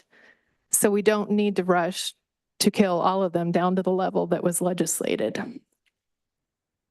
I would also just say that basing the wolf population on a formula that's based on anecdote is far from best available science. And I think you know where we stand on that. If you recall, Fish Wildlife Services informed the state that they've adopted laws and regulations designed to substantially reduce the gray wolf populations using means and measures that are at odds with modern professional wildlife management. Wolves are critical to sustaining ecosystems and life within the park and in Montana. Despite this, according to FWP's own projections, if the number of wolves killed annually ranges between 350 and 500 wolves, the population will fall below 450 in only 3 to 5 years, ensuring their extinction. Protection of livestock is a justification that's often provided for killing wolves. We disagree with that, but we will agree to disagree, but we respect the livestock producers. I come from rural Montana. My grandfather was a rancher. But that is less than 0.007% of livestock that are killed by wolves. I'd remind you that Livestock Loss Board was created as the solution to this problem. We, the taxpayers, compensate producers for livestock losses. It doesn't solve everything, but it mitigates financial loss. The process for reimbursement is simple and straightforward. And I would just again like to thank Commissioner Brook and ask that we continue to consider that the quotas continue to go up and the number of wolves drop down. It's not a solution, folks. Thank you. Madam Chair, Commissioners, Stephen Capra, Bold Visions Conservation. I just want to thank you, Mrs. Brook, for listening. This has been the biggest part of the problem with this commission. You don't listen. You have the vast majority of people asking you, telling you, but like an iron fist you ignore. And I ask you, do you ever think about your legacy? What is your legacy? Your legacy is a disgrace in this state based on what you're doing. You're not harvesting, you're slaughtering wolves, and people are sick of it. People in communities all across this state are sick and tired of it. This isn't harvest. We're not out here choosing something. As Cam Shawley told me, they're throwing bait on the ground. They have calling devices. They're sitting there with a gun on a tripod and they're shooting the wolf that comes out for the bait. And oh, by the way, there's nobody down there because he retired in terms of enforcement. That's garbage. That's not what we do in a civilized society. And working with Idaho, the great state that kills wolves 12 months a year, I think a lot about my legacy, and I think about what my children want to see. They want to share the land with wildlife. They don't want trappers stealing everything we can see. Think about listening to the people of this state, because if you don't, we're going to continue. You know, we have an election coming up in November. And everything's going to be done here in Montana. And that's when the feds come and say, we're relisting wolves. Because you, Idaho, and Wyoming have shown no ability to manage wolves, and now you have the gumption to ask for grizzly bears. We say no. Thank you. Madam Chair, Commissioners, my name is Jim Bell. I live in Bozeman. I came here for one reason.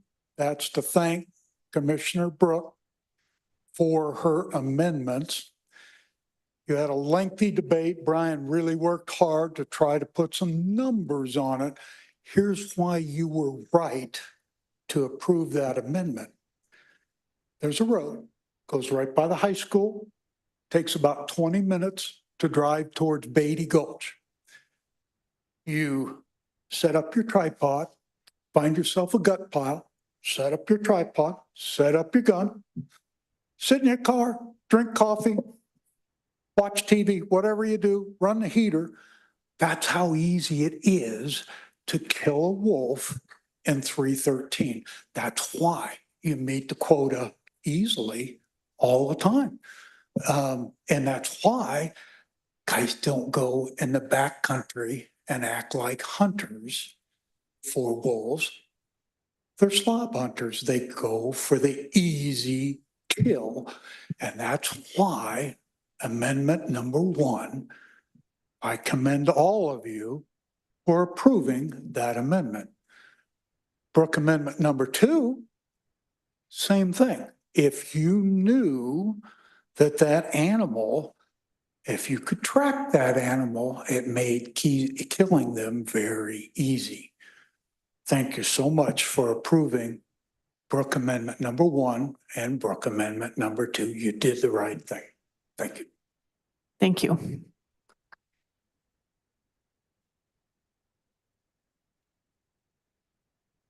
Madam Chair, Commissioners, thank you for the opportunity to comment here today. My name is Lizzie, and I am commenting on behalf of Wild Earth Guardians. Thank you, Commissioner Brooke, for the amendments you proposed, and thank all of you for passing them. It's nice to smile in this room. Wolves have lived in the land we now call Montana for tens of thousands of years, and it is up to us to live in community with them on shared landscapes as people did long before settlers moving west nearly wiped them out just a couple hundred years ago. The regulations we are discussing here today represent an extremist anti-wildlife regulatory framework and are an excellent indication of how Montana would manage a delisted grizzly bear population. Everyone, including the U.S. Fish and Wildlife Service, should be paying attention to the state's wolf management being discussed here today. If your goal is to convince the U.S. Fish and Wildlife Service that you're ready to take over grizzly bear management, then you should start with conservation-focused wolf management. These wolf regulations and the laws underlying them clearly demonstrate that the state of Montana cannot be trusted to manage a grizzly bear population and shows why grizzly bears must be protected under the ESA. These laws and the choices you make here today, which some go past these laws, will be your downfall when it comes to your effort to get grizzly bears delisted. We must ensure that the small, still recovering grizzly bear population does not one day meet the same fate as wolves. Just like with the wolf population, if grizzly bears are delisted, we can expect a long trophy hunting season, trapping, snaring, extremely high killing quotas, baiting, and bounties, all to kill off as much of the population as possible. What you're doing is not wildlife management. It is a disgrace, and we implore you to do better and to do your jobs to steward our state's beautiful, iconic, unique wildlife populations for the public. Thank you. Thank you.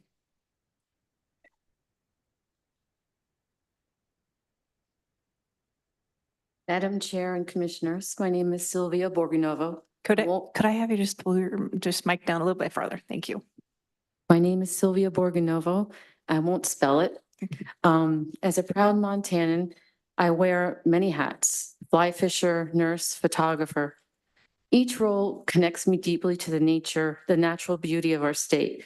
However, one thing that doesn't align with my values is the shooting of our Yellowstone wolves. Wolf tourism in Montana, especially around Yellowstone, is a major economic driver, bringing in about 82 million annually to local communities.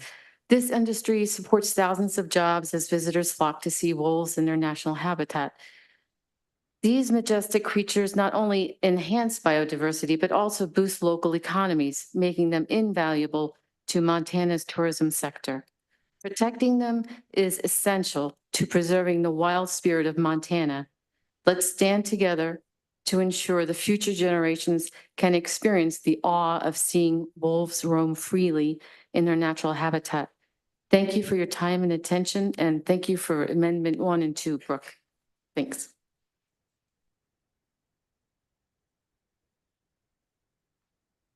Hey.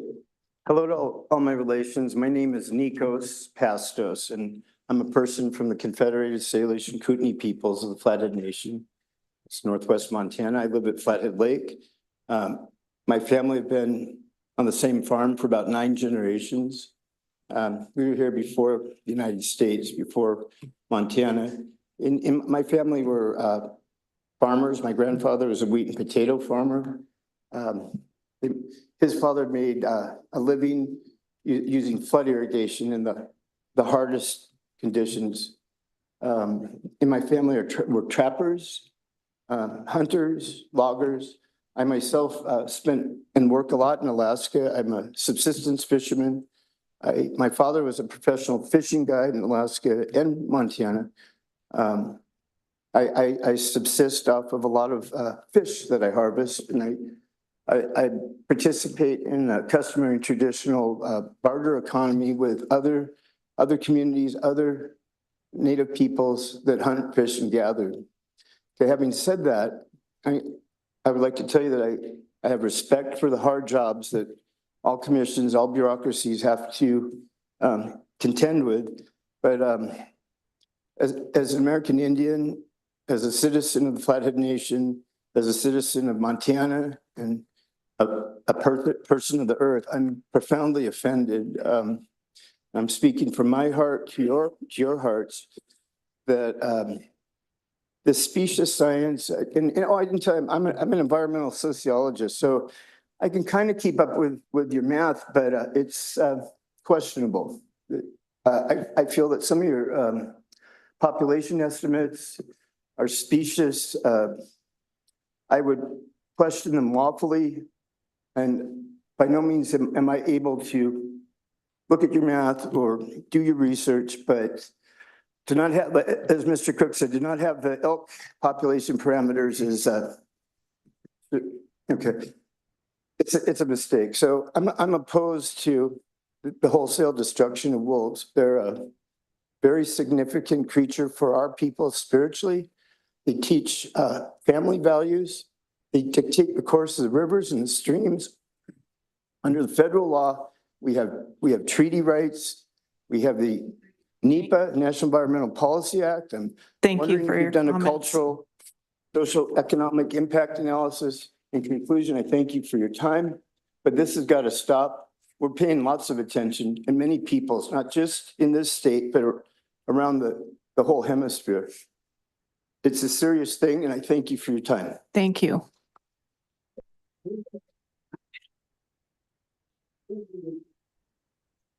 Good afternoon. My name is Christine Goulet. I am a resident of the state of Massachusetts. I was to speak on Zoom this afternoon, but I had the exceptional opportunity to be face-to-face with you this afternoon, thanks to my sister behind me. My story begins July 16th, 2023, a day I will never forget. It was a time I witnessed the beauty of Yellowstone wolves for the first time in Lamar Valley with my family, children, and people from around the world. And I became a family with these people, wolf advocates. But it also marks the day that I sadly became aware of the atrocities facing wolves today. And 1 year later, here I am, and I find myself impelled to advocate for wolves as they have a vital role in ecosystems as proven by science and their spiritual importance to the indigenous peoples. Thank you for restoring WMU 313 and 316, because we know the truth that 11 wolves were killed. Read Superintendent Yellowstone Shawley's letter. It outlines the specifics of which wolves were killed and where, as well as the Wolf Project. Yellowstone wolves are loved by people from around the globe, and there is no reason why these wolves should be killed. No cattle predation in years. Millions of people flock here and over $80 million in Montana just to see wolves. And imagine people just like me who come and learn what is happening. More people will become informed and outraged of the unnecessary killing. What will that do for your state's tourism? And what kind of message are you sending of what the state of Montana does in this beautiful nation? The stat says it all. 0.64% of Montanans hunt and kill trap wolves, and they killed 26% of the state's population last year. 26%. I stand here today, fair chase. I'm impelled here to please get on the landscape and count. My future, my family, I want my children to bring their children to walk in this country and see the beautiful wildlife. Think of your legacy. Think of the indigenous peoples. It matters. Thank you. Thank you.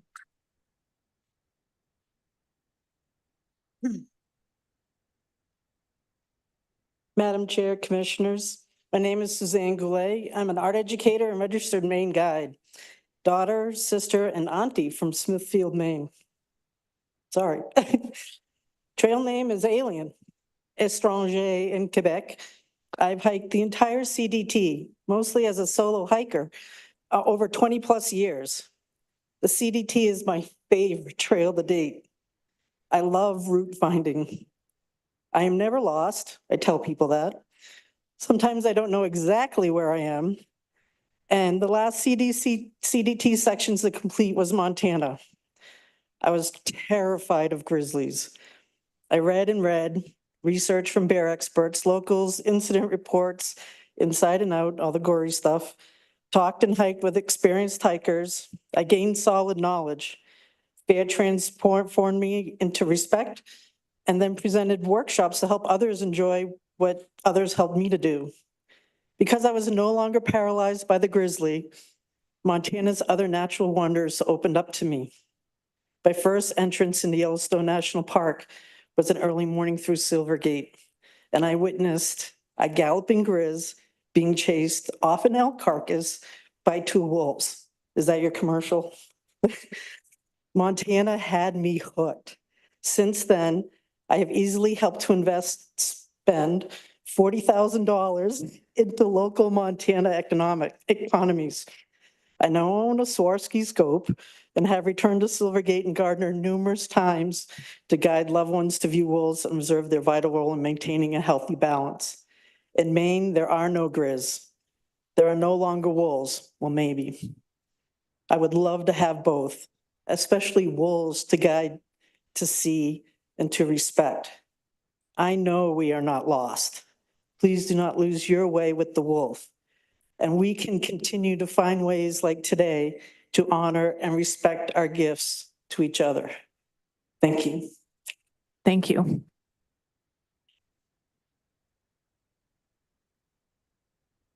Madam Commissioner and Commission, I'm Dave Borgonovo from Missoula. My wife and I spend 6 months in West Yellowstone.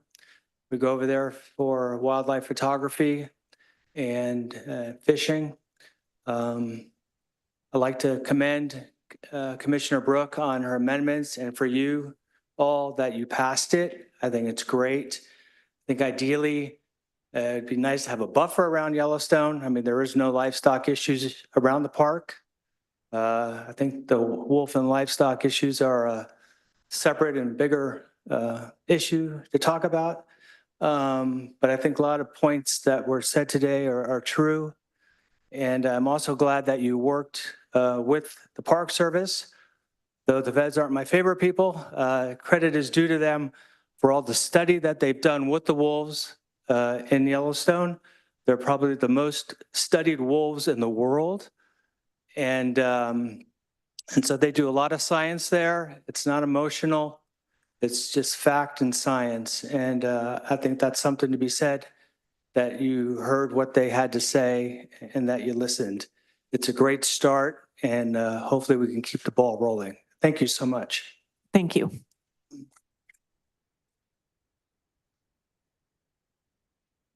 Yes, good afternoon again, Commission and Commission Chair. And thank you, Commissioner Brooke, for doing what you did. I live in Whitehall, so you represent me. And everybody that's spoken has already said things that I wanted to say, but I'll say other things. I'm an immigrant. I was born in Freiburg, Germany, in Schwarzwald, the Black Forest, and I immigrated over here at 4 years of age. And I grew up in California, in Berkeley. And I moved here in 2008 because of the wolves and the wildlife and the beauty. And I'm really sad to see what's been happening with the wolves and the wildlife here. In Europe, in Germany, and everywhere, they're restoring wolves. They're protecting their wildlife. In California, Ken Loudon, who's head of the wolf project there, he's doing an excellent service. He's taking care of those wolves and monitoring them and doing a great job. And here in Montana, it's gone to hell. You all just increase the wolf killing and just, what do you have against the wolves personally that you want to kill, kill, kill? It's not harvest. It's just a killing field, as well as Idaho and Wyoming. It's unjustified. We need these wolves. They are good for the environment. And what happened about non-lethal management and coexistence? Fish, Wildlife and Parks and Wildlife Services in 2010 or 2011 in Dillon, Montana, they had a workshop with non-lethal management, and it works. No wolves killed, no livestock killed by ranchers in Paradise Valley and in Dillon. Why aren't we doing that? Why aren't we pushing for that? One wolf dead is a lower in populations. Why hundreds of wolves do we have to kill? And then this IPOM, it's a bunch of garbage. It's just a guesstimate. We want real numbers of what wolves are left here. And you need to really consider that you are mandated by federal law and the legislature to manage wolves for all Americans, not Montana. Montana does not own the wildlife. You're mandated to take care of it. Now do your job. Thank you.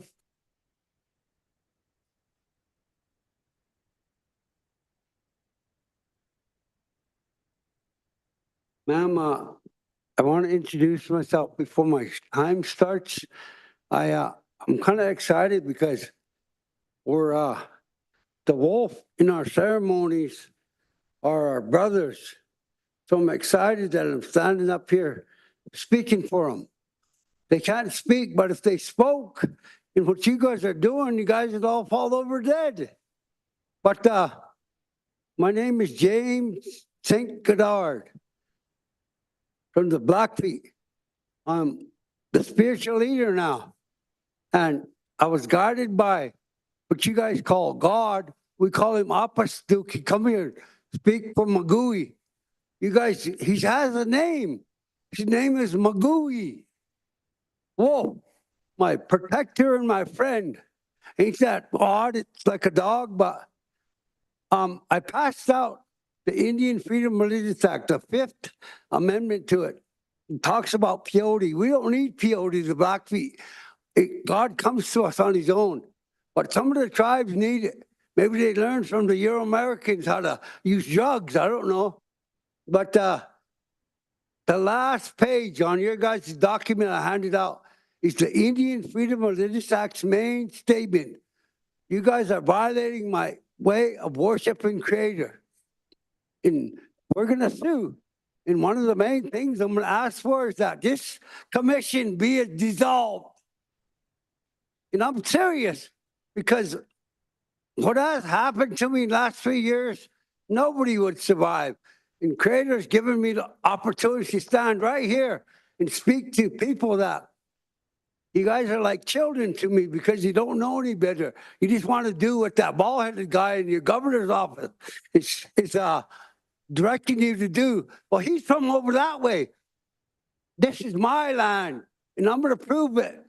Before, in 10 years, this is not going to exist.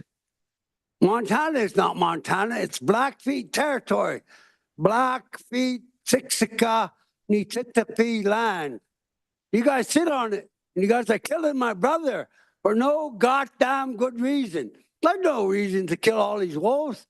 And you guys are sitting here. You guys have ears, you have a brain.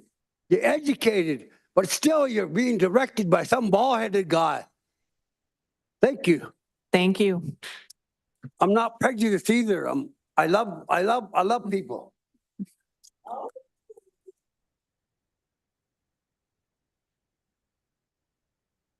Commissioners, thank you for taking this opportunity to listen to my comments.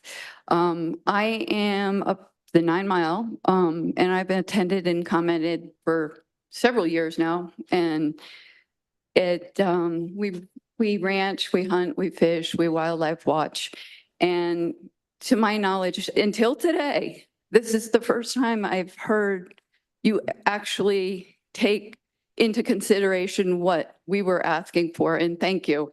I appreciate it, all of you. We used to see wolves in my valley until about 2012, and now we don't. And that's about the time we started the hunting season, hunting them heavily. And wolf hunting quotas are still going up. The population is going down. When are we going to, when you were talking about IPOM and when we were start to bring the hunting, the killing down again, when will that happen? We haven't been meeting our previous quotas in a while here, and yet the quotas keep going up, and I don't know why they're going up. We have less wolves, they should be going down. And the thing with Wolf Management Unit 313, I think we had 11 wolf packs in Yellowstone, and now 3 of those have disbanded because of the hunting that happened last season. We have to be a little bit more careful with our wildlife. You have to moderate your hunting quotas because they're not doing their job ecologically. We're facing chronic wasting disease, and those in mountain lions are one of the only animals that are actually doing something to control it, but they're not appearing on the land in high enough quotas to do, or high enough numbers to do anything about it. 450 wolves cannot control or help control the chronic wasting disease or any other disease. But thank you. Thank you.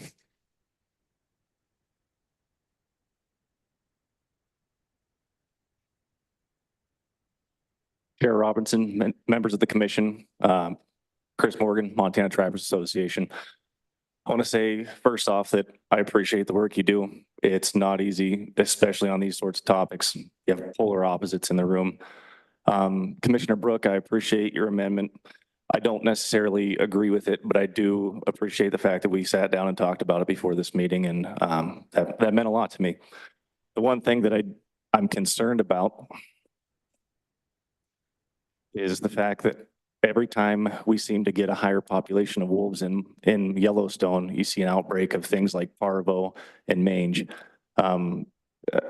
Numerous times now I've heard the biologists of the park say that 100 wolves is what they can healthily sustain. We're at 124 right now, and we're only going to allow that population to increase. So are we really here for wolves, or are we here for people's feelings?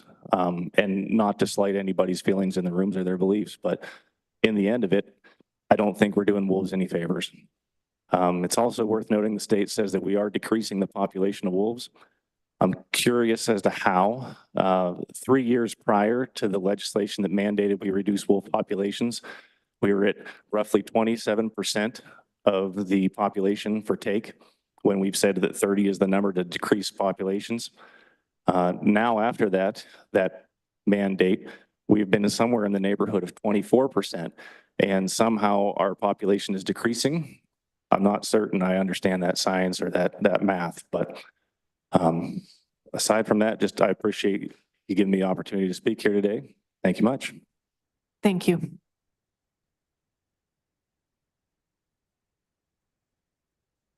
Madam Commissioner, Commissioners.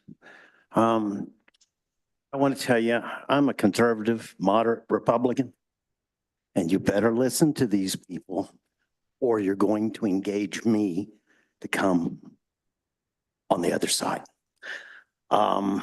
Protect the wolves. What you're doing is slaughtering them. You're setting up tripods, putting out bait and shooting them. Pay attention to the back of my t-shirt. Thank you. Are there any other commenters? Okay.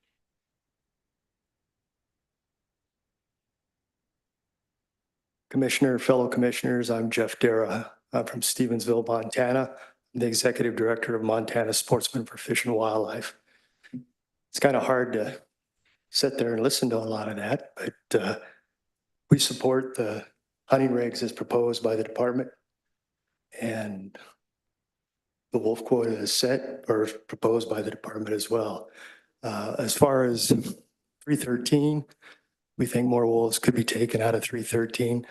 The quota was 20 not too many years ago, and now we're down to 3.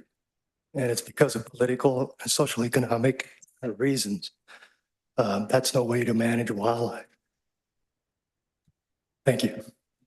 Thank you. Do we have anyone else who would like to speak? I'm Brian McCullough, live in Helena, Montana, 2217 9th Avenue. And I come here in support of your efforts to control the wolf population to their level that protects them from becoming in the endangered species list, but keep them down to where they are not, in your efforts to work on that, to keep them down to the level where they don't continue to be wiping out our wildlife. I've hunted elk and deer and so on in Montana since 1962. I've hunted elk in Gardner for about 10 years, and I saw the population go way down to a couple thousand head, primarily due to the wolf population getting out of control. So I strongly support that, along with all the thousands of Montanans who enjoy the outdoors and seeing the deer and the elk out there in the wildlands of Montana. And I hope that you're able to ignore the comments from all the non-residents that are trying to tell us here in Montana how our wildlife is supposed to be managed when they don't spend any time here. They don't live here. All they do is come here as tourists and go ahead and try to dictate how our wildlife is supposed to be managed. If they want more wolves, they can have them set up in where they come from. Thank you very much. Thank you. Is there any other okay, go ahead. Madam Chair, just to clarify, is this also on the fur bearer trapping proposals? Yes, it's as a whole. May I pass out a handout then? Yep, go ahead and hand it to Eric, please. Casey York again with Trap Free Montana out of the Bitterroot. What the legislature passed was exacerbated by the commission. It did not require you to allow snares for wolves on public lands, night hunting on private land, or shooting over bait. You did that, and you can change that. Wolf management is being orchestrated by special interest, resentments, entitlement, threats, is devoid of ethics and fair chase, and empowered by the almighty dollar. Wolves are the cash cow for trappers, bounty payers, and collectors, outfitters, the department, and tourism. It's when you destroy them that their worth extrinsically and intrinsically ends. Thank you, Commissioner Brook, for your amendments. But wolf killers go over quotas. Even with a quota of 6, 11 park wolves this past season were reported killed in Montana in those units by hunters, trappers, and poachers. Why aren't actions like these going, when they go over quotas, poaching, incidental trapping, and for all species, coming off the next year's quotas? If this was enacted, 313 and 316 combined would have a quota this season of 1 wolf, as it should be, because they went over by 5 wolves. Otherwise, what are the incentives and consequences to stop this? The trapping proposals are not all inclusive, and the omissions are troublesome, as shown in our handout. Small traps harm pets near homes and threaten children, thus warranting the setback notice there as well. Martin have a Region 1 quota, so they need a 24-hour reporting. Trappers need landowners' permission. All non-targets should be reported. Setbacks apply to snares. These are just some of the things that are absent in there. Thank you for the ability to comment. Thank you. Is there anyone else present who would like to comment? Okay. Nope, you've already used your 2 minutes. Thank you. Is there anyone in the regional offices who would like to comment?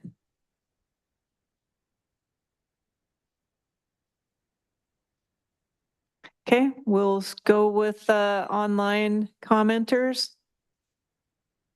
Okay, Nancy, if you would like, okay, go ahead.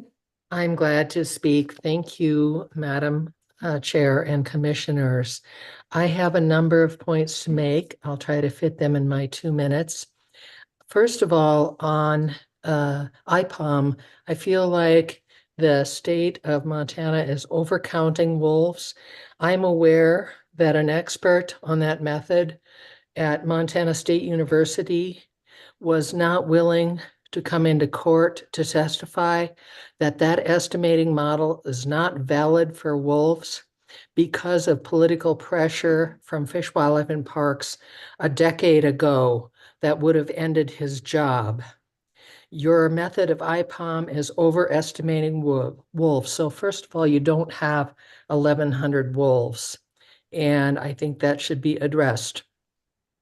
Secondly, National Wildlife Federation has done a literature review and said there isn't data to show whether wolves and mountain lions could control chronic wasting disease in ungulates because there's no data, there's no money to do the studies. But wolves can detect weak and sick ungulates and could help to eliminate chronic wasting disease that's ravaging mule deer. In Wyoming, mule deer die by their second year of life. 74% of mule deer are killed by hunters are already dying because of chronic wasting disease. The trapping season in Montana is, said to be sustainable. I question that there's any science behind that at all. I appreciate that the amendments in areas 313 and 316 were passed. It's a good thing that people are listening to that, but I feel like I'm aware. Okay, thank you. Your time is up. Thank you.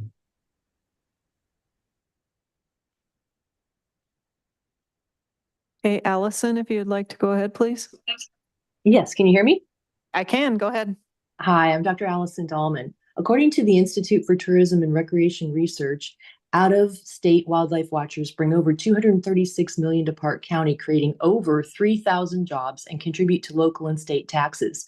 Wolf watchers contribute at least $82 million to the greater Yellowstone ecosystem.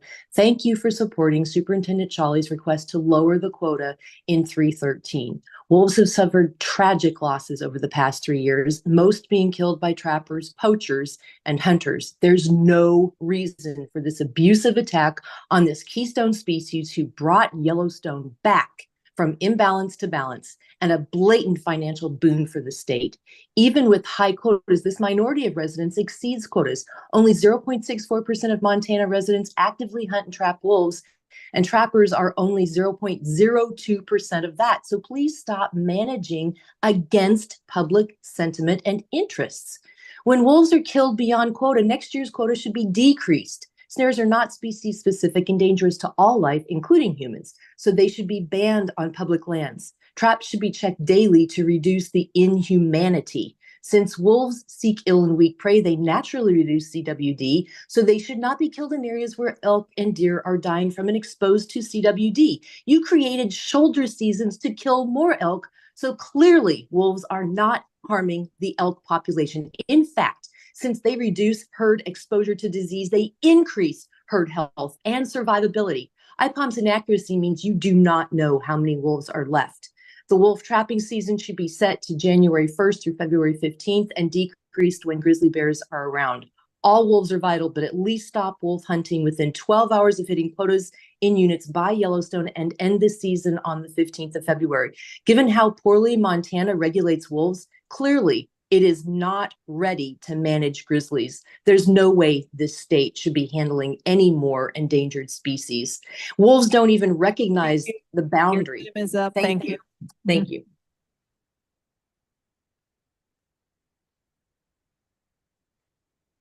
Okay, Ashia, is that correct? Yes, Ashia. Thank you. My name is Ashia Mills. I live in Gardner and have lived in or on the edge of Yellowstone since 1995. I own a small educational guiding business operating in Yellowstone. I'm a mother. I'm also a supporting member of Wild Livelihoods, a Park County-based business coalition whose livelihoods depend on wild places. And my comments represent our thoughts sent in a letter to all commissioners at the end of June, amended and resent on July 25th, signed by about a dozen organizations, including the Gardner Chamber of Commerce, Board of Directors, and Explore Livingston Coalition, and representing more than 23,000 individual members and supporters in Montana and about 200 businesses. It is with genuine gratitude that I thank you for approving Commissioner Brooks' amendments. For the record, I'm frustrated with FWP's process of, again, not being transparent and hiding her amendments in the original agenda on what we could comment on. It created a lot of confusion. I'd also like to say that Commissioner Walsh's comments about taking quotas up with the legislature denies an educated, nuanced approach and negates the whole point of FWP's state regions and the layered, dense, sometimes confusing layers of personnel that is FWP. With all due respect, Madam Chair was asking the wrong questions. There weren't any wolves taken from 316 the past 2 seasons because it was easy pickings in the current 313, the majority in just 2 small areas. Commissioner Tabor's comments and comparisons about Region 7 quotas showed the lack of landscape knowledge. I've walked just about every foot of the areas that Commissioner Brooke read in her first amendment, and it's clear that deciding members of this body have not. 313, now former 313 created a situation where wolf hunting was concentrated in a small area due to landscape funnels and seasonal migration of prey. It resulted in a wolf taken a smaller area that created complete pack dissolution and breakdown in pack structures when pack leaders were shot, leaving others in disarray, like wandering around through downtown Gardner, which none of us really see as a positive. So I'm very grateful for all of you for taking a deeper dive into the numbers, whether that's with the years, quotas, take, et cetera. Thank you. To Commissioner Tabor, we are not putting this behind us in quotes because these issues have a huge impact on our lives and livelihoods. Commissioner Brooks has done an outstanding job of communicating and responding to Region 3 community members and organizations. Her amendments are a sign of doing her job well. She has offered fair and balanced amendments, and the majority of people in the area. Your time is up. Thank you. Okay, Debbie, if you'd like to go ahead. Oh, you are muted still. There you go. Hi, can you hear me? We can. Go ahead. My name is Dr. Debbie Goebel. I'm a surgeon from Omaha, Nebraska, and I'd like to thank Madam and the Commission for hearing all of us today. In 1982, as an 8th grader, I went on my favorite family vacation ever to Big Sky, Montana. We've been back multiple times as recently as 2 years ago in Hobson. Wolves is not. Wolves do not exist simply to be pests or your next shooting target or trap victim. They're not just a harvest or a take. I'm not a conservation scientist or wildlife biologist. I'm just someone who has a huge passion for wolves. I'm horrified by their calculating killing by your state. Wildlife groups and experts like Mark Cook and the groups you're hearing from today should provide you the true science and facts about wolves. They know more about these issues than any of us, including hunters, trappers, and your governor. They should guide recommendations regarding wolves. My entire career achieving a medical degree, performing life-saving surgeries on infants is couched purely in science. The approach to wolves should be based on true science, facts, and evidence, not your emotions or the thrill to kill. My 19-year-old daughter's favorite golf course is the Canyon River Golf Club in Missoula. This year, with the awareness of your wolf policy, she diverted her annual dad and daughter golf trip and their tourism dollars to Utah. Open your eyes to their beauty, open your hearts to their magic. Trust and enact the wolf experts' recommendations. And to the gentleman who said that out-of-state comments are not welcome, I submit to you that I'm an American taxpayer and I own part of the federal lands, of which Montana is comprised 1/3 of. Thank you. Thank you. Okay, Chris Killorn, if you go, please. Thank you, Madam Chair and Commissioners. Highly appreciate the opportunity to talk. I'm talking on behalf of the Outdoor Heritage Coalition today. As far as the quotas and stuff go, I appreciate that you have a tough job, and the science that's in front of you from the department is what is followed. I think we're seeing on Commissioner Brooks' amendments that this is why we should be using biology and not social science, is because if we have the numbers, that's what we would use. So OHC is staunchly against the splitting of the two to make the quota 3 and 3, mainly as the data was pointed out that you know, all the wolves have been coming out of 313 pretty early. It tells you that's when the wolves are there. Now in other years where they came out of 316, obviously wolves can move from 50 to 1,000 square miles at a time. And I know you guys are just using the data in front of you. I think that this is a social move. And we would highly suggest that we protect our ungulate populations, which are in reduction. And the last time I remember seeing a commission meeting like this on wolves, on quotas, on 313 is when OHC took action because of the reduced quota without reason. So there's no biological reason to reduce the quota, which the numbers that the FWP has provided show none. I would appreciate you just leave it how it is. If you decide not to do that, that's fine. And I know you guys have a hard job, and thank you for all you guys do for the state of Montana. Thank you for your comments. Okay, Clint Nagel, please. Yes, can you hear me? We can, go ahead. Good. Yeah, my name is Clint Nagel, president of the Gallatin Wildlife Association here in Bozeman, Montana. Our organization has been an advocacy organization for all of wildlife native to the Southwest Montana and the Greater Yellowstone ecosystem for 44 years.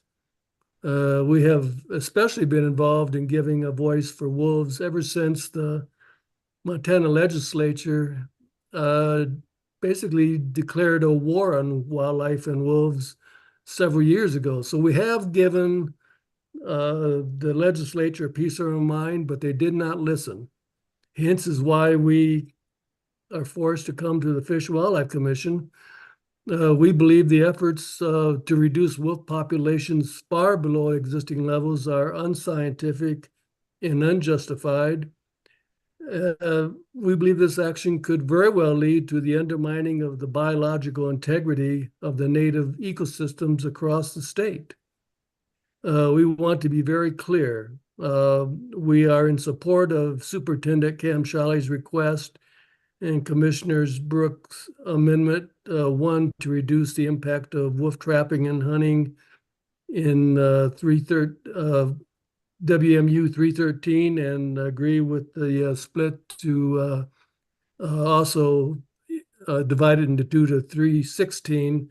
To those who state there is no biological justification for doing this, to making this change, we say there is no biological justification for combining the two districts to begin with. And we also want to say we strongly support the attempts to restrict the use of electronic motion tracking devices to track wolves when hunting. We appreciate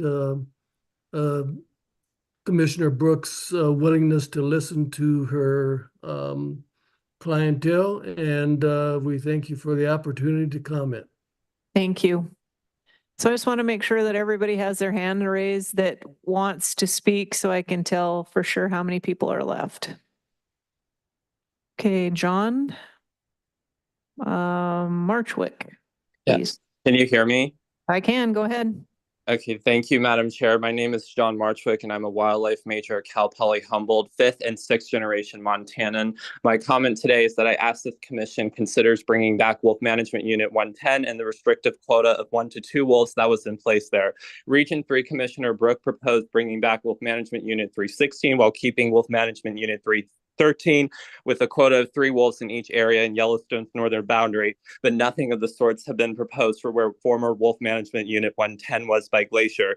Glacier is the same population that neither your agency or Glacier National Park knows where how many wolves from Glacier are getting killed. The Park Service doesn't know how many wolves are currently living in Glacier, and there hasn't been any data presented to show that Glacier's wolf population is or is not being negatively impacted by the removal of Wolf Management Unit 110 and the restrictive quota system that was in place there. So today I ask that this commission considers bringing back Wolf Management Unit 110 and bringing back the restrictive quota of 1 to 2 wolves that was in place there. Thank you.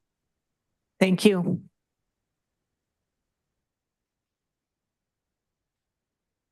Okay, next one would be Kelly.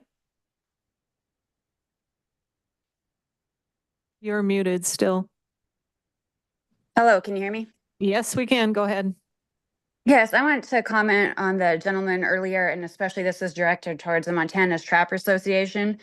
There seems to be some credence if you're from Montana, and he was alluding to the fact that out-of-state Montanans shouldn't have an opinion. I'm a 6th generation Montanan, and I live just down the street from that gentleman in Helena, Montana. And I want to say that people who are afraid of wolves, between 2002 and 2020, researchers found in the entire world, 26 fatal wolf attacks occurred. According to CDC data, just for 2021, which is our most recent aggregated data, for the state of Montana, there was 58 homicides. So people who trap wolves, trapping is also inherently a sadistic, torturous method of killing an animal. They enjoy this practice. And also we know our ranchers are adamantly opposed to having the wolves, and they are going to be your biggest detractors from that. In the year 2022,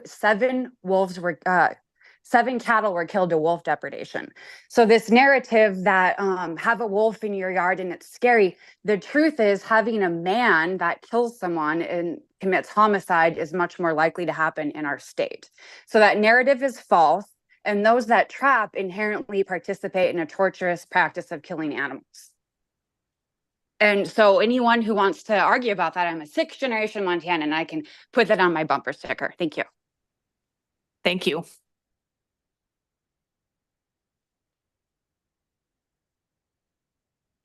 Okay, Glenda, if you'd go, please. Yes, thank you. Thank you, Commissioner Brooke and the committee for passing those 2 common sense amendments. Yellowstone wolves harvested in these 2 units should actually be 0. Those are wolves that live in the park and only travel over when tempted by bait. Traps should be checked every 24 hours, and the trap season should be 30 days or less. Please do the right thing today and lower the number of wolves that can be legally killed statewide. Please consider the social ramifications and financial damage caused by your high kill numbers. Montana wolves eat your over objective and diseased elk at no charge to you. Yellowstone visitors are shocked to find out how these wolves are killed legally and allowed by this department in Montana.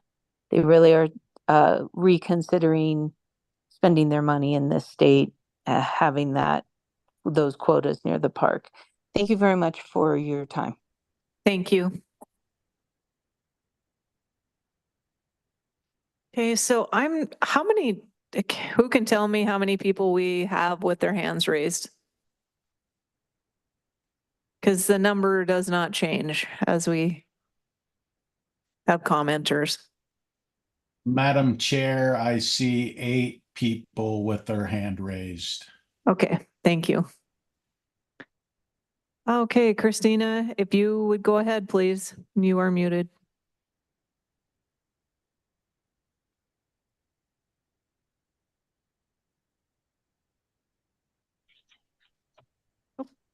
Go ahead.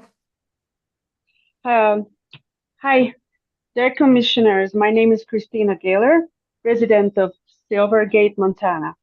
As a business manager just outside of Yellowstone, I second every single word of Helen Andelson, the CEO of Large Carnivore Fund. Economically, for the state, wolves are worth more alive, as she broke the numbers into deep details. So I thank you for adopting Commissioner Brooks' amendments to the 2024 and 25 wolf and fur barrier regulations.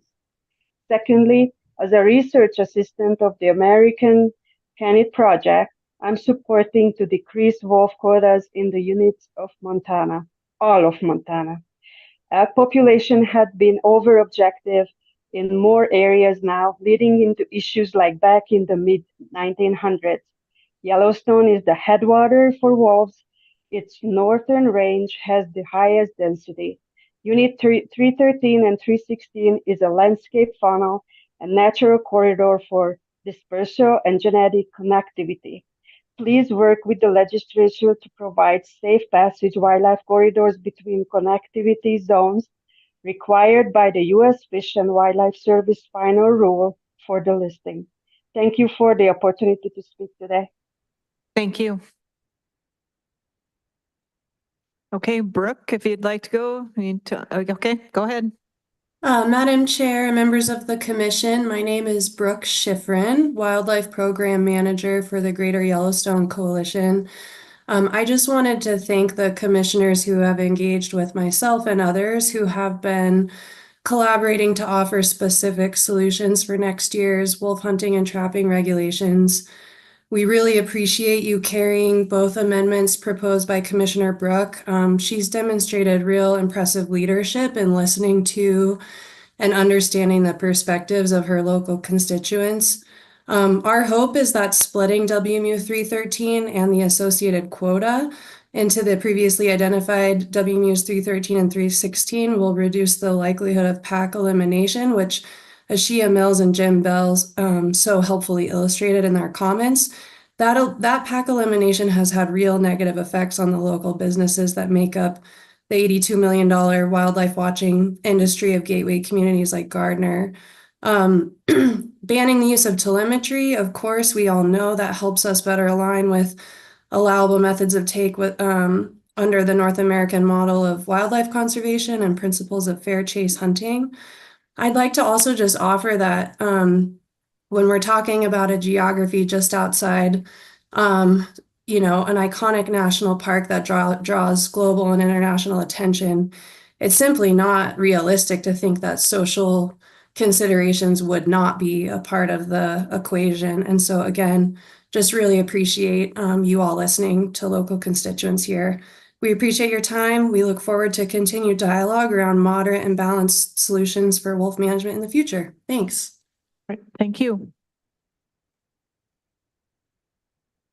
Okay, Ryan, need to unmute, please.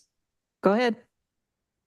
Hey, good afternoon. This is Ryan Murphy from Lewistown, and I'm just hopping on here to stand with the Montana Trappers Association and Chris Morgan and say that I am happy to see what the commission has been doing to reduce the number of wolves. I've been a resident my entire life, and you know, these people are on here talking about, all these non-residents are on here talking about how it's on federal lands. Well, these wolves aren't being killed on federal lands, they're being killed in the state of Montana.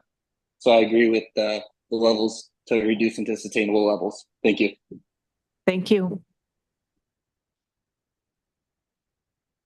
Okay, Karen Brown, please. Yes, hi. Good afternoon. Can you hear me? We can, go ahead. Excellent. I thank you, commissioners, for the opportunity to speak. My name is Karen Brown, and I'm here to speak for wolves. I just recently returned from a seminar at the Yellowstone Institute and go frequently, at least a couple times a year, where we were able to hear about and see what wolf hunting has done to the packs in the park. I also had the opportunity to watch hundreds of visitors clamoring to get a glimpse of one of these animals, and it would make their day. They come to the park to see these animals. In that vein, and on the heels of Superintendent Shawley's letter, I also ask units be closed on the day a quota is reached, not 2 or 3 days later. That the killings stop on February 15th. That we please institute a task force, including all stakeholders, non-consumptive, Native American voices, business owners. I think this was just shown how it's done by Commissioner Brooke, who I give kudos to for calling on all parties in her district to talk about how wolves should be managed. Elk populations are over objective in many areas. I have studied your website. I see the animals on the landscape. Conflict with cattle is minimal now. This war on wolves and other predators is truly baseless. I want the ecological reasons for population reductions of wolf and other predators other than some legislative action. Those folks don't know what they're talking about. They are doing what they want to do, and it is not representative of the current biology or of the people involved in the state and in this country. Federal lands, 35% or so of Montana, for which we all pay taxes. For those of you who think that out-of-staters don't belong. I thank, again, Commissioner Brooke for the amendments aimed at mitigating Yellowstone being used as a grocery store, which is what is happening. Thank you so much. Thank you. Okay, Kim Bean, please. Hi, can you hear me? We can, go ahead. Well, thank you. Chair Robinson and Commissioners, thank you for allowing me the opportunity to address you today. My name is Kim Bean and I'm representing Wolf and Wildlife Advocates.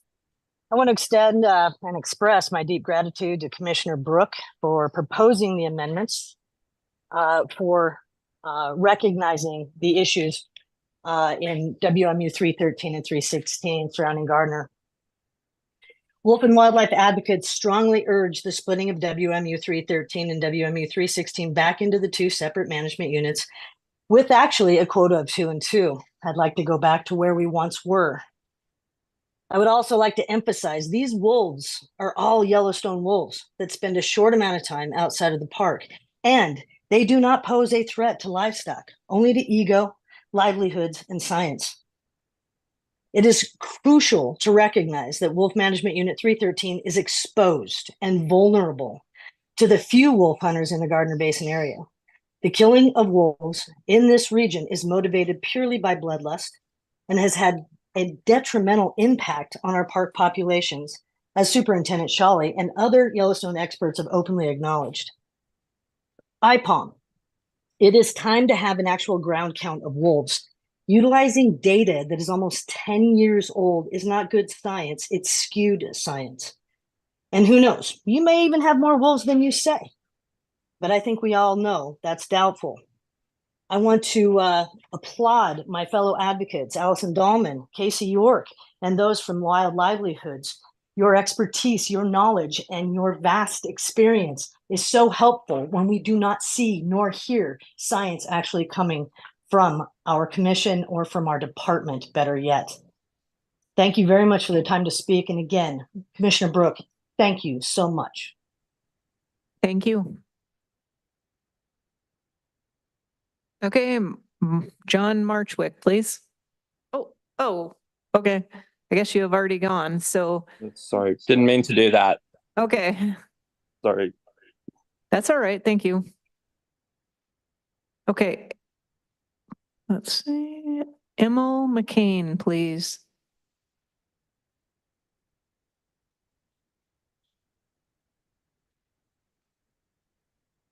Okay, we don't have anyone left with their hand raised. Give it one more few seconds.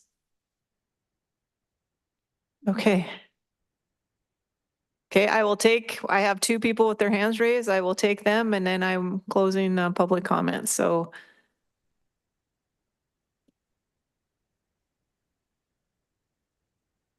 Melissa Clark, please.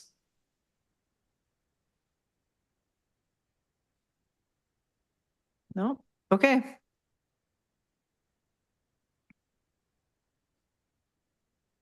I see a Cindy with their hands raised, but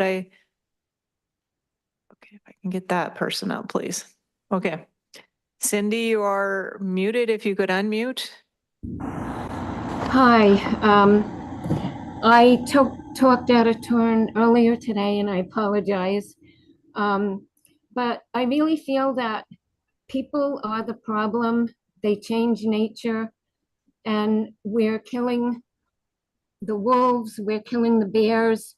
I've had contact with wolves and wolf dogs. I've had contact with bears and nothing has ever happened. And I really feel that people are so afraid and they use that as an excuse because they don't understand the animals, they don't understand wildlife. And, you know, we talk about population management and control, but if you look at the population of the human, quote unquote, human being, we don't control our own populations. We're taking homes, lands, we're destroying the waters and everything. They have nowhere to go. Their homes are becoming smaller and smaller. Where are they supposed to go? We're taking their food. We leave traps and bait and we cause them to come out and we're killing them. This is not sport. This is not hunting. This is murder. And in my opinion, I think we need to take a look at our hearts and our souls and find the value in the other living beings that share this earth with us. We are not the only ones that belong here. And without them, we will cease to exist. They will thrive without us. I really appreciate you listening to me. Thank you very much and have a good day. Thank you. Okay, that looks like that closes our public comment on this agenda item. So any other questions, comments, clarifications needed before we go to a vote? Okay. All those in favor of the motion signify by saying aye. Aye. Aye. All opposed, same sign. Motion carried. All right. Just double checking. It says legal. We have nothing on the agenda. Nothing. That's right. Okay. Okay. Thank you. So the last thing on our agenda today for the meeting is items not on the agenda. Just a reminder, it's exactly what it says. I will only take comments for items that are not on the agenda.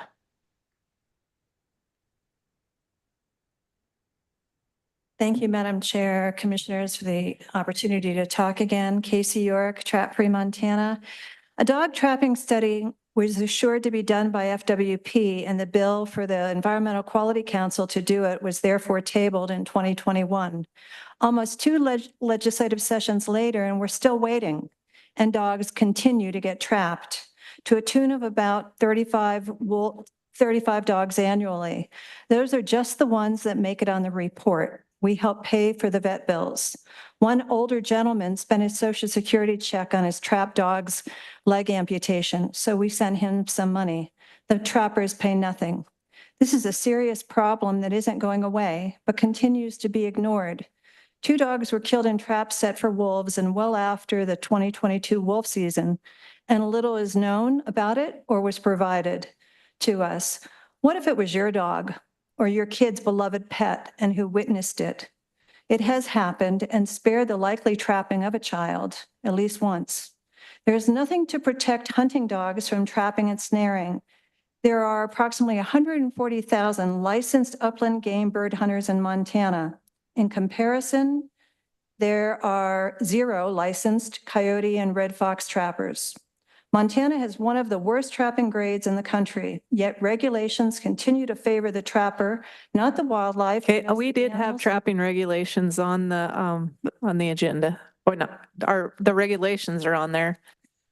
Well, the quotas. Yeah, okay, go ahead. Okay, thank you. Trappers meet with FWP without notice to the public to attend. So when will one of the many needed trapping reforms be proposed and passed that many of us have provided comment on over the years, including 24-hour or at least daily trap checks, snares off public lands, closure of swift fox, fisher, and beaver trapping, to name a few. Thank you. Thank you.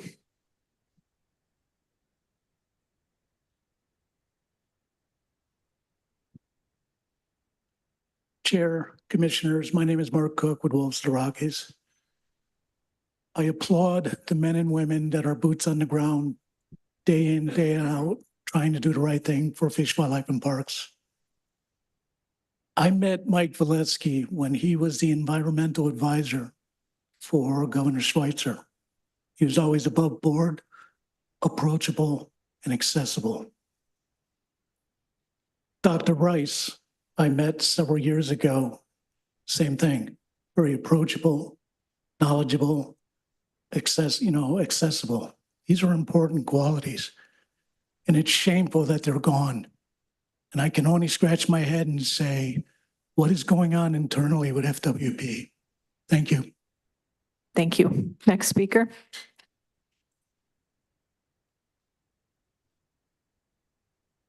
Madam Chair, Commissioners, Jim Bell once again from Bozeman.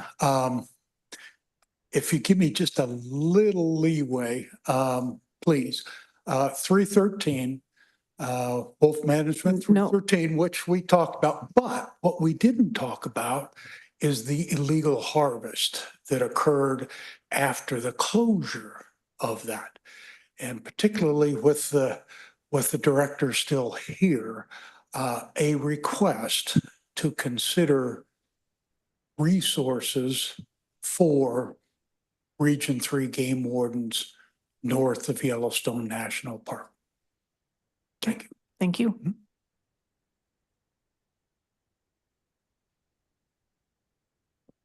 Chair Robinson, Commissioners.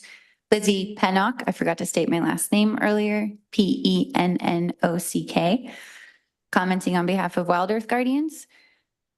Earlier, we were talking about the genetic considerations going into population modeling, and I have been made aware that there was a proposal process with FWP for projects that would look into better ways to use genetics to model the population. Bridget Von Holt is a canine genetic scientist who applied and put in a proposal, and the process by which she was told to remove her proposal in favor of Justin Goody from FWP was quite suspicious, and I suggest that you look into it more. Thank you. Thank you. Stephen Capra, Bold Visions Conservation, Chair, Committee. Each time we come to these meetings, we keep hearing about IPOM. When are we seriously going to understand it's a very flawed system? And could there be another look within the agency instead of doubling down on something that's flawed and using it to mislead the general public, that we have a serious look as you're already being litigated over it? Let's stop using it as some fact-based science when it's anything but. That's just my request. Thank you. Thank you. I have a short comment. Again, my name is Nikos Pastos. I'm from the Confederated Salish, Kootenai, and Ponderay peoples, the Flathead Nation. In particular, Unit 110 was eliminated, and what that had, it had an encircled glacier national park, and now in that region, that's our home territory of my peoples and the Blackfeet peoples, and Kootenays. There's no quota whatsoever. Okay, but what I'm asking is, we have the expertise in Montana. I mean, we helped create the Endangered Species Act to stop the extirpation of the grizzly bears. Okay. We have a robust grizzly bear population, especially the backyard of my tribal peoples. My backyard is Class 1 grizzly bear habitat. I'm concerned about the interlinks between the Canada lynx, the wolverines, the endangered species bull trout, West Slope cutthroat trout, and the other other species. When it comes to Glacier National Park, it's a treasure. And I think that Unit 110 should be reinstated. And I also want to encourage your commission to bring in more, like some culture bearers from the region. Like, we have a long history of ecological management. I wouldn't say that we're better than other people, but we have a great knowledge of where we live. And so I think things like the Endangered Species Act dovetail with our treaties, as well as NEPA. NEPA has requirements for sociocultural economic impact analysis. And given the fact that so many people rely on their seasonal tourism, Glacier National Park, it's of interest to many people that live in that region. Okay, thank you. Thank you.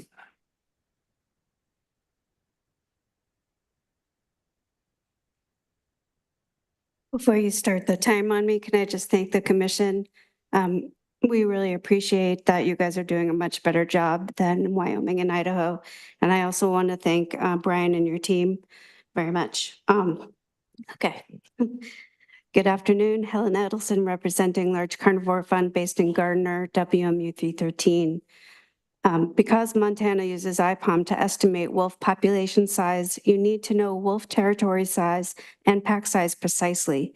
But when you have a cost of $3,000 to $4,000 to collar a wolf, collared wolves being killed within 2 months of collaring, a mean collar deployment of only 10 surviving collared wolves per year, department trail cameras getting shot on public lands, including our Gardner Basin, an estimated area occupied by wolves from hunter surveys that are too coarse to be accurate, you fundamentally do not have enough data for IPOM.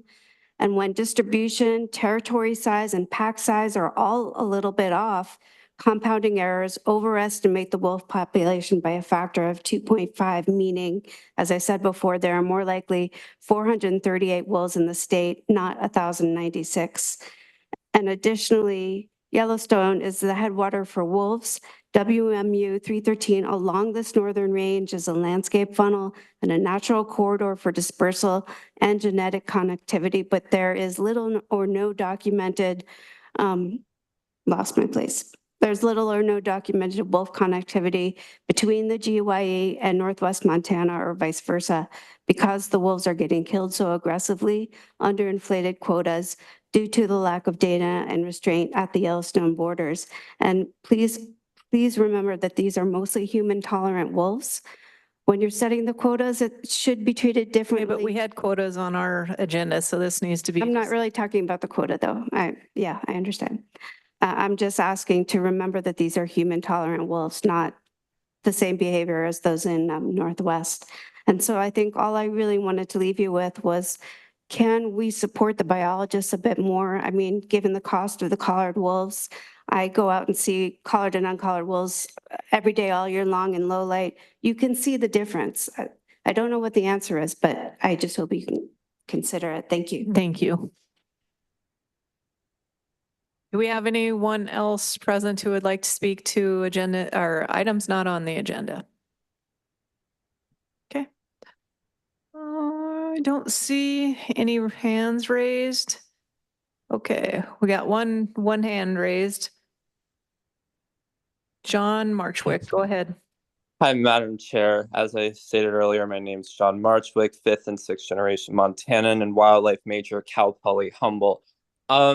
I was just wondering, because I know the federal government is potentially looking at listing pygmy rabbits in the state of Montana under the Federal Endangered Species Act, what the commission's position was on this. Will there be a stakeholder advisory group for pygmy rabbits, and will there be any sort of effort working with the feds in terms of future management going forward? And that was all my quick comment was, and and thank you. Thank you.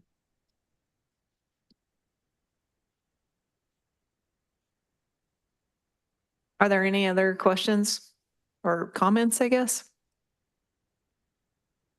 Don't seem to see anybody in the regional offices this time. Okay. I want to thank everyone for coming. I want to thank everyone for spending the whole day here to interact and participate. Thanks to the commission and especially the staff. Thank you very much. Have a safe trip home, everyone, and we'll see you next time. Meeting is adjourned. Thank you.